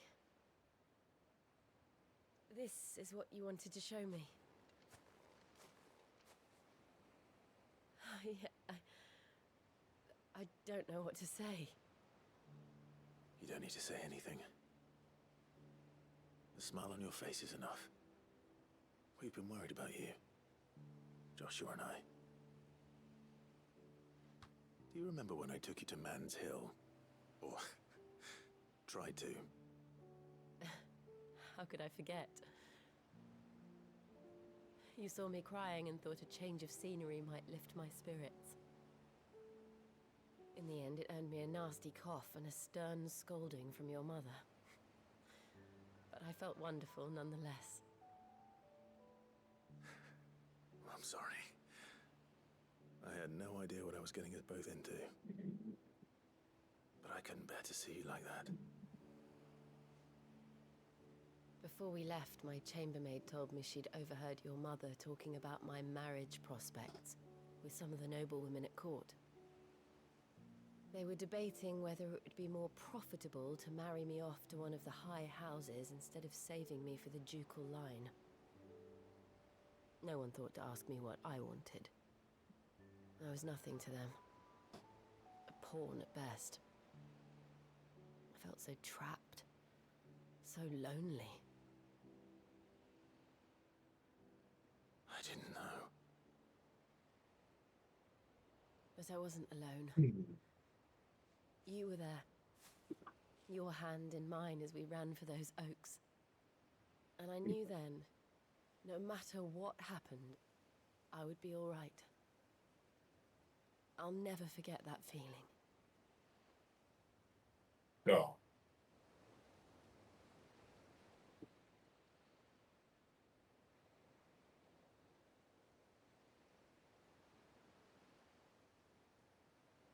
Mother got off too easy. She absolutely did.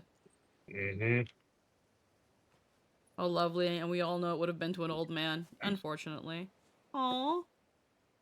Before we broke camp, the morning after the storm, do you know what I did? No? What? I slipped away from my governess to climb the tor. And from there I saw a sea of petals, all reaching for the sun. And I realized that no matter how terrible the night, dawn would always come.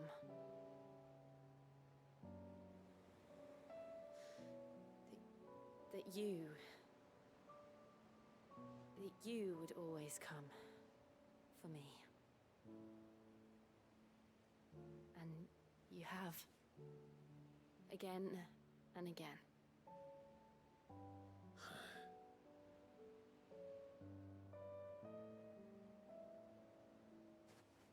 Where do you see us? When all this is over?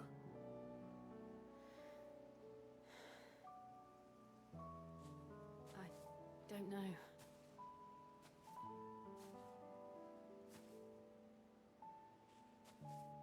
Not here, though. I think I've outgrown the twins. After everything we've been through, the realm just seems so small. I'll need some space to spread my wings. Then that's what you'll have. Smooch. Stop at nothing to see that you do. Smooch. Yay, Smooch! Yay! Thank You're fuck. being normal. I want them to be fucking happy, damn it! I never was much good at garlands, but it'll have to do. I'll treasure it forever.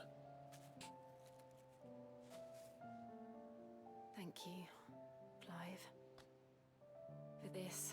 The Rossfield bloodline must continue. Everything. It's exactly what I needed. You are my treasure. Oh.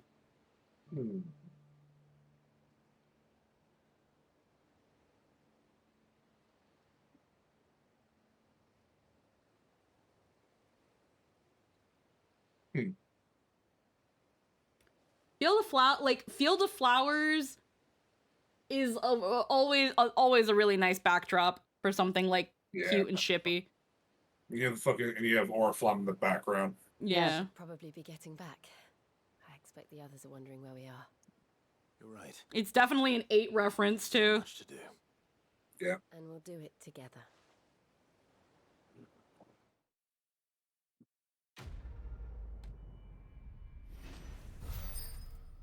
Priceless. Shiva's Kiss. Reduces diamond. Well, too bad I don't use this. Song of Winter, Autumn Gone, From Frosted Lips, Oblivion. Northern Nursery Rhyme. Yep. A fragrant diadem, handwoven by Jill from flowers picked on the shores of Olipist Bay.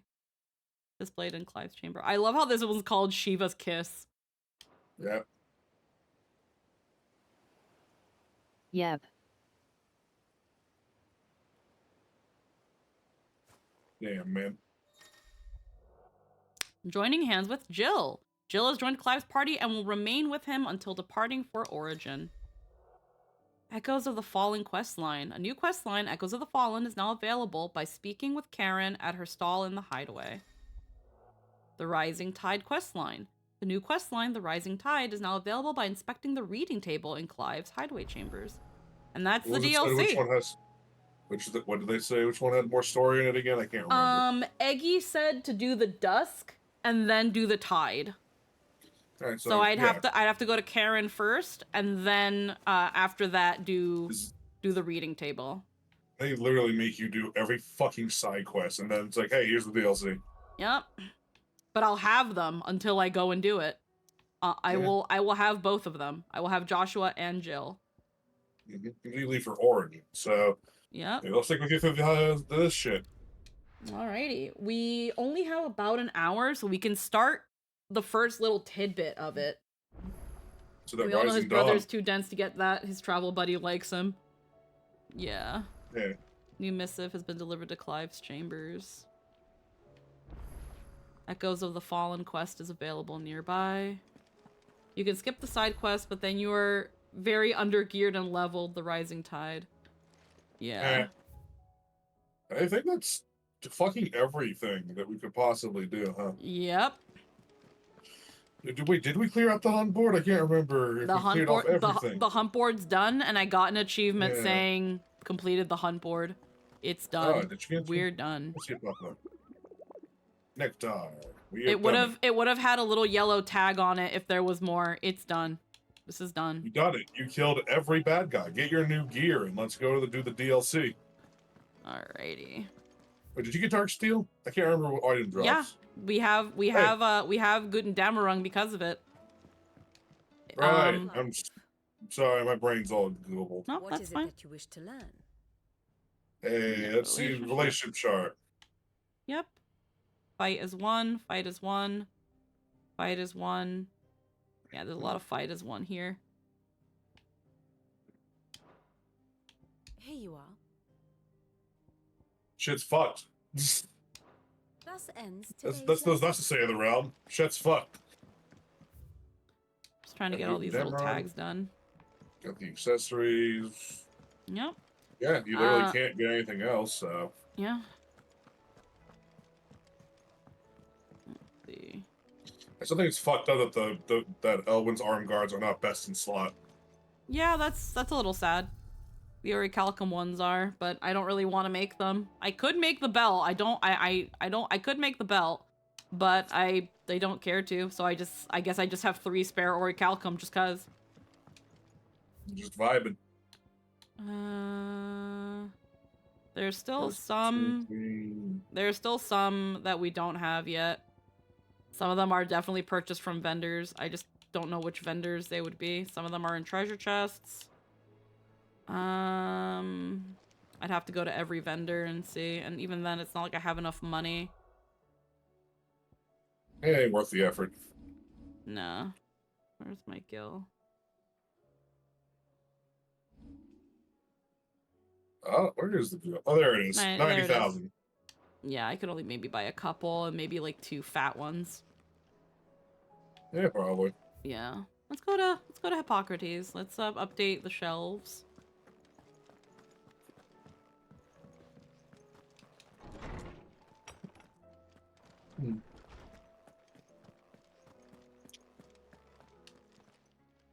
I was wondering when next you'd visit. Ask about Dion. Ask about...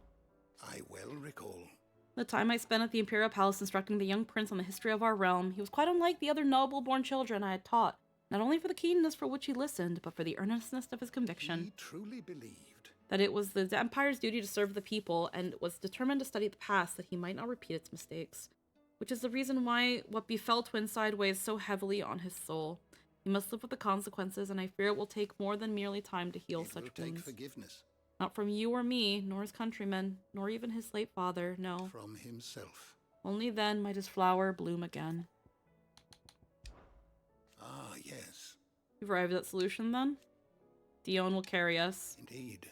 A feat befitting the final act. I congratulate myself that I shall live long enough to see it, a feat in itself for a man of my years. But to be serious, it is no small thing to march against fate, Clive. You must be certain of your footing, lest the winds of destiny divert you from your course. Are you certain of your footing, Clive? I am. Then go. And do what you must. I have compiled some new entries, if you would like to see them. Dates as tones. Really? If you have a question for me, I should be happy to answer it. I'm guessing after the DLC I'll be able to have more The door stuff. to the shelves shall ever be open. Alrighty. What else hasn't been? Clive's chambers. We won't touch the reading table because we don't want to activate that.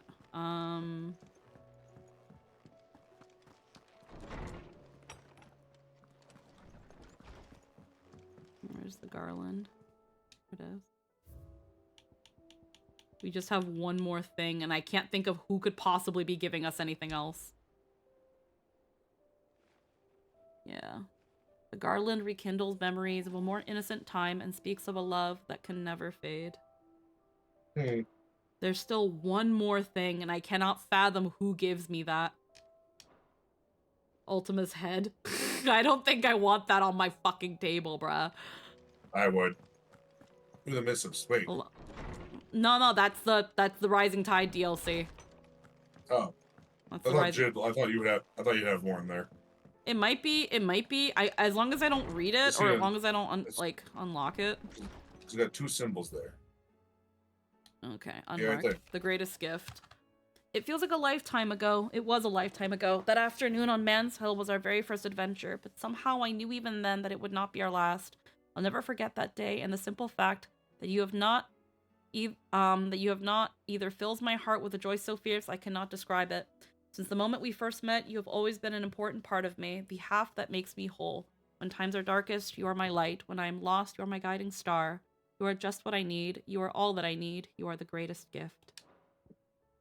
And then that's Rising Tide. Last one's kind of weird. I'm guessing it's after doing the DLCs, but I can't fathom what it is, and no one tell me what it is. Clive. Echoes of the Fallen. This is the one I do first, right? I'm guessing because the other one's the Rising Tide, and Eggy said to do this one before. Yep. Okay. Is something the matter, Karen? You seem perturbed. Don't know. How clever of you to notice. But yes, something's come to my attention, and I'll be damned if I know what to make of it. Go on. Go on. It's probably quicker if I just show you. Here. Some sort of crystal. Though, I don't remember seeing one that colour before. Aye, well, that makes 2 of us. In all my long years of trading, both over and under the counter, I've never seen anything quite like it. They're calling them dusk crystals, on account of colour. I see. And they can be used to cast magics. That they can.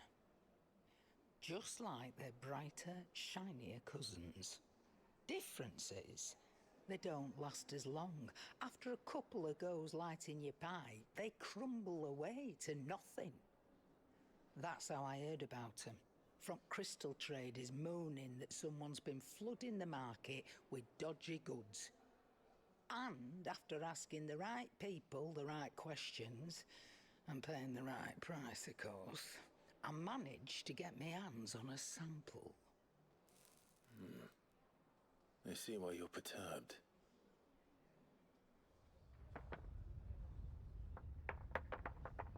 I don't like that. I hope.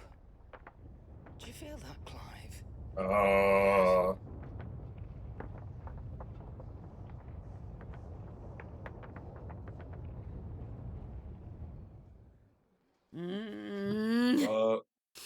What the fuck? What the fuck was that? In the world without crystals, these things' value have skyrocketed. Meanwhile... Oh dear. Oh hey. The Imperial fringes. Dusk crystals, as far as the eye can see.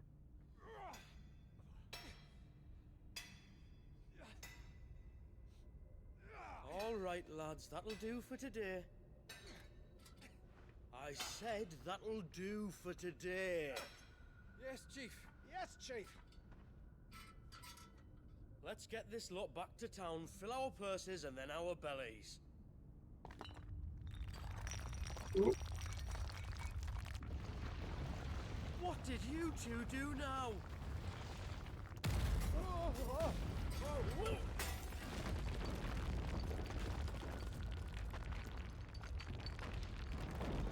Please tell us you bought another lantern. Stay calm, both of you.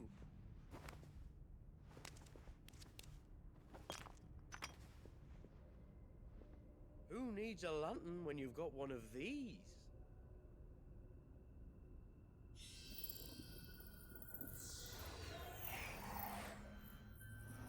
Hey, light bulb.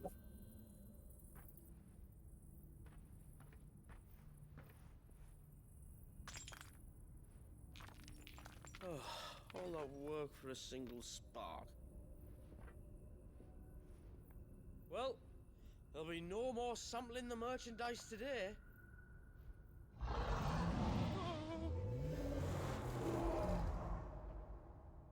That sounded close, Chief. Really close. Really, really close. Now, lads, what am I always telling you? Good things come to those who run. Wait for us, Chief. I like him.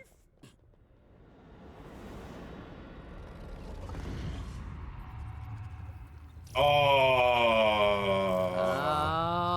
what the fuck is that? Echoes of the Fallen. Yay! The swarm. The fucking swarm. Joy. Well, I think it's nice that the first DLC side thing is Fallen theme. Makes sense. I guess this is where we get our answers, huh? Yeah, maybe.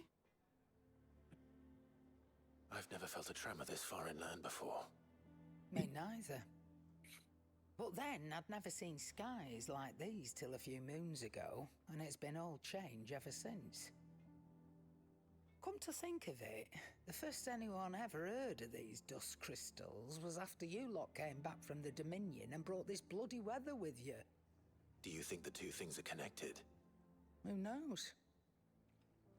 Could just be that with Drake's tail gone, the black market was running short of the good stuff. The Dominion's mines were the only source of new shards left in Storm after a certain evil outlaw decided to do away with the other mothers. And with the price of decent crystals going through the roof, traders turned to dealing in stuff they'd never have touched before. The question is, who's selling these crystals and where are they? Wait. This color. They couldn't be from Origin, could they? The fuck would they get up there? No, that wouldn't make sense. I saw it form in the sky, and that was long after we returned from the Dominion. But if they didn't come from Origin or any of the other mother crystals, then... does that mean... that you missed one? Aye. That were my thinking any road. Another mother crystal we didn't know about. I'll speak with Joshua. If you're right Shit, about this, bro. we need to find it. And quick, I'd say. On account of which, I'll take this shard over to Tomes for you. Get him to give it a once-over, case it rings any bells. Right. Thank you. And I expect you'll be wanting Jill's help with this too. Right again. I will. Let me go and find Joshua, and we'll meet you in the shelves. Oh. It's a different noise. Alright. Brave the Dusk. Chasing the Echoes. Quest destinations for Echoes of the Fallen are indicated with a purpley thingy. After accepting the quest, current objectives are displayed in the to-do list on the right-hand side of the screen. These will temporarily replace main scenario objectives. If you wish to restore the main scenario objective on the to-do list, you can do so in the Journal tab in the main menu. Alrighty. So, that cutscene kind of jaboodled my fucking game. Yeah. So, I'm gonna do a quick save, and I'm gonna restart the game really quick. Because it fucking It fucking bit the pooch real quick. All right, so let me. Cebu. Yeah, I've done the heckin' Cebu. Only you can prevent lost save data. All right, so let's bring up the game one more. We've got about half an hour of DLC that we can do, and then we'll see from there. We'll probably okay. It's saying that the game's running. No, you're not. And then we'll see. Next week we should be able to do it. Next week we should be able to get more into it. We should be able to do, I think if both DLCs equal about an hour, 2 to 3 hours, we should be able to get them done next stream, which then means we'll be able to finish the stream after that. We'll also have more time because, actually, no, wait. We're still doing the backstory games even while Eric is gone, right? I'm pretty sure. Yeah, we gotta do this first because. Yeah. Because of the thing. I don't know. I'm guessing each DLC about 3 to 4 hours? That's fucking crazy. I mean, that's fair. You freaking charge people for this. There we go. That's much better. No, the DLC are longer than that? Oh, shit. Jesus. God. We need to talk. Way this is so much longer. content. God. I love it. This is what a Final Fantasy game should be. We're never getting the rebirth, bro. Dude. But listen. By the time we get done Rebirth, they'll release whatever the fuck the next one's gonna be. And it'll be fine because you still won't be able to port your save data over. Of these dusk crystals in any of their recent reports, so they weren't aware of them either. Perhaps. Or perhaps they merely deemed them unworthy of my attention. Wrongly, I might add. It's crazy, bro. Inclined to share What the Lady fuck? Karen's misgivings. Then we'd better take her advice and consult Hippocrates forthwith. To the shelves, then. With our combined insight, I'm sure we'll discern something of use. Be it no more. And that's on a perfect no death run? Oh dear. Okay, we're gonna be here for a bit. We're gonna be here for a while, bro. I predict that depending on how long these DLCs is and the rate I'm going at, I can see us getting to Rebirth maybe by the end of May then. Thank you, Karen. Yeah. It's hard to believe such a lusterless shard could conjure much of anything. Get comfy and get snacks. And you truly think this came from a mother crystal? One we never knew existed? Yeah, we won't get too far in this then, because there's no point going through the long haul and then stuff. Let most of the content, be next stream. Shortly after Ultima Car's primogenesis, darkening the skies. So might the two be connected? Could the spell have created a new mother crystal, perhaps? A replacement for the ones we destroyed? What do you think, Hippocrates? I think there may well be a connection. Yet, if we are to believe that the original mother crystals were of Ultima's making, does it seem likely that he would have need of anything so palpably inferior? No. I hazard that it was not Ultima who created these crystals, but humanity. More specifically, our fallen forebears, whose wonders litter the land even now. Yeah. Legend holds. Well, we'll see once we get the share screen and all there in the background. Oh shit, yeah, you're right. One sec. Close to doing so. Yeah, I was trying to get the screen share back, but I guess I accidentally clicked the game so it doesn't like. So sometimes the game doesn't sometimes the game doesn't like when it's clicked on because then it doesn't want to be unclicked. All you missed is that they're like, yeah, these are weird. Joshua's like, I've never heard of these. The Undying never told me, which is bullshit. They should have fucking told me. Let's go to Tomes. And he's like, yeah, these are crystals made by humanity. These aren't mother crystals. These are man-made. They're man-made. That they should wish to learn the secrets of the crystals which the gods bestowed upon them. So they could make their own. Precisely. You may recall that the tale of the sins of Zemeckis begins with the colloquy of the sages, a council wherein humanity sought to uncover the last secrets of the gods before waging their war to learn what little remained. It is perfectly possible that an understanding of how to craft crystals was among their many achievements. Among their many achievements prior to their fall. Indeed. The same enlightened souls forged great and terrible weapons called the iconoclasts, from which icons derived their name, and turned them against each other in the Magitech War. A pointless conflict which served only to make its victors more confident of their right to supplant the gods on high. And when at last they ventured to do so, the resultant imbalance in the ether is said to have been so great that the skies themselves turned black and began to boil. The first recorded Arcane sky, I suspect. Which brings us back to the matter at hand. It is my belief that these shards are the product of a long-slumbering Magitech mother crystal, stirred to life by a similar etheric upheaval to the one which accompanied its creator's fall.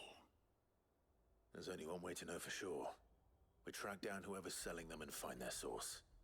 It's interesting to consider that these crystals in the Fallen are Magitech. Davenport is older when I was scratching It's so around different for with no supplies. Magitech to be or Since the look like. Imperials buggered off and took the tariffs with him, you can find all sorts of interesting stuff on the docks. Go and have a chat with the mercenaries guarding the gates. Your uncle's got some good lads there. You know when to keep a watchful eye and when to turn a blind one. Oh, and take the crystal with you. Might be your key to the underworld. Thank you. Mm-mm. I will. You can get through the boring legwork for this one, because there's some filler to get to the main part. I'm coming too. If there is another You mother showed me crystal Rising out Tides there and and it's told me anything that like the what it others, was. I would have told you you'll it was need all the game, not help you can DLC. get. I was hoping you'd say that. One more time then. Together. Yeah, I feel like you can get through time some filler to get to the main part. And then DLC are longer than that. DLC's got hands. There was something else. Make sure. Okay, there we go. Maybe 2 streams for this one and 3 to 4 for Tides. Wow. Really? Leviathan is the missing icon, so That's the lost one, but that's the other DLC. That's not this one. yeah. So that makes sense. Wow. Also, Leviathan's a big boy. He needs a lot of screen time. Kind of in his name, you see, Leviathan is this a big monster. It's that thing that tells me that most of May and maybe gonna even be the first this. week or two of June are gonna be 16. Which is Which is fine. This sick. game has been amazing. It's just wow, is it long? Famiel, his name is. Not bloody likely.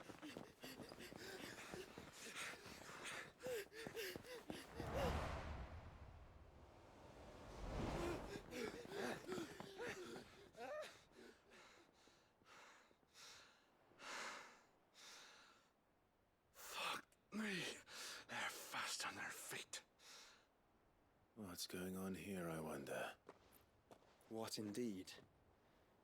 Let's ask.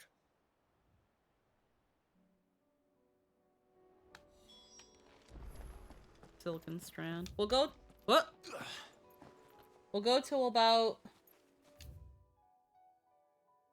You have reached a pivotal Oh moment my in God. Echo. Oh, what? Well, I guess we're not coming back to this map. We just fucking started, bruh. What you mean? This is the start. All right. Well, fucking guess we'll leave- let me fucking pee quick. I'm not gonna BRB screen. I just gotta pee. Jesus Christ, this fucking game. Hey, Lynn, how you doing?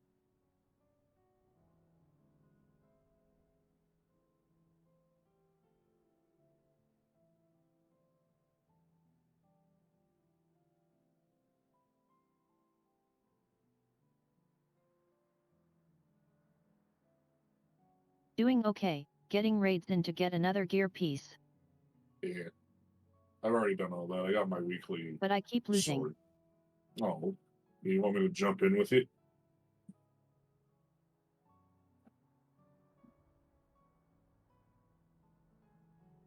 Well, I really can't affect the loot if it's just one person. Not really. Shit. It's fine. Yeah, I get that. I'm just 2 swords away from getting the tombstone for a weapon. So tomorrow and then next Tuesday. Should get my weapon.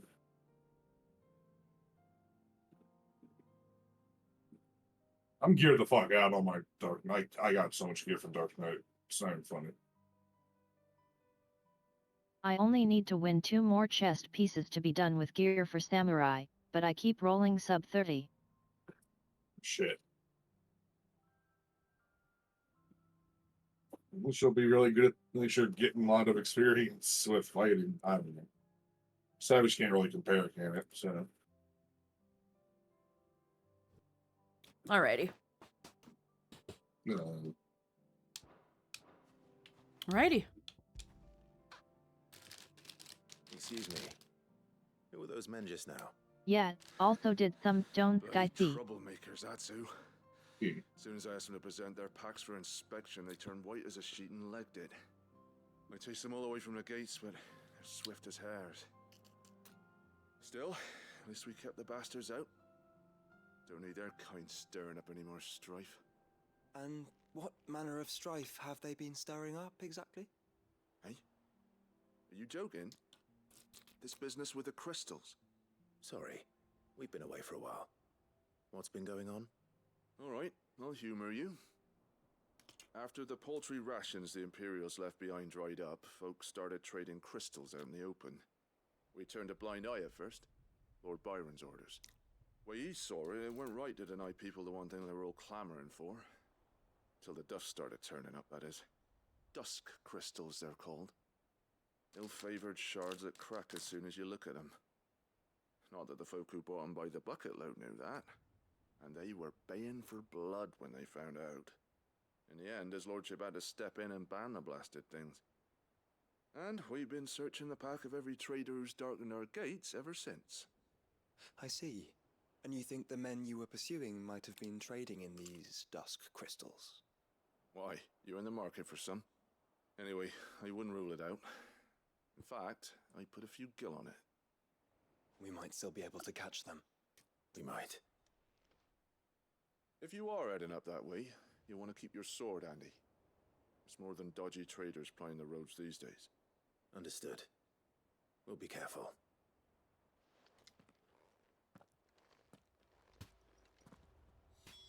If those men were selling dusk crystals, I think it unlikely that they will risk returning to Port Isolde. Which means this might be our only chance of catching them.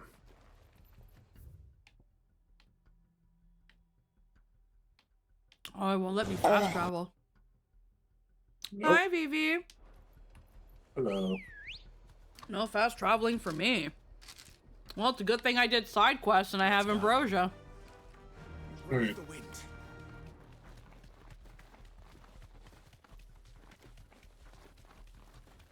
Yeah, we can go for like another 20-ish minutes before I'll wanna save the bulk of this DLC for next week. That being said, on Sunday, I've got a meeting I have to attend. So if there is a Sunday stream, it's unfortunately going to be a little short. Because I've got a meeting at 2 o'clock I've got to be at. Still some distance ahead, I'd wager. They were making a good pace.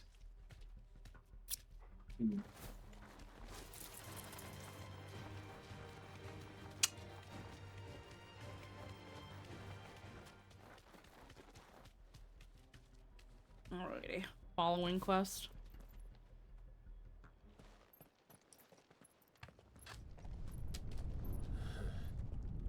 There's another one. Still no sign of those traders, though. No. I just hope we haven't lost them. These blimmin' tremors are scaring off all our customers. The few that weren't scared off by the skies, you mean? Perhaps one of those merchants has seen something. Forgive me, but did you happen to see 3 men in robes pass this way? Yeah, I seen them. Poor bastards. What do you mean? A gang of nasty-looking brutes was on their trail. Caught up with them just up the road, screaming at them they were, your crystals or your lives and all that. Only the daft buggers kept their crystals and legged it. In which direction, out of interest? Up that way. The only part of the map that's built. Yeah. Towards the Old Hill docks. If it's help they seek there, they won't find any. You've But seen a perhaps burnt they might village. find a place to hide. Let's hope so. And then we can find them before their Fucking pursuers black do. shields. Thank Yep. you. And please, take care on the road. That way past the dead bodies. Past all the corpse piles. They're no good to us dead. Lead the way, brother. Fly, Ambrosia. Ambrosia. Funny how words are pronounced. Yeah. Turn the whole place upside down if you have to. They're here somewhere. So the bandits haven't found them either. There's still time. That'll do Good. well. Good. Search for the traitors.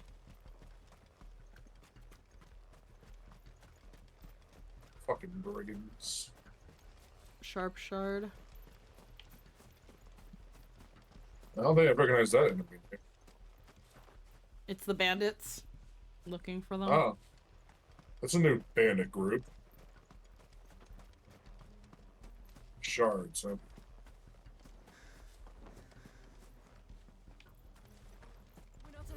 Fuck are you?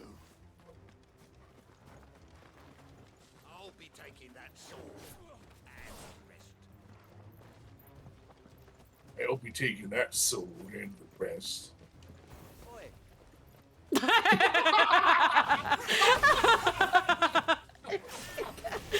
Oi! I didn't like an accent, just like oi.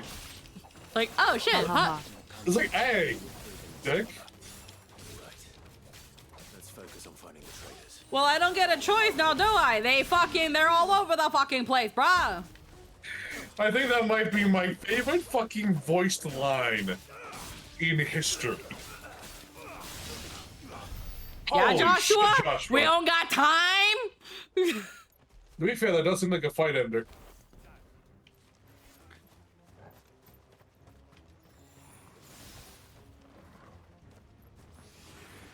This one.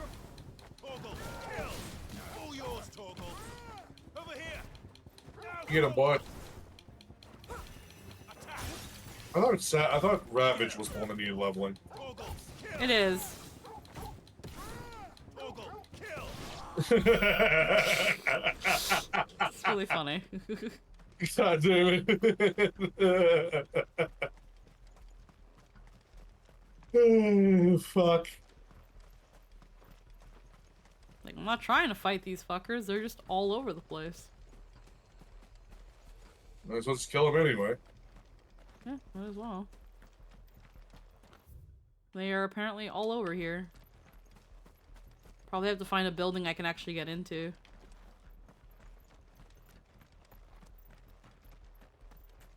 What's the entrance?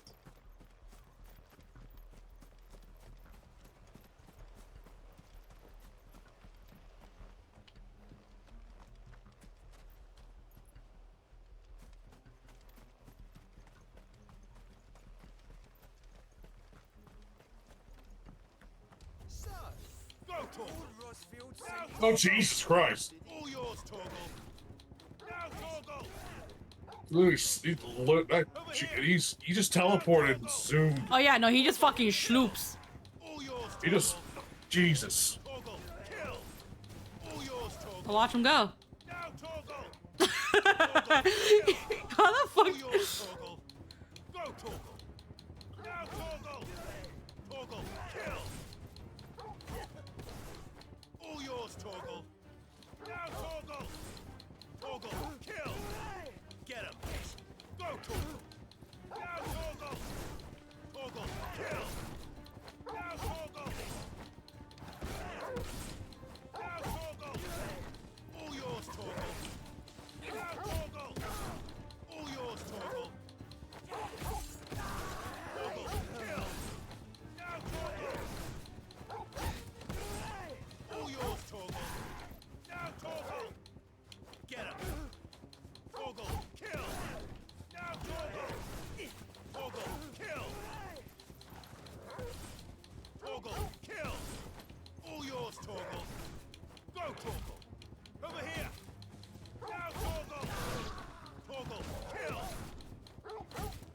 Oh, Like how Joshua and Jill are just not engaging either. Why aren't they engaging? I think it's because I haven't. This poor man is just getting fucking the shit slapped out of him. Oh, whoa. This place doesn't have a water wheel.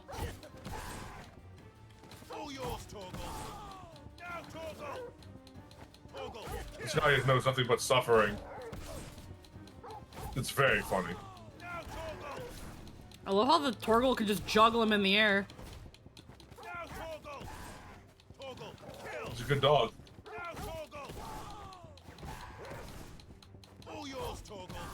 Does it take forever? Yes. Is it funny? Yes. Finally. Good job. Good dog. Did you level up Savage at all? Or Ravage? I don't know. I don't know, actually. I don't really know how much experience that stuff takes. No. I don't know. Hold on. Change image. It becomes more potent as its level increases. Yeah, but how does that part happen? Like, this is maxed. Still a Dromy striker. I don't know how much more I can level that up.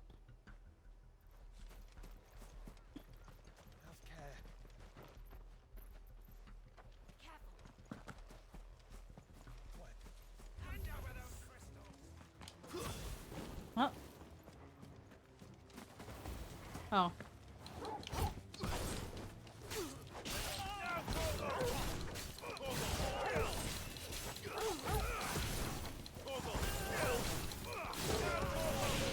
Yeah, they don't engage unless I do.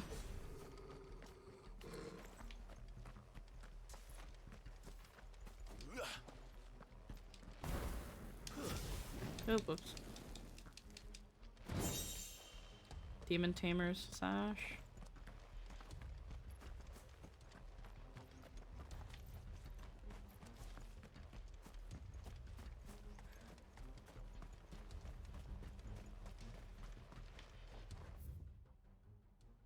They've got to be here.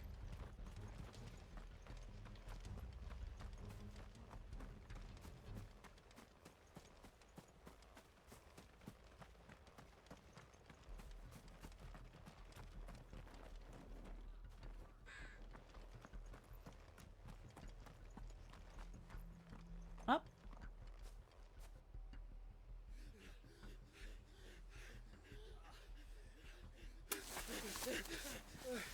Don't think I can go on. Chief, maybe.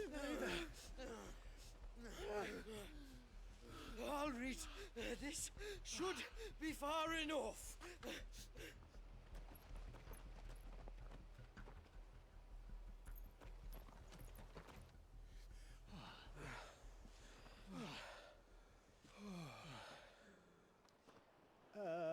Chief, they've found us.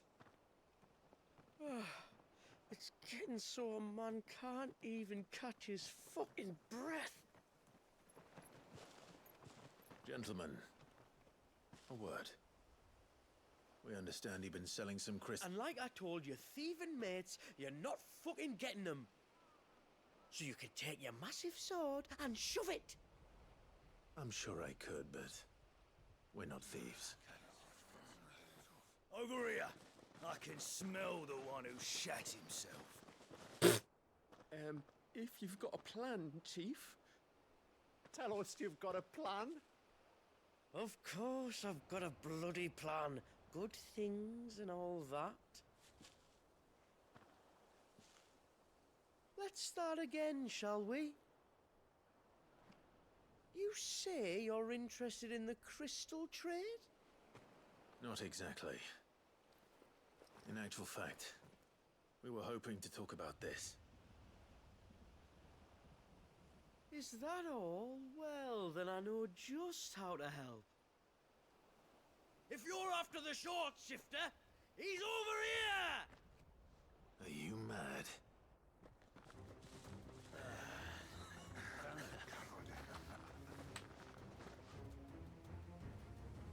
So Slippery little pricks.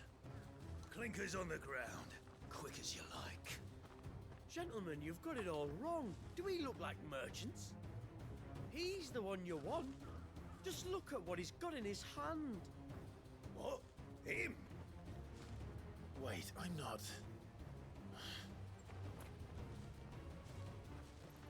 Do let us know if you need any more help. I mean, if it works, You it won't get works. far, Clive. No. But they'll wish they had. I'll carve you like a suckling pig and feed you to your fucking dog.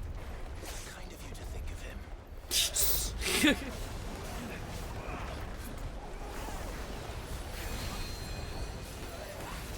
Why can't I select the right thing? Here it is. Who's the one doing it? It's you.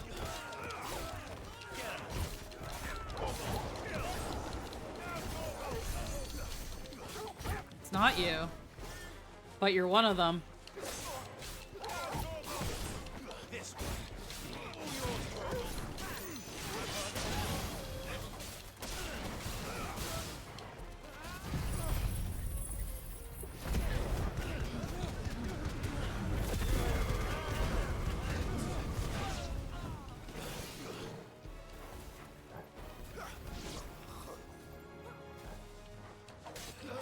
I enjoy the internal narrative where people talk shit and then 0.5 seconds later and swirling around in a tornado like, wait, what? Yep.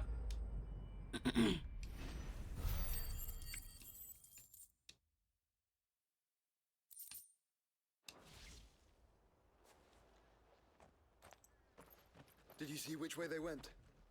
North. Making for 3 reads at a guess.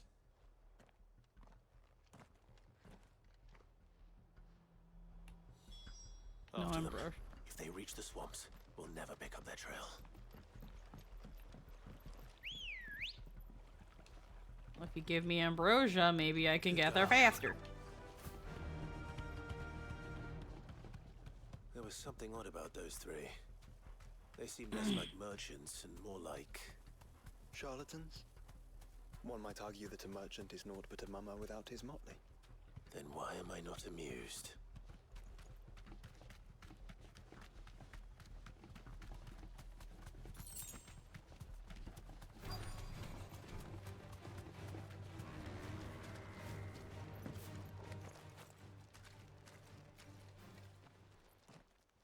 What did you find, boy? Clive, judging by the state of the ground, a lot more passed this way than our 3 charlatans. Another group of bandits. I doubt they'd leave this crystal behind. Regardless, we're on the right track. Let's pick up the pace. Then can you give me ambrosia? We must get there quickly. Takes me off ambrosia. They wouldn't risk stopping at Martha's Rest, would they? They would if they're stupid. Not if they hope to pass unnoticed. Then we better stick to the swamps.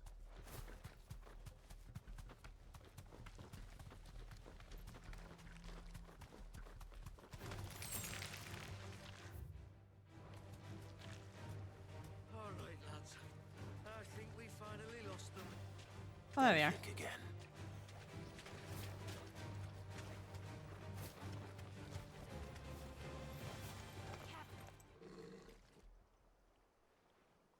Fuck. Persistent bastards, I'll give them that. Friends, I knew those louts were no match for you. But of course you did. Because you know what we're capable of, don't you?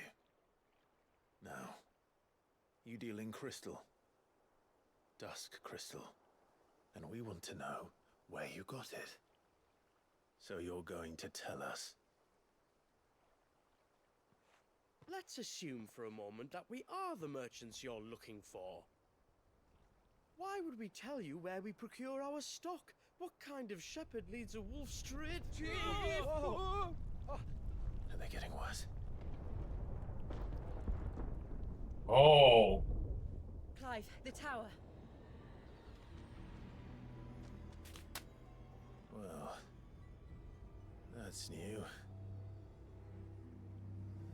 That's impossible. Yeah, Chief. Do you think someone else got into the tower? Quiet, you daft sod! And what would they find there if they did? I wouldn't know. I've never been there. Echoes, maybe? Or fallen rubbish? I really couldn't say. The entrance is sealed tight. No way in. And how would you know that? If you've never been there?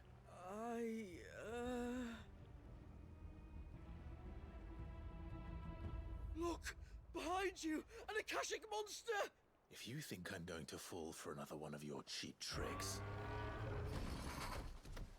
Clive, trouble. What? Oh.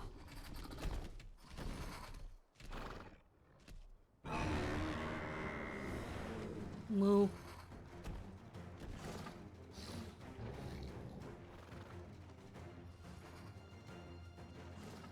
These guys are not helping their... I don't think Martha would appreciate that thing on her doorstep. Probably not. Let them run then. I have an idea where they'll be heading anyway.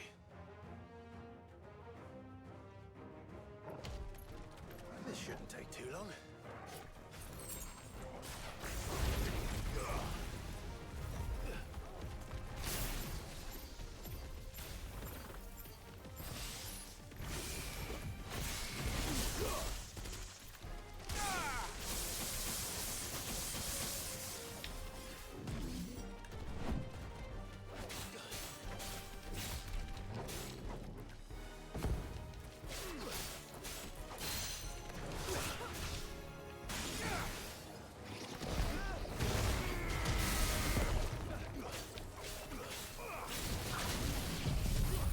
There's a lot of ads here.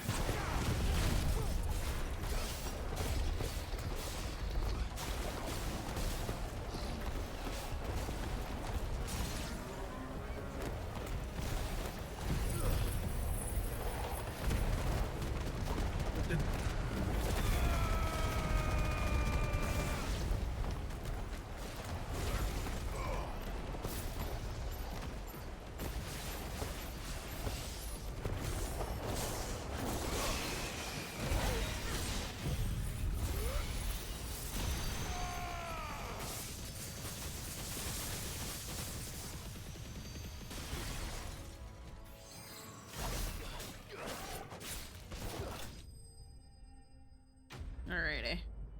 They can't run if we cut their legs off.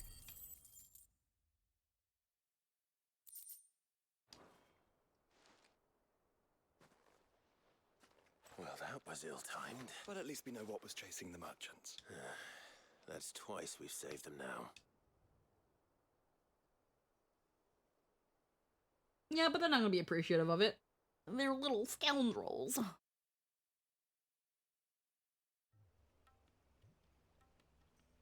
Hey, look over there as I proceed to run off. Yep. I don't see anyone. I've had enough of bandits and beasts, Chief. Can't we just go home? And let those thieving pricks march in and take what's ours? What's ours? Oh, no.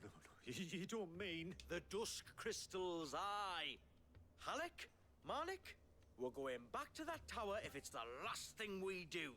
Those are such goon names. What about the lights? First you whine about it being too dark, then you whine about it being too light. Think about how easy it'll be to mine now.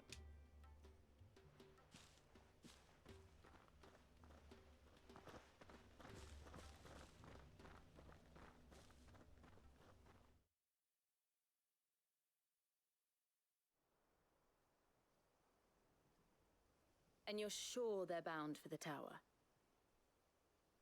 When they aren't running away from trouble, they're running towards it. Do you know anything of the place, Joshua? Alas, not.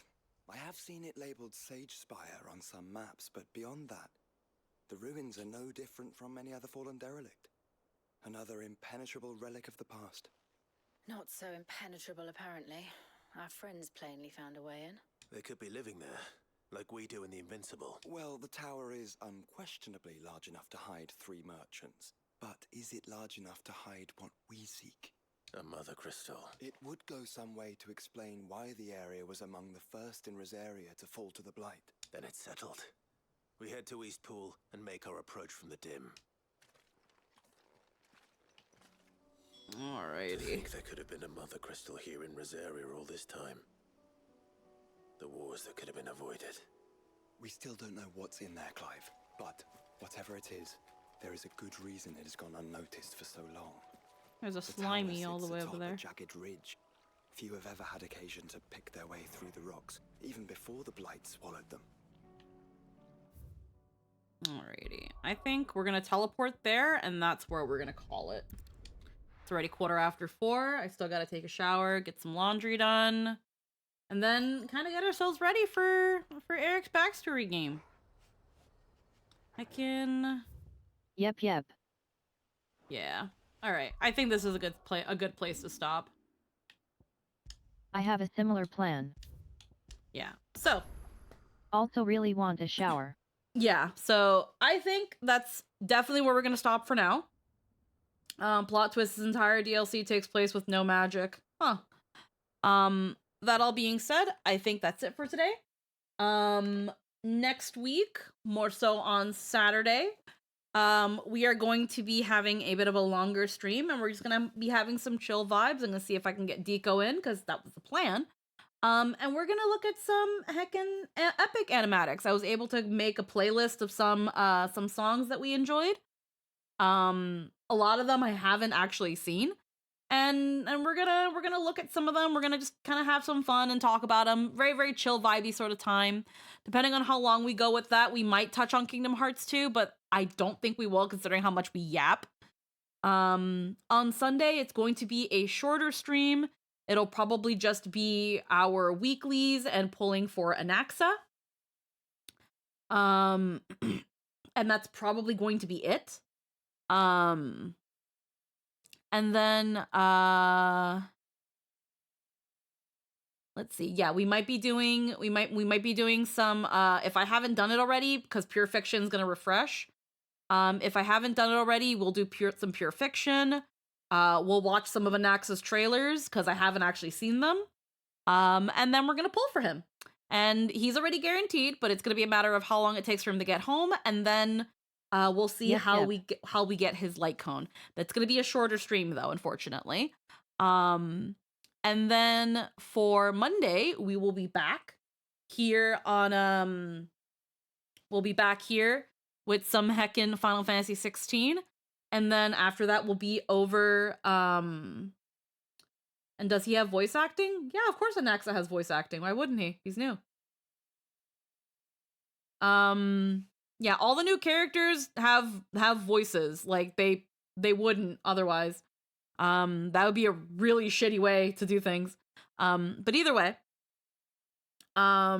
Yet.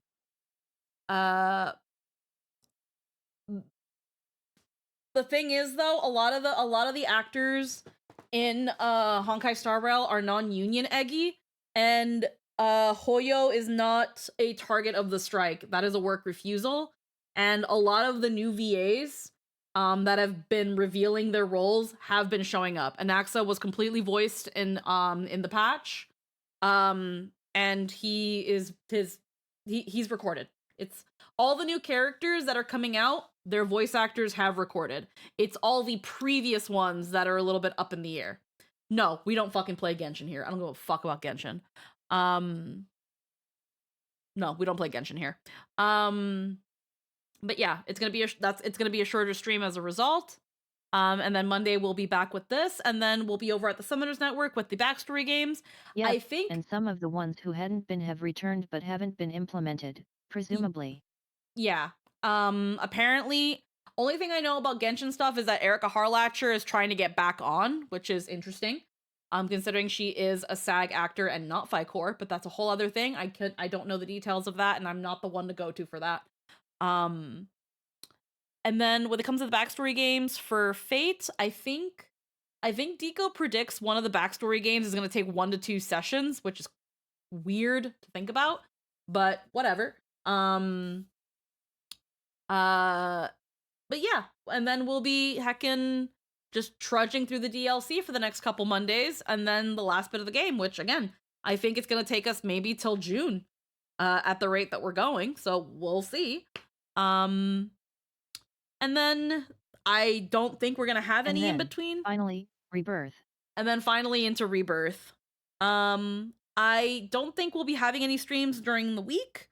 But we'll see where things go. If people invite me to play, then I have no reason to say no most of the time. Unless I'm really tired from work. But yeah. Until then, I hope you all had a wonderful time here. Thank you so much for spending time with me. I'm gonna see if there's anybody we can raid, and if not, I think we're just gonna move on to things.